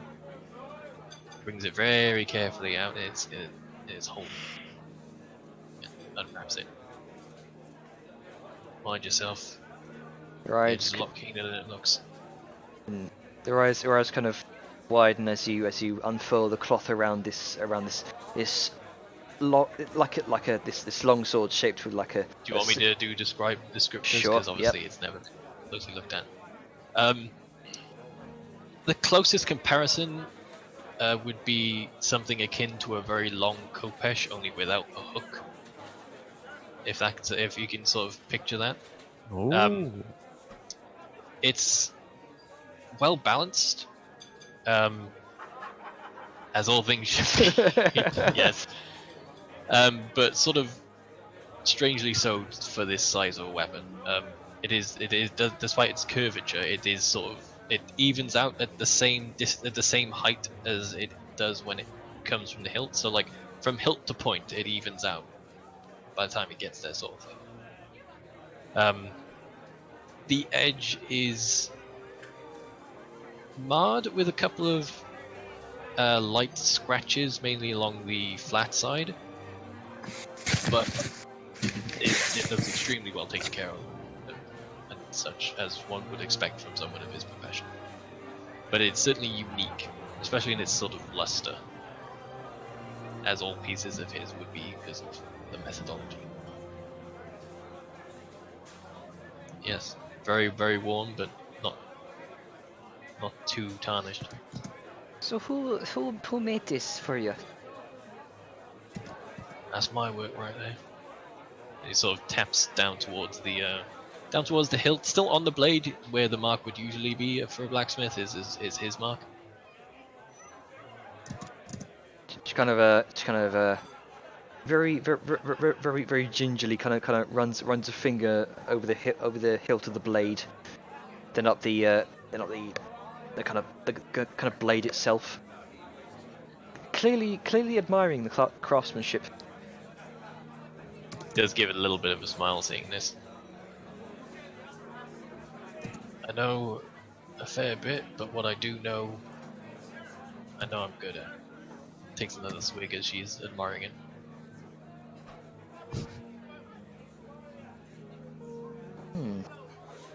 You know, this is a similar blade to the one our captain used. Really? Similar shape. But material is different. Probably a copycat.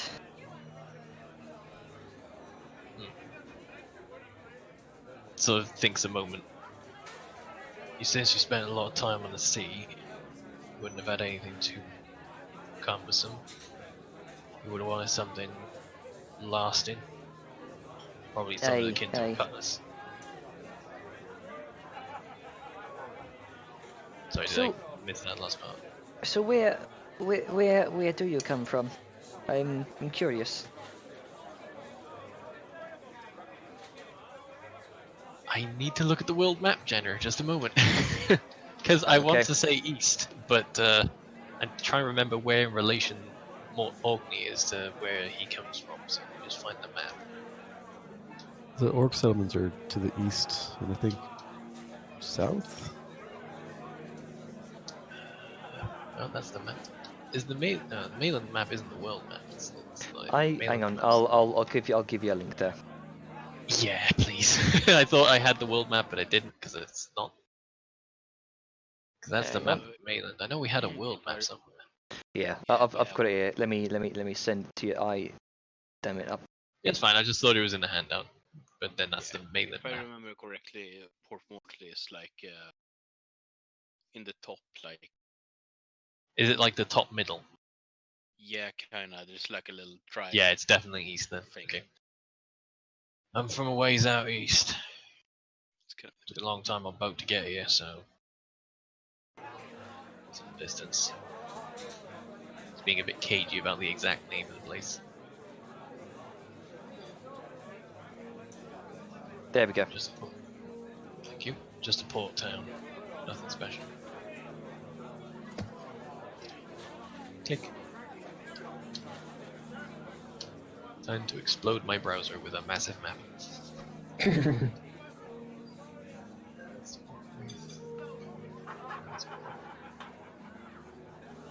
Port Orkney. There we are. Back. Yeah. Definitely a ways east. Like, holy shit.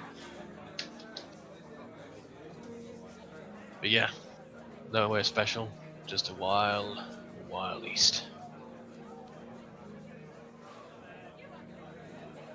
Thinking of Did this one. somewhere around the Kadeshi Empire?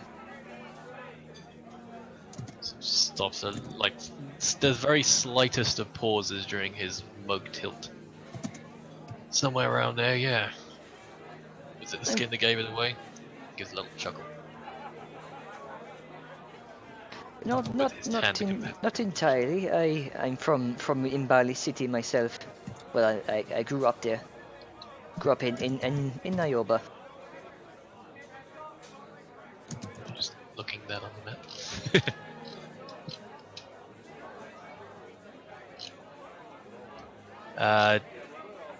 There we are, in Bali.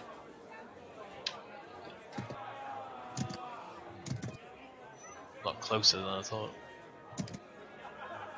So mumbles more to himself, but obviously because he's a little bit drunk, he's louder than normal. Clearly, you have a smaller view of the world than I have.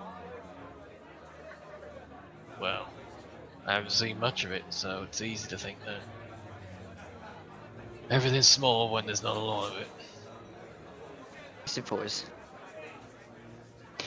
So what are the rest of you guys doing? We want to go to the birds and the bees over there? Sure. Balthazar and Nero. Yeah, let's take them. Yeah, currently, Balthazar's got Nero pulled away to a little bit of a different table right now. Balthazar's scouting the current company in the inn while talking to little Nero here. Who is just shaking her head trying to stay awake. Because, you know, absolutely hammered.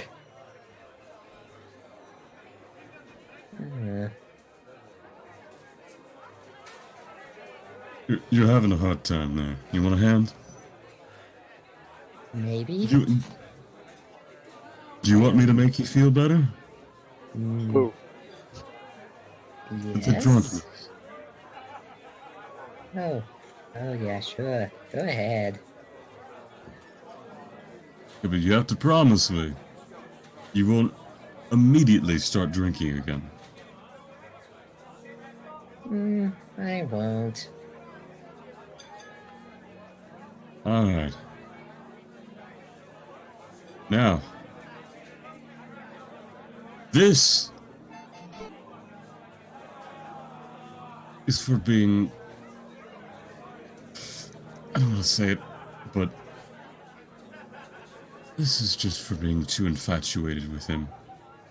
And he's just kind of like karate chop, bang, right on the top of her head. Not with a lot of force, but just like that. Like that anime thing where just like pop, like just pop Yeah, him just on the head. bat right on the top of the head, like no. Because he's not going to actually hit her, but just that, And when he does it, he'll lay on hands, and he'll use 5 of his points to cure poisons and remove alcohol poisoning. Suddenly you're sober. Yes. Welcome to the land of sober.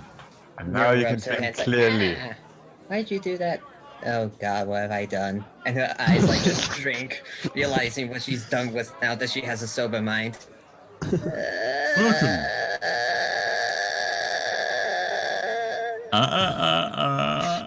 There we go. The dawning realization. Congratulations. Just You're a molester. And you admitted it. Just several people. just biting But her we'll solve fist. that problem. Yeah. We will solve that problem. Because, look around. There's so many people for you to Molest. not molest. Nero's a molester now. Let me tell you something. We're like family. We're friends. We work together. And so, just as I am entitled to anything that I want, so are you. And now, I'm gonna tell you how to get the things that you deserve. I want to die. And she like pulls the hood over her It'll face. happen just, eventually. I'm not gonna help you with that just yet. But look around. Tell me. Out of everyone you see here, who do you like? What do you see that catches your eyes? You mean besides the obvious two? I just said, not that table. We can get back to them later, but that's an immediate infatuation. We're gonna go ahead and just put that aside and have some fun for now. You have burnt the bridge and jumped off of it. So let's not worry about that. Okay. And Neo's going to look around and make a perception roll to see if there are any people who stand out. Okay. Just like peeking out of her hood a That's little pretty bit. good. Yeah, 22. Good lord.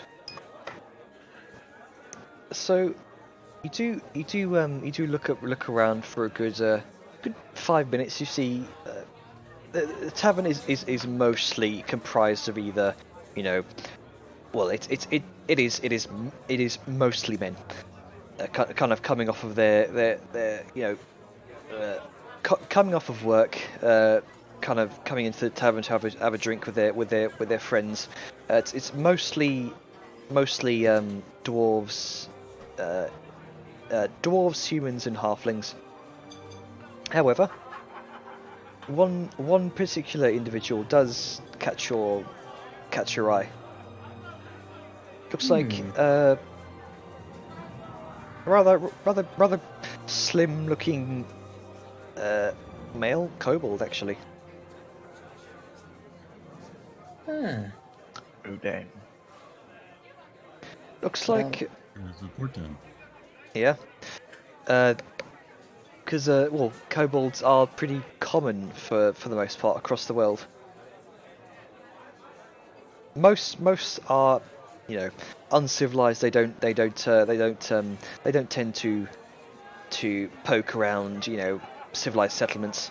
But you do get the occasional civilized kobold. This isn't the one that I happened to outdrink at the Sazler, was it? This would appear to be the same one, yes. Oh, I remember him.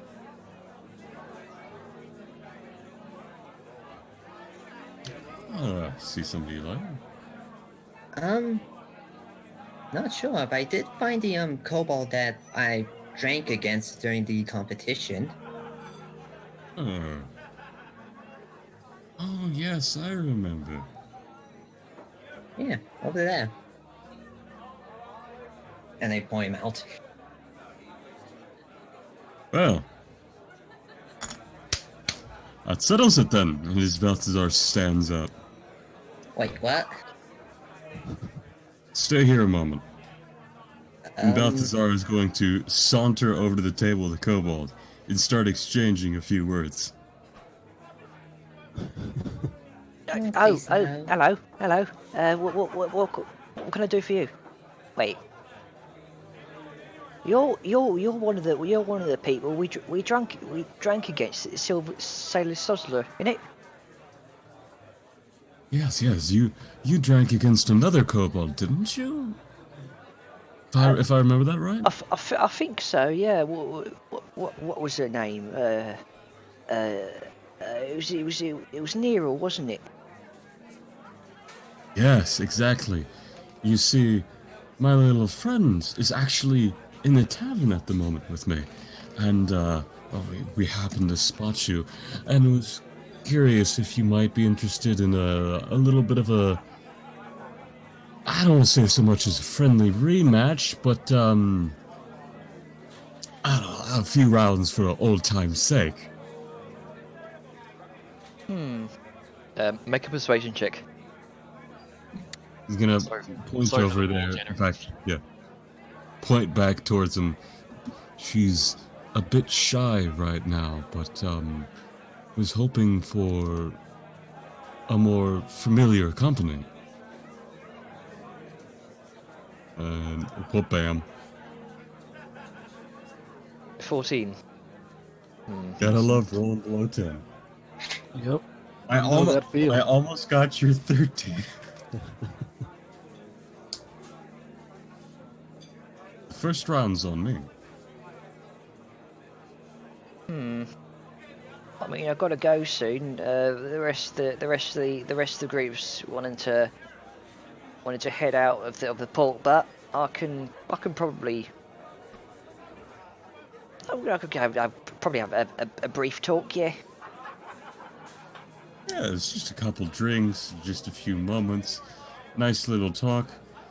She was very interested. She hasn't seen a kobold like you in quite a while. She apparently struck quite an impression. You see this kind of hang on, I've got his notes on him. Raised cobalt eyebrowed. Yeah, this deep brown kind of scales, kind of flush with a little bit of red.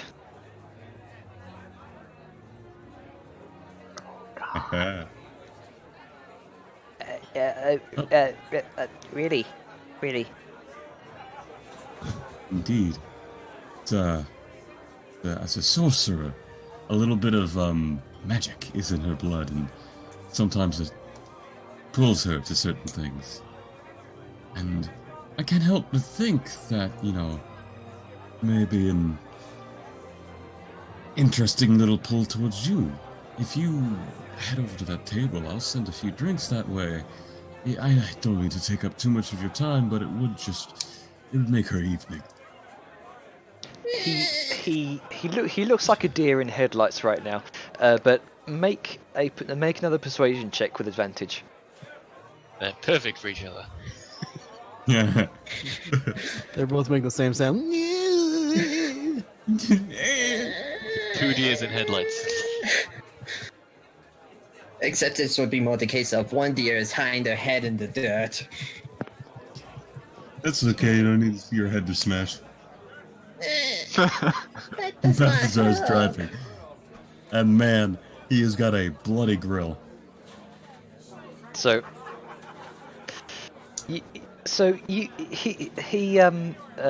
Olop, Olskin, you know him as. Olop. He doesn't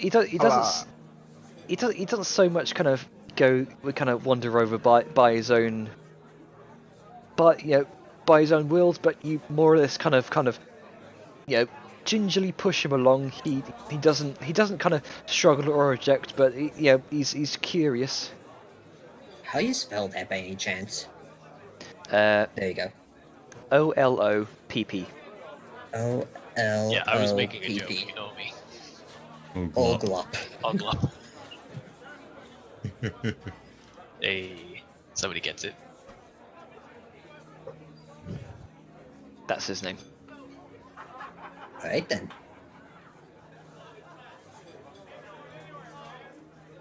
So you are, as Olop kind of hops up on the opposite chair, takes his ale with him.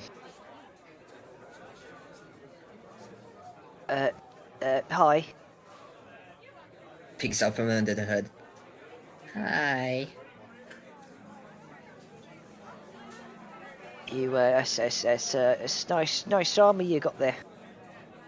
Oh, thanks. I had made, like, 2 days ago. It's, made out of direwolf pelt. You see him kind of awkwardly sit there for a moment before he says, It really suits your eyes. And with that, her cheeks flush a dark red. Oh, thank you.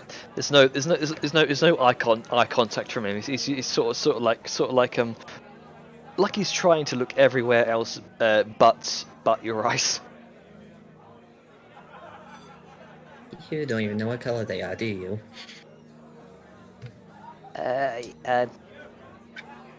Yep. And at that moment, he kind of locks gaze with yours.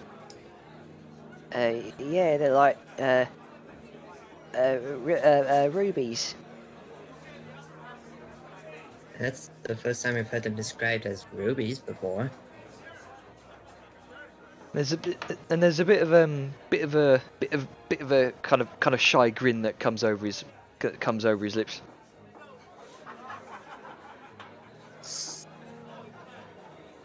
Yeah.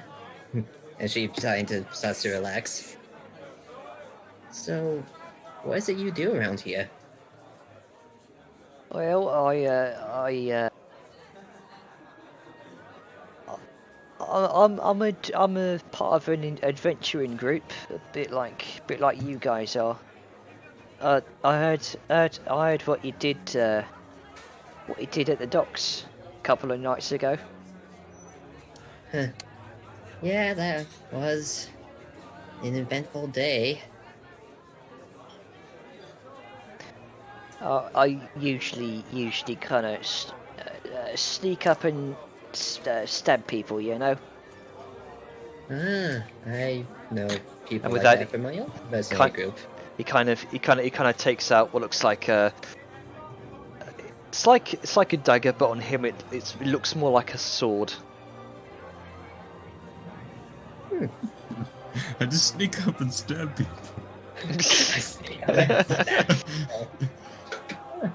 Well, every party needs one of those. Oh, I personally, and I have a little black fireball pop in my hand. I can do Oh. this. That's real neat. Yeah. So, I can also do. I can also do a little other. But continue. how'd you get that? I've not met many. Well, I've not met any black kobolds. Well, oddly enough, I wasn't always black. I used to be kind of a brown. A little paler than you are now. Oh? Yeah, and just one day I woke up and my scales were as black as the night, and I could do magic.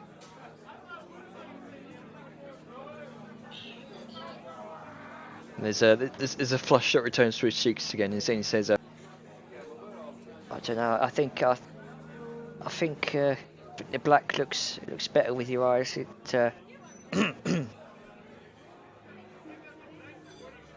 They do seem Go, to lad, go. complement each other, don't they? Yeah, yeah. What's that symbol on your forehead, though? I've not seen that before. Oh, that? I'm still actually trying to figure that out. It may be related to my magic. I don't know. Oh, it As sounds she like goes somewhat cross-eyed to look at it. it sounds like a mystery. I like mysteries. Well, maybe you can help me out with that at some point. Well, I'm not much for magic myself. Like I said, I just sneak up and stab people. I don't know Yeah, if I but- don't. Those in your line of work tend to not overlook the finer details that people like I do when it comes to research. So, maybe if you're free at some point, you could come over and help me read through a book that the town mage gave that supposedly would help me figure this out. As she taps the mark on her head. Oh, you got a book on this? I do. Haven't fully looked through it yet, but I have it back at the I want to say inn. I'm saying that, but it's not really an inn. And any kind of slowly leans in with a kind of hushed voices. It's a decent descent, isn't it? Yeah. Yeah, I thought so. Amelia likes to go there. Oh, really? Yeah. Amelia Petrov. first arrived. Interesting. Well, my brother, when we first arrived, and while he was drunk and tired, accidentally paid for 2 weeks of service there. So, we might as well make use of that. How can you accidentally pay for 2 weeks of service? Want to hear the funny thing? He just dropped a bag of gold on the counter. You Like guys a are... literal bag. Oh, your party must be wealthy then. Relatively. Not as inclined to say how much, seeing as you have admitted yourself you're apt at sneaking up on things. Well, I mean, I could probably take you up on the offer of looking through that book of yours. See if I can't get any insight out of it as well. Interesting. I would much appreciate that. So, when are you free next? When are you next free? Well, my group and I is setting off sail for tomorrow. Probably come over for tonight. Yeah, that would sound best then. I'm gonna try and casually stroll into his field of view and like behind Nero and just like give him the most not sly thumbs up. Make a stealth roll. There's a no. There's a definite kind of smile of of holy shit, thank you from Olop. Holy shit, thank you. Hey. You know, I'm not actually doing anything right now, and I may have fooled myself earlier, so wanna head over now? Sure. Alright then. And with that, she hops off the counter and waits for him. Okay. Drag So- him off. So Off the kobolds go. Olop kind of follows you out, and you both make your way back to the decent descent. Atlas, were you just dusting your hands? Yep.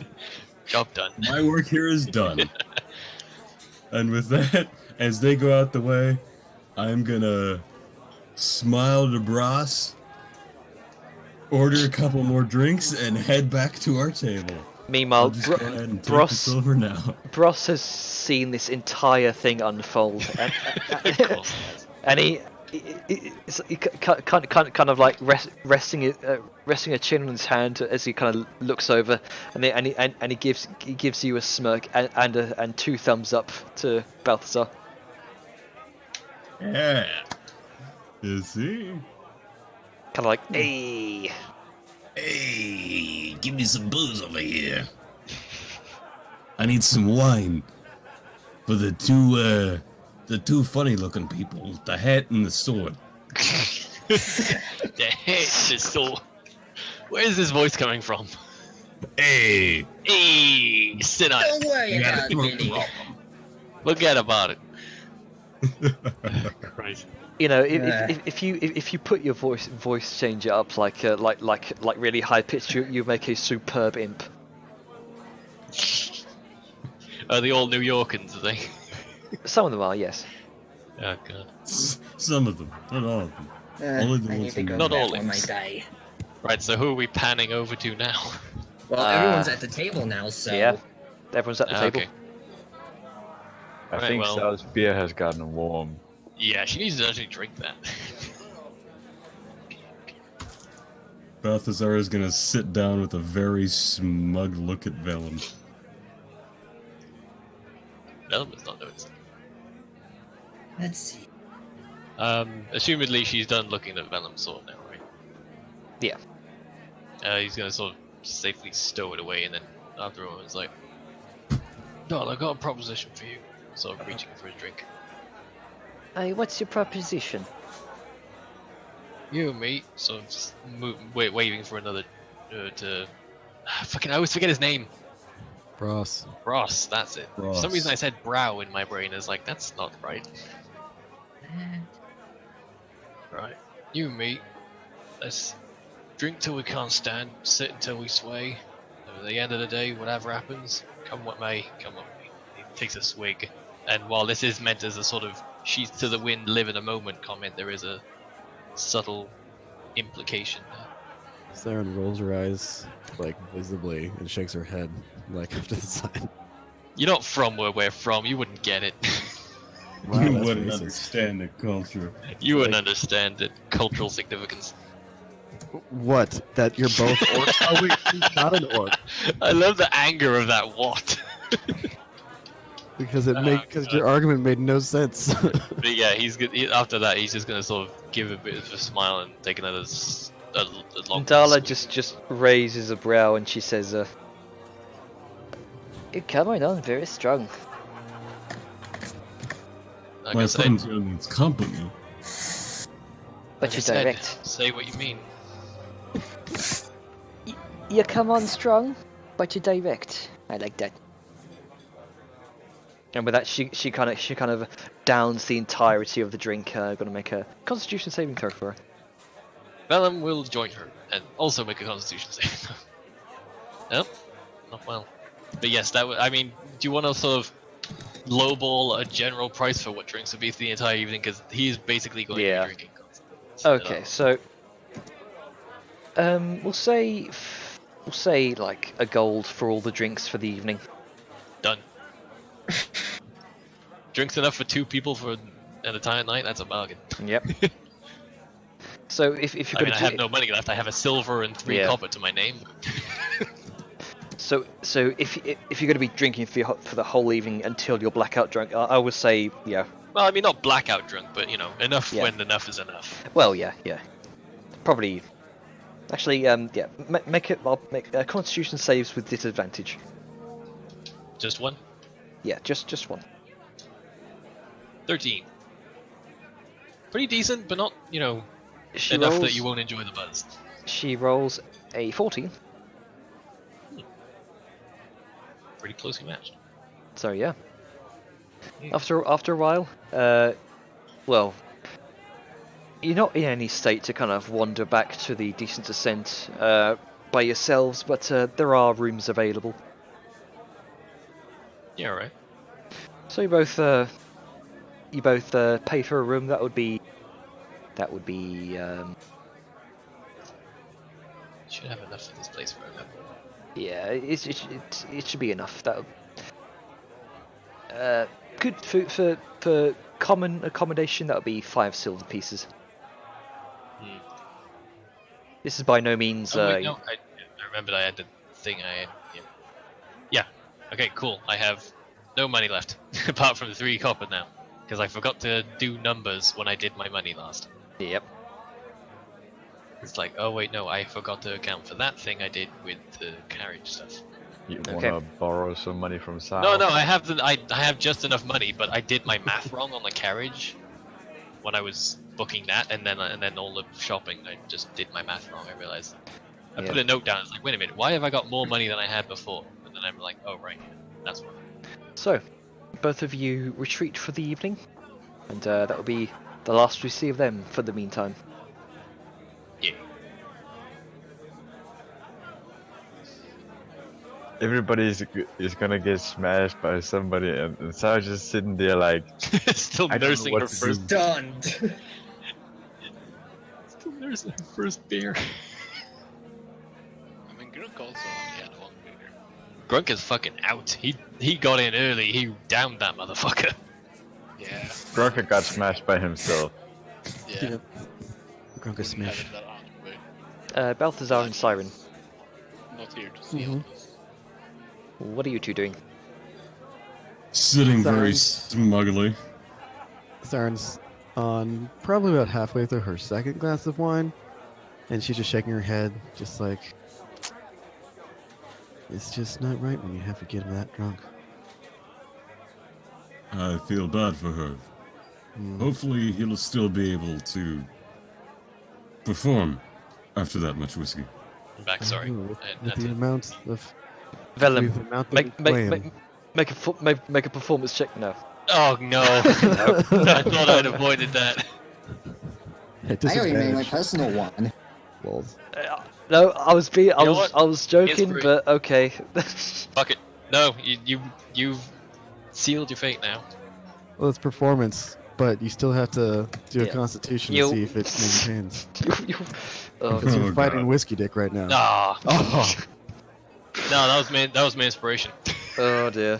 Okay, well, needless to say, you'll find out in the morning. I mean, that's still not. 16 is still not terrible. No, 16's pretty good. Yeah. Like I I mean, said, I always you'll. not action bad. surge. Yeah. I could action Not the surge if best. you want to go all the way. Oh no! Considering No. he's drunk. No! Just wait till 6 months pass and she comes back to find you, and then Well, I mean, it's Fate to Black. We don't know the details. For good I'm reason. pretty sure we can connect the dots. Yes, pure anal. Hey, Jenna, just don't play chicken with me, because I will. I don't because I was deafened for a second because I had to talk to somebody, so I didn't know what was happening. And I come back and you're like, roll performance. Fine, sure. I thought maybe Atlas had just gone. You should make him do that, or something. No. We were dismayed at the fact that you had to get her that drunk. I mean, she's not even that drunk. She succeeded a lot of her rolls. Yeah, Yeah. but then you got a gold's worth more of drinks over the evening Well, yeah, to we get her both drunk did enough to eventually take to bed.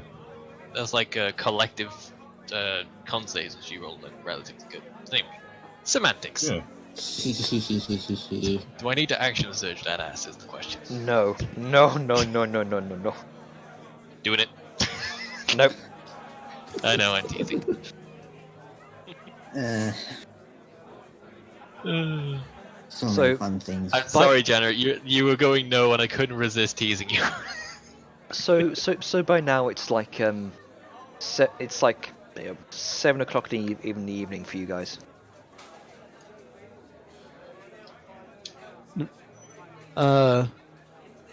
Sarah's just gonna be, chilling, chatting, talking the shit, small talk, see how things are going. Still just kind of sad for Nadala, but she does look at Balthazar. It's like, so I noticed that Nero had a kobold companion when she left. Indeed, she did. So you think that's taken care of? I certainly hope so. You remember the drinking competition? Yes. It was the little kobold I drank against, I believe. I was the one who drank against the kobold. Yeah, you drank. You drank the against? gnome I didn't. I don't care enough to remember, to be honest. or halfling or something, whatever. I don't. It was one of those You small. terrified an old man. Yeah. That's right. That's right. Yeah. On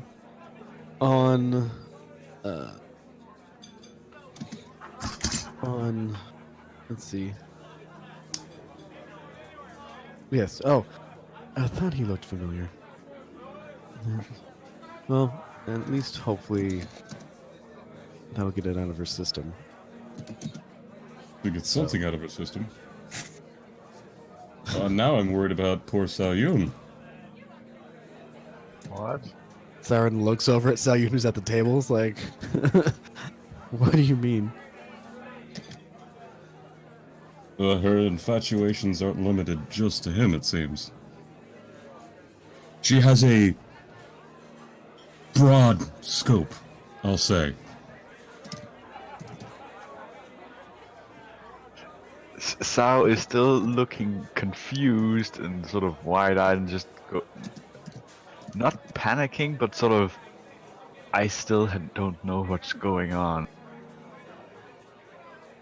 Oh, well, it's simple. You have a molesting admirer. She's I hardly would sleep with your doors molesting. locked at night. Eh. I don't think she's that forceful. No. No, she was. That's what she did to Vellum. She admitted it. Yes, that was very disconcerting. It wasn't that bad. It really was. It really was. It's not that bad. I just kind of snuck into his room, crawled in his bed, lifted up his shit, and kind of looked at his junk and fiddled with it a little. You know, it's not that weird. Yeah, definitely weird. God. Just poking around while he was sleeping. What? That's how kobolds normally handle things. I'm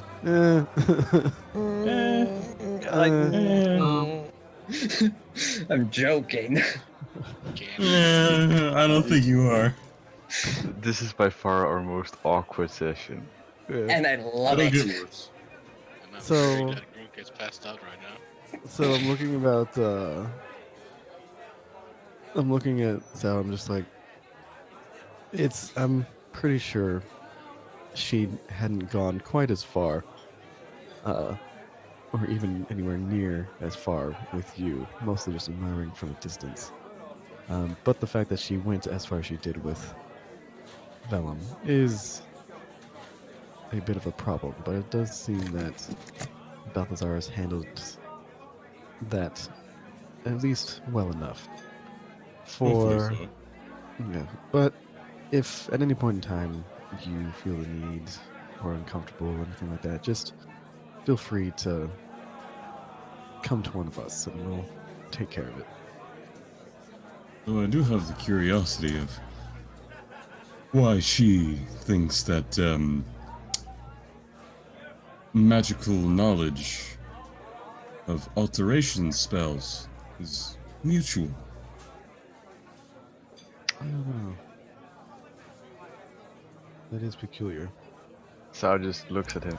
You mean something like alter self, right? Yes. Yes. And do you happen to know this spell?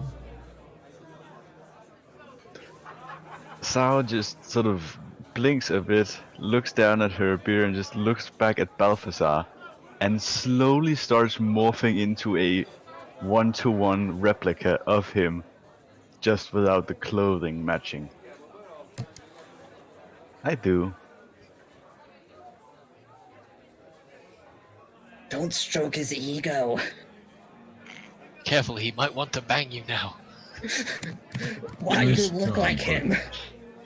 It's just But the masturbation scale at there that on the point. cheeks on the other side, still very attractive. Though, I'm curious now. In her oddities, she didn't have you look like him, did she? Could you repeat that? You cut out for a bit.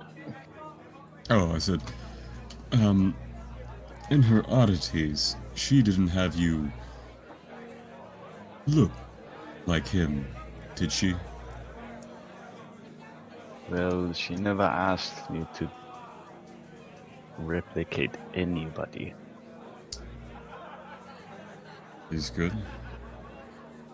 And then Sao just sort of morphs back into herself.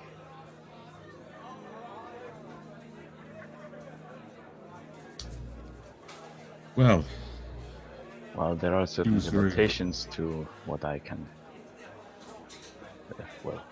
become, I mostly rely on what I've seen or what I've known.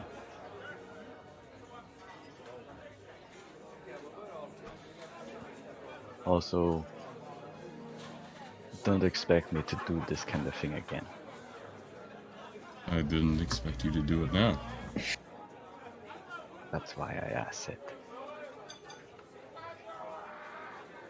That said, she seemed quite content with the potential of your spell knowledge, Nat, and hers.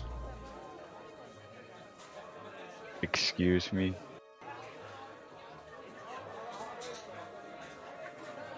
Sao Yun has altered selves, and so do I.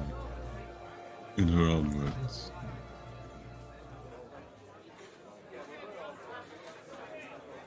Sao is A, looking confused, and B, sort of blushing wildly. Even when I'm not there, I cause issues. Yes. Go in. He's just gonna smile at the blush and then look over to Siren. Siren just watching, amused. She likes seeing Sal blush. Good look. Like, she kind of reaches over and, like, rubs Sal's shoulders, like, it's okay. It honestly is.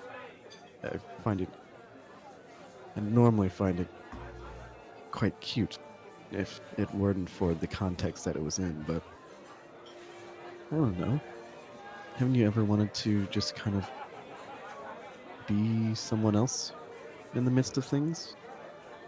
Normally it's just a mere imagination and roleplay, but with that, you can do quite a bit more.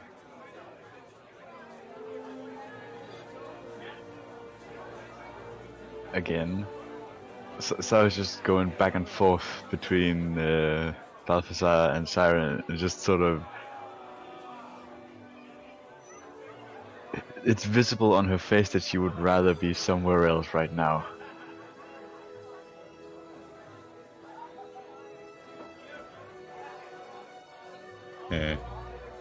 So I'm just gonna kind of toss like, we've teased you enough. I'm sorry. It was mean of us. But if you'd like, we can go elsewhere. It seems that most of our party anyway has either left or, and she kind of pats Grunk on the head, left in a conscious sense. We might as well just go back and retire for the evening. Perhaps play a game of chance or just something simple to occupy our time before the night takes us. I think I'll just head back and get some rest. Okay. This night has been eventful. Understandable.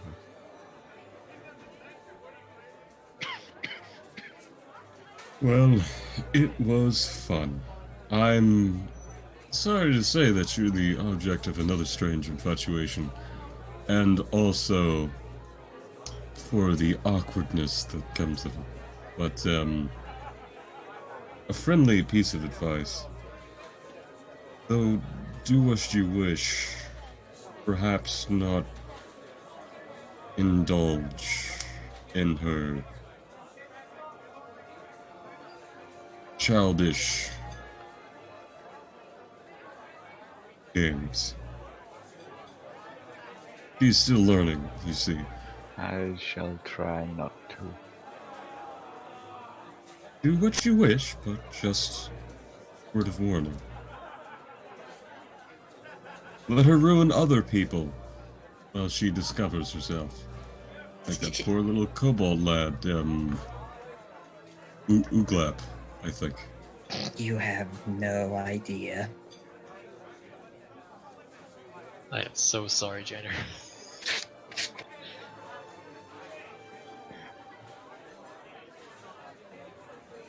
Are we done then? Yes, I think we're done.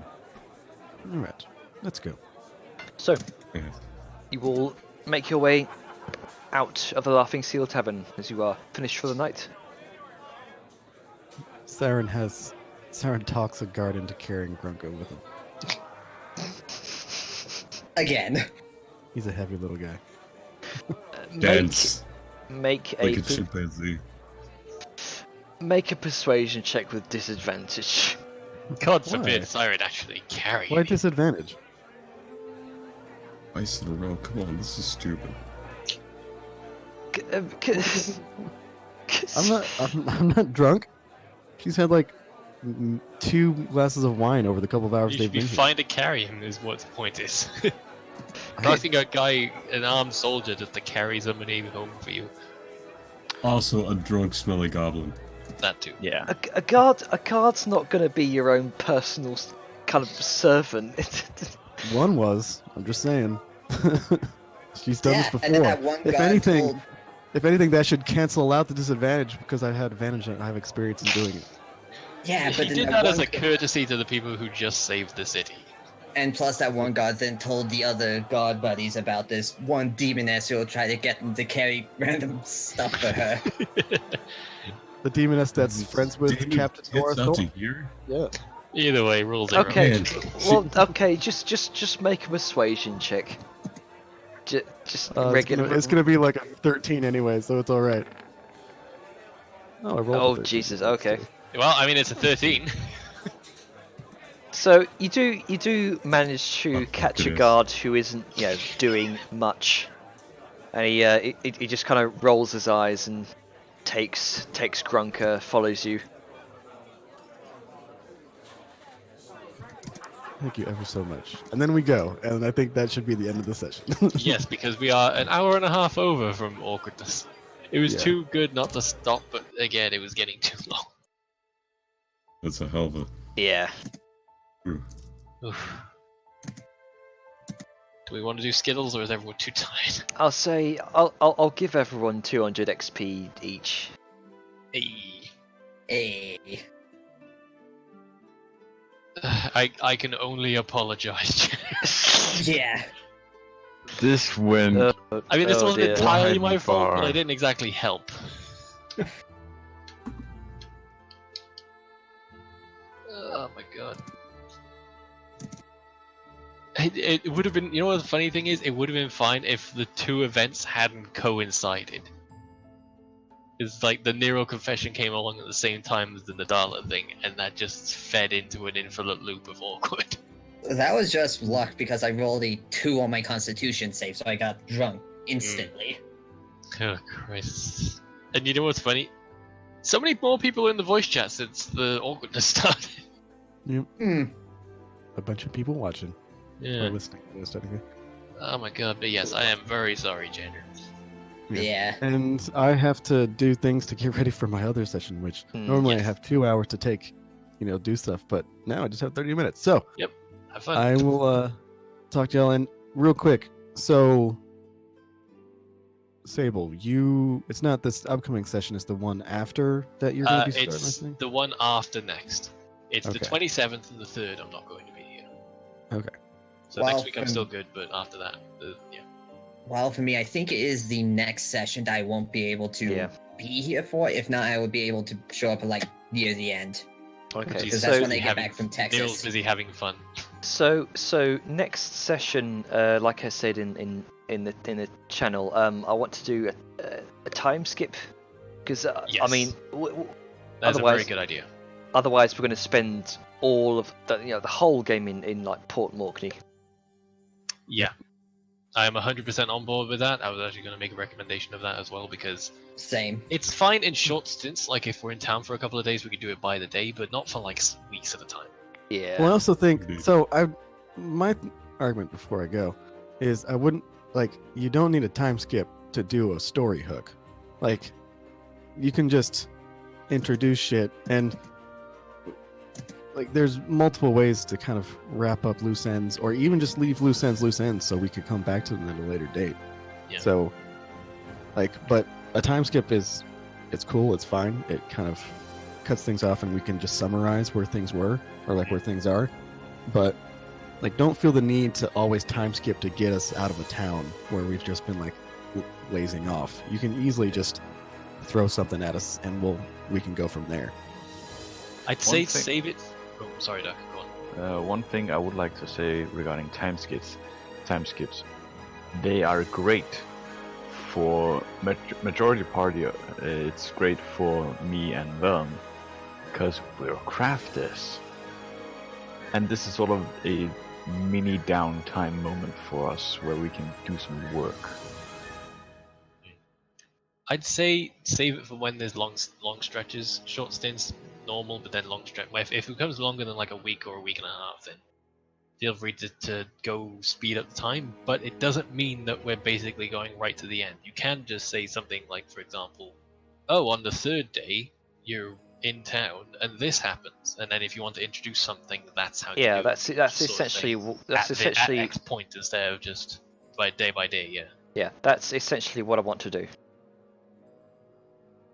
Hmm 110% on board with that.